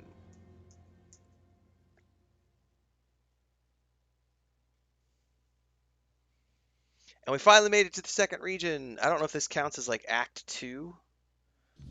I'm assuming this is like the beginning of Act 2 because we got the soul pieces and we finished the first area and I did all the quests there other than I think the armor stuff. Definitely quick save. Let's run up here. I'm wondering if there's like a new tier of resources that we start to gather. Oh, hello. We've got new critters, that's for sure.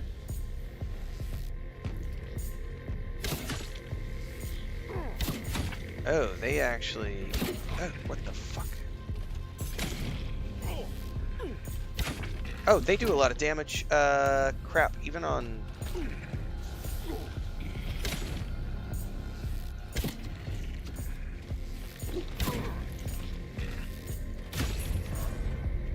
Even on low-level difficulty, they're doing a ton of damage.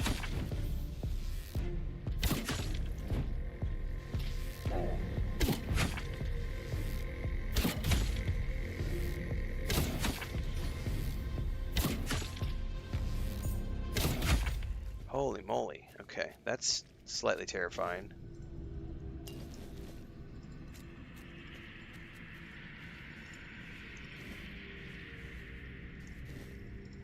Okay.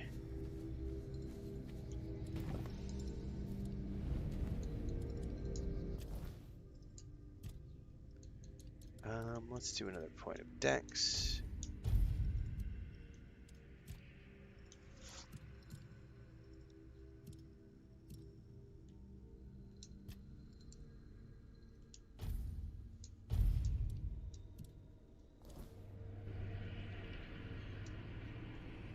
Yeah, it feels kind of swampy at the moment.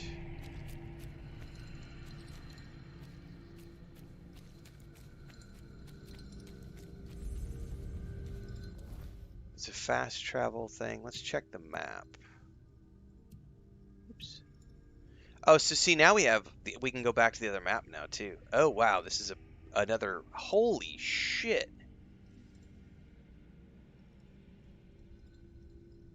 Okay, that's a big region. So we just spent 20 hours, I think. I'm gonna go look at the map, look at my stream time. I think we spent about 20 hours in the first zone. This place looks even bigger.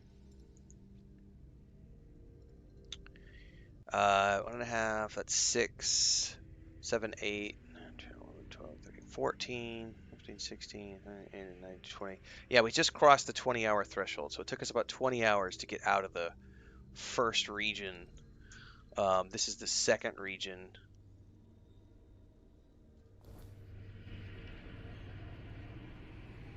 And it's a ways to go to get where we need to go. And we've got an NPC here. Oh no, these are not NPCs. These are Camelot deserters. Blow for blow.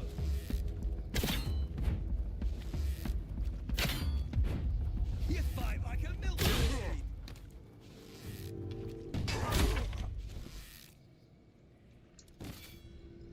Okay.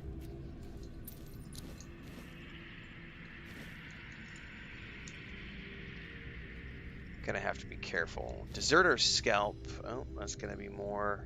That's gonna be a quest, I bet. I will take this stuff just because it'll be good to sell.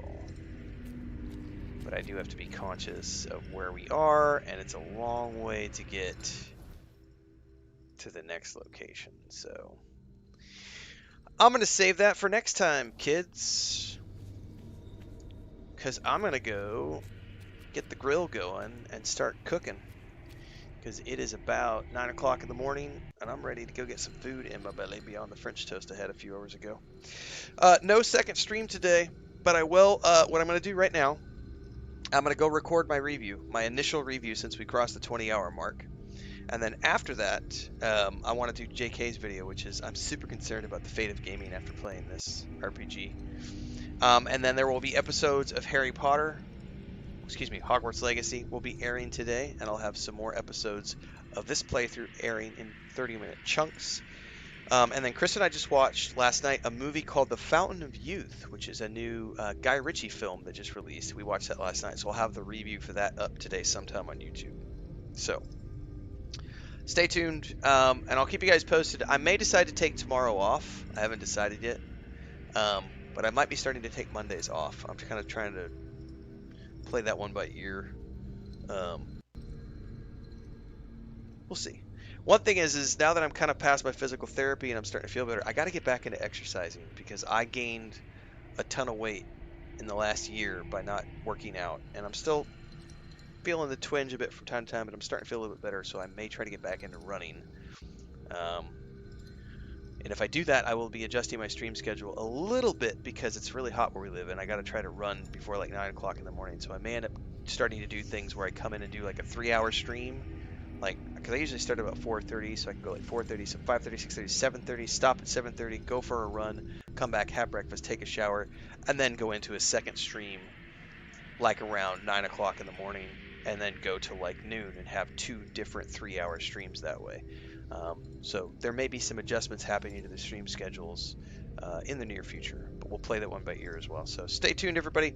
I'm going to go record my review right now and get that up on YouTube here in the next few minutes. So if you're following on Twitch, get over to the YouTube, and if you're on YouTube, just stick around, watch all the socials, Discord, etc. Thanks for hanging out today, everybody. Have a great rest of your Sunday.